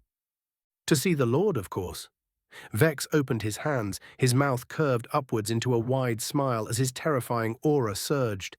The Lord's aura is all over the place. I can see you trying to manipulate it against me, but it seems like you are forgetting something. Vex's smile dropped as his figure blurred. He made his move, aiming for Tamalalt's head with his horns. The fairy used her claws to block the strike, but the momentum of the attack sent her back a few steps. I was born from Talist. The Lord fed me with his aura. Vex spoke in a loud, fanatical tone. He is the only one that can suppress me with his aura alone. A sigh escaped from Tamalalt's lips as she shook her head. You were ordered to stay away, yet here you are. You disobeyed a direct order, and for that, I'll have your head. Humph, you're free to try. The duo turned into a blur, both using their bodies to attack each other, almost as if they were in some sort of agreement. Their clash resounded throughout the darkness, but it was not enough to dispel it. The shockwaves from their battle were nothing but tiny ripples in the endless darkness. The fight raged on as drops of blood fell to the ground, dyeing it red. Both figures stepped back and faced each other. The fairy's butler suit was ruined by a long, nasty gash to her side. The monster bishop was no better. It held the side of its face with one hand in an attempt to stop the bleeding. You know that we can't kill each other, Tamalalt. What's the point? Leave, Vex. If you still value your pitiful life, then you'd best leave. The Lord won't be as merciful. Vex's aura surged in reply before he spoke. Dying by the Lord's hands would be an honor. Clicking her tongue, Tamalalt mumbled in annoyance, Crazy bastard. After he finished his breakfast, Lucien decided to make his way to the park. The weather was not as bad as it was yesterday, but it was still cloudy. He pulled his jacket closer to his neck and continued with his stroll, when suddenly a faraway voice called out to him, Lord of Talist, Lord of Tafat. The voice died out as soon as it began. Lucien paused abruptly and turned around in shock, only to find no one. He was alone on the street. What? He muttered with a frown. Scratching his head, Lucien scanned the mana particles for any sign of disturbance but found none. The voice that called out to him was gone, as well as if it was cut by something or someone.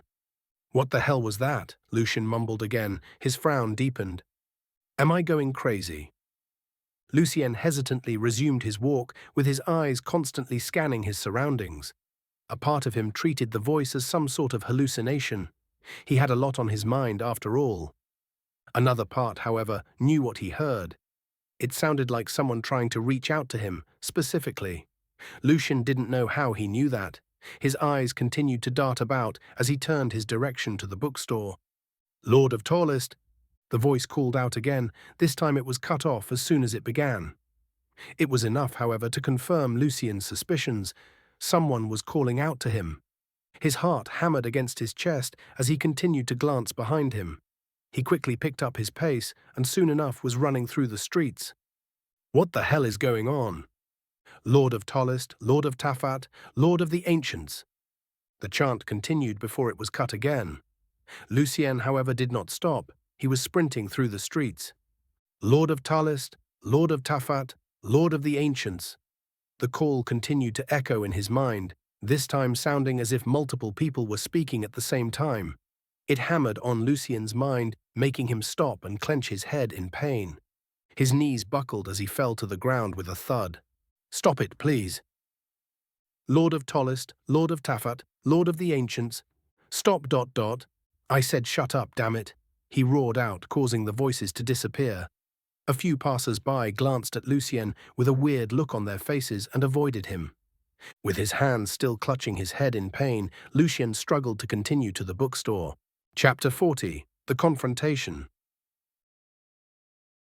Lucien did not know how he made it back. The last minutes of his walk was a blur.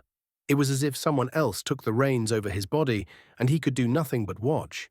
He continued slipping in and out of consciousness until he found himself standing in front of the door. Although the voices in his head had quieted down, the feeling of loss and ache they brought remained. Lucien rummaged through his pockets for his keys when the door opened abruptly. Lucien paused for a second and glanced at the entrance. His mind was still hazy as he stepped inside. Familiar, comfortable darkness embraced him. Lucien quickly felt the pressure alleviation. Still, he did not quite feel like himself yet. It was as if something or someone was intervening with his thought process. The notion of that made him feel sick to his stomach, yet the foreign presence forced him to calm down. His legs did not listen to him as he navigated through the abyssal darkness when two figures appeared before him. One was the familiar butler fairy, and the second was an unknown eerie bald monster, with no eyes and a pair of goat horns that extended to the back of his head. The duo turned their attention toward him in shock. The butler fairy quickly fell to its knees. A tinge of confusion flashed through Lucien's mind as he saw the fairy behave this respectfully. It would usually just disappear after giving him a bow. Dazed, Lucien glanced at the unknown monster who remained on its feet. My lord," the monster called out in a fanatic tone. A wave of annoyance and anger overtook Lucien's senses. Why is he on his feet? He should kneel, kneel, kneel, kneel. The voices returned, only this time they were not human. They sounded as if thousands of people roaring at the same time. Lucien's frown returned as he clutched his head with one hand, trying to make the voices stop. The monster, oblivious to his struggles, seemed ecstatic as it took a step closer to him. Lucien struggled to keep his emotions at bay, but with the monster coming closer, all of his attempts failed as the foreign presence took control. His hands dropped to his side, and he raised his gaze to meet the monster.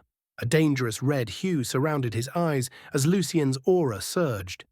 The butler fairy lowered her head even further, not daring to meet his gaze.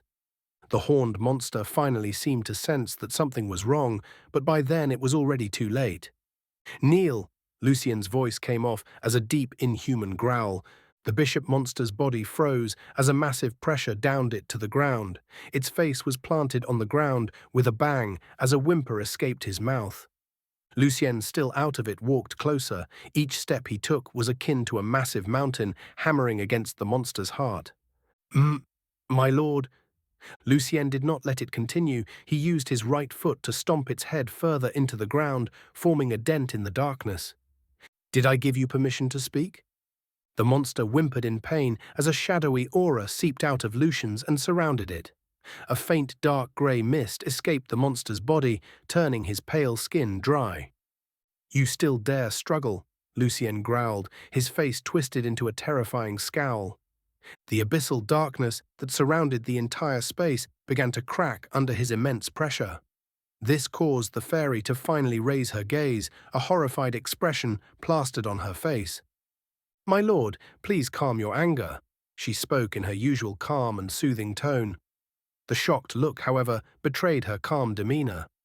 Hearing that, Lucien turned his head with a frown, his sharp scarlet eyes locked on the fairy, who quickly lowered her head and continued, "The space will collapse if you don't rain your aura, my lord. Please ease your anger."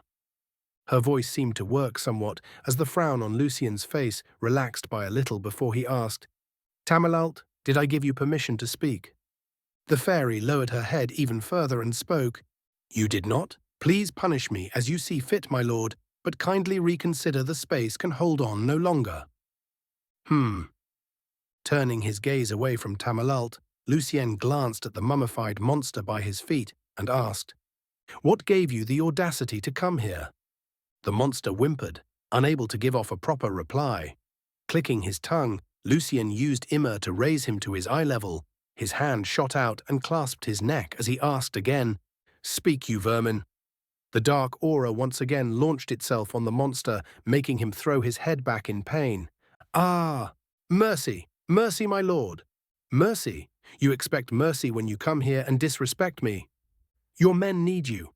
Please come back, my lord. If my life is enough to bring you back, then it's a cheap price to pay." Clicking his tongue in annoyance, Lucien squeezed his hands over the monster's neck and replied, "Your voice is annoying me. Why are you shouting?" I'm sorry, my lord." The dark aura that seeped inside the bishop suddenly surged out and returned to Lucien. He released the monster to the ground and turned to face Tamalalt. "Take care of this trash. There's no point in keeping vermin that does not know its place. I don't want to dirty my hands any longer." saying that Lucien gathered a ball of abyssal darkness above his palm and sent it to the fairy, who raised her hands with a reverent look on her face. Lucien did not stay to see what happened. He turned around and walked away as the veil of darkness parted, showing the scene of the untouched bookstore. Once he stepped out of it, the abyssal darkness closed behind him as if he had just walked out of a different world. A sigh escaped Lucien's mouth as he made his way to the second floor and fell on the bed head first. His mind, however, was still very much wide awake and in upheaval. He didn't know what just happened, who that monster was. Hell, he wasn't even in control over his body. The entire situation made his heart threaten to leap out of his chest. He wanted to scream, he wanted to shout, he wanted to curse, but his body was too weak to move. He was barely able to wiggle his fingers. Chapter 41. The Change. Waking up in the morning, Lucien's eyes were bloodshot. He did not feel well rested. If anything, his body was killing him. The memories of what had happened the night before flashed through his mind, causing him to grind his teeth in anger. He clenched and unclenched his fist a couple of times, making sure that he fully regained control over his body. After that, Lucien stood up and made his way to the bathroom. He stood before the mirror, glaring at his reflection with a savage expression, and roared, "Come out, you fucking bastard!" "Come out!" he cried out as he banged on the sink with his fists. "What the fuck do you want from me?" "What?" Lucien's expression turned savage as he roared at his reflection. The feeling of helplessness he felt yesterday was one he did not want to experience ever again. To be trapped inside his own body was maddening, forced to watch as a mere spectator. "Who the fuck are you?" His cries grew louder, and soon enough Lucien was unable to hold back his rage. His fists that banged on the sink turned to the mirror as he delivered one punch after another, cracking and destroying it, bloodying his hands in the process. "What do you want from me?" Lucien mumbled before he collapsed to the ground and covered his face with his bloody hands. He was scared. Ever since he took his first step inside this magical world, Lucien was in constant fear. He managed to suppress his emotions most of the time and deluded himself into thinking that everything would work itself out if he simply laid low and went with the flow. But what happened yesterday, the voices that banged on his head, the unknown presence that took over his body, all of that made him feel terrified. It made him feel insignificant, as if he was nothing but a pawn in a much larger game. Lucien hated that. The fear of having his own body snatched from him seized his heart. He never wanted to experience it again. For the first time since he started learning magic, Lucien wished he was stronger. He wished he was strong enough to uncover the mysteries that his grandpa left behind. He wished he was stronger so that he wouldn't have been concerned about any families or council. He wished he was stronger to protect himself. Tears fell from his eyes into his hands as Lucien felt the hopelessness of his situation. Outside of the bathroom, Moon wanted to rush inside and comfort him, but was blocked by Tamalalt. "Leave him. The Lord needs to understand what he is getting himself involved with." Moon bared her teeth at the fairy before she rushed toward the bathroom. Before she could reach the door, however, a wave of darkness swallowed both her and Tamalalt. Back inside, Lucien slowly forced himself up and removed his clothes. He tried to avoid the glass shards of the broken mirror and stepped inside the shower. The wave of cold water made him shiver as it took him a few seconds to adjust to it. He first cleaned his hands and washed away the tiny invisible shards of glass away before he stood there motionless with his eyes closed. By the time he closed the water and left the shower, the look on Lucien's face was no longer the same. "Fix this," he ordered, motioning to the broken mirror. He knew that the fairy was listening. She always was, after all. "As you command, my lord." And as expected, her reply came as soon as he spoke. Lucien didn't bother to reply and instead made his way back to his room. He quickly changed his clothes and used Immer to bring out the magical book his grandpa left him, along with the spell that Ian had given him. Taking a deep breath, Lucien sat down by the window and opened the book to resume his search for the spell. Minutes turned into hours as coffee cups began to pile up on the desk. Lucien did not bother to open the bookstore for the day. No, he was determined to first find what he was searching for. He was too complacent before. His false reputation deluded him into thinking that he was safe, but not anymore. Noon quickly passed. A concerned Moon jumped to his lap in an attempt to divert his attention. Lucien, with his cold gaze, however, continued flipping through the pages with one hand. The other he used to scratch Moon's back. He would occasionally stop when he came across an interesting spell and jot down the page number and spell details on his notebook before continuing with his search. By the time the clock pointed to 3 p.m., Tamalalt appeared by his side with a bow and spoke. "My lord, please take some rest and eat first."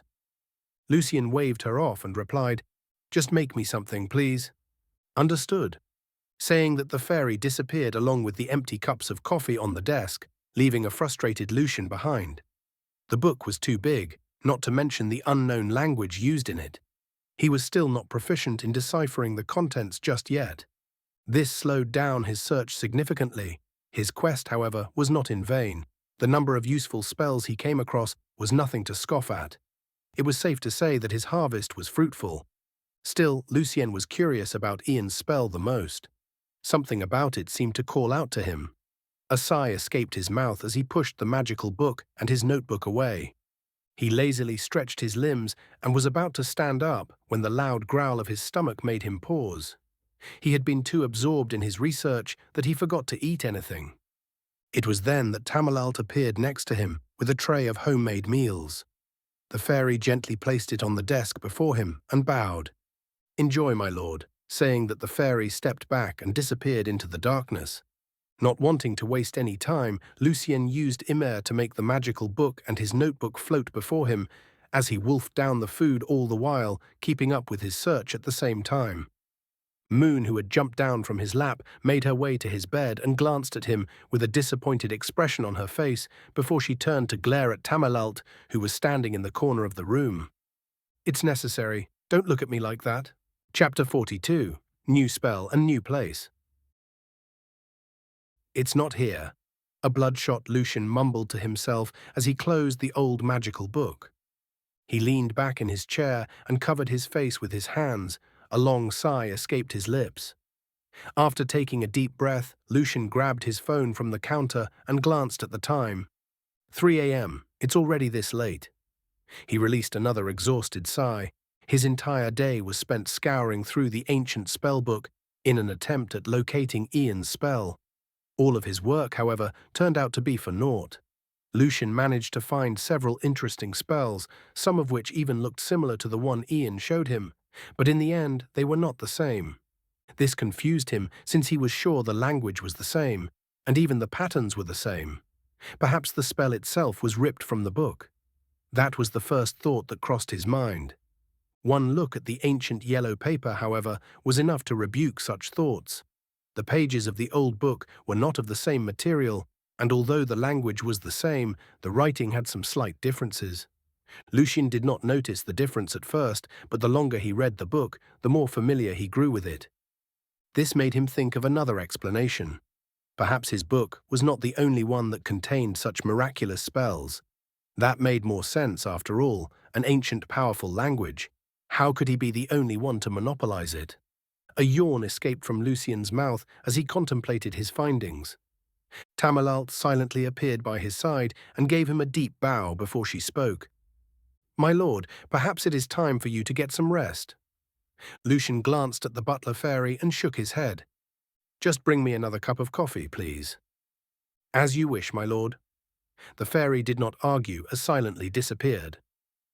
A few seconds later, she reappeared with a fragrant cup of coffee with a small dose of milk. Lucien mumbled a thank you as he opened the ancient book once more. A new idea flashed through his mind. As he was probing for Ian's spell, he came across a particularly interesting one. The spell's function was to open a temporary door to another realm. Lucien was first confused, since as far as he knew, that was not something mages should be able to do. After all, the council was dedicated to keeping an eye on the portals that opens across the world in case they were dangerous. The instructions for the spell were a bit more complicated than usual. He was even required to make a weird offering. Forcing himself to stand up, Lucien glanced at his phone. It was already 4 a.m. A yawn escaped his mouth as he made his way to the bathroom to get ready for bed. Once he was back, he changed into his pajamas and lay on his bed. He used Immer to pull his notebook and the ancient magic book towards him. There was a spell he wanted to try tonight. Target, Lucien mumbled the name of the spell. It allowed him to dive into the dreams of other people. He needed it since it was related to the sacrifice he required. Tamalalt, bring me 2 candles, please. The butler fairy did not dally. She instantly appeared and placed 1 candle on his right nightstand and another on his left before she gently lit them on. Have sweet dreams, my lord. Lucien nodded and replied, Thank you, good night. Saying that he glanced at the spell in his hands and memorized the flow of mana and incantation before he gently placed the book using Immer back on the desk by the window. After he made sure he was ready, Lucien closed his eyes and started to will the mana inside his body to follow the flow instructed in the book. A feeling of drowsiness began to overwhelm him, yet he forced himself to stay awake as he continued guiding the mana. After a couple of minutes, when Lucien was no longer able to handle the sleepiness, he finally muttered the incantation and instantly fell asleep. His breathing turned deep as a relaxed expression hung on his face. The butler fairy appeared by his side with a satisfied expression on her face. She glanced at Moon, who was laying by the bed, and spoke. You see, he's already able to do this. It won't be long before the Lord understands everything. Moon, however, ignored her and left the room. Darkness, that was the sight that greeted Lucien when he opened his eyes. He knew that he was dreaming, but his mind was surprisingly clear. Did it work? He muttered to himself. It was then that the sky above lit up with countless brightly colored stars. It illuminated the land below, allowing Lucien to see his surroundings. He was standing on a vast dark sea, as if it was solid ground. No signs of any other creature were seen in this strange world. I made it! A wide grin extended across his face as Lucien pumped his fist triumphantly. The spell was supposed to transport him to the land of dreams, which was the domain of the primordial dragons. Or so the book explained.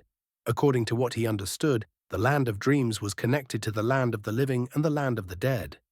When certain people had dreams of their loved ones that passed away, it was all because of this place. It connected both worlds, and in a sense, both influenced each other. Lucien decided to try this spell for 2 reasons. The first was to see if he could locate his grandpa's spirit. He still had so many questions to ask him, so many things to tell and share with him, and he missed him. The second was the offering he required for the plane-traveling spell. He could only get it from here, the land of dreams. Closing his eyes, Lucien visualized a pair of massive black crow wings on his back. When he opened his eyes again, a strange but familiar feeling made him grin.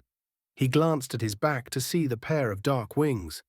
Lucien attempted to control them, something that came surprisingly easy to him, perhaps since it was a dream.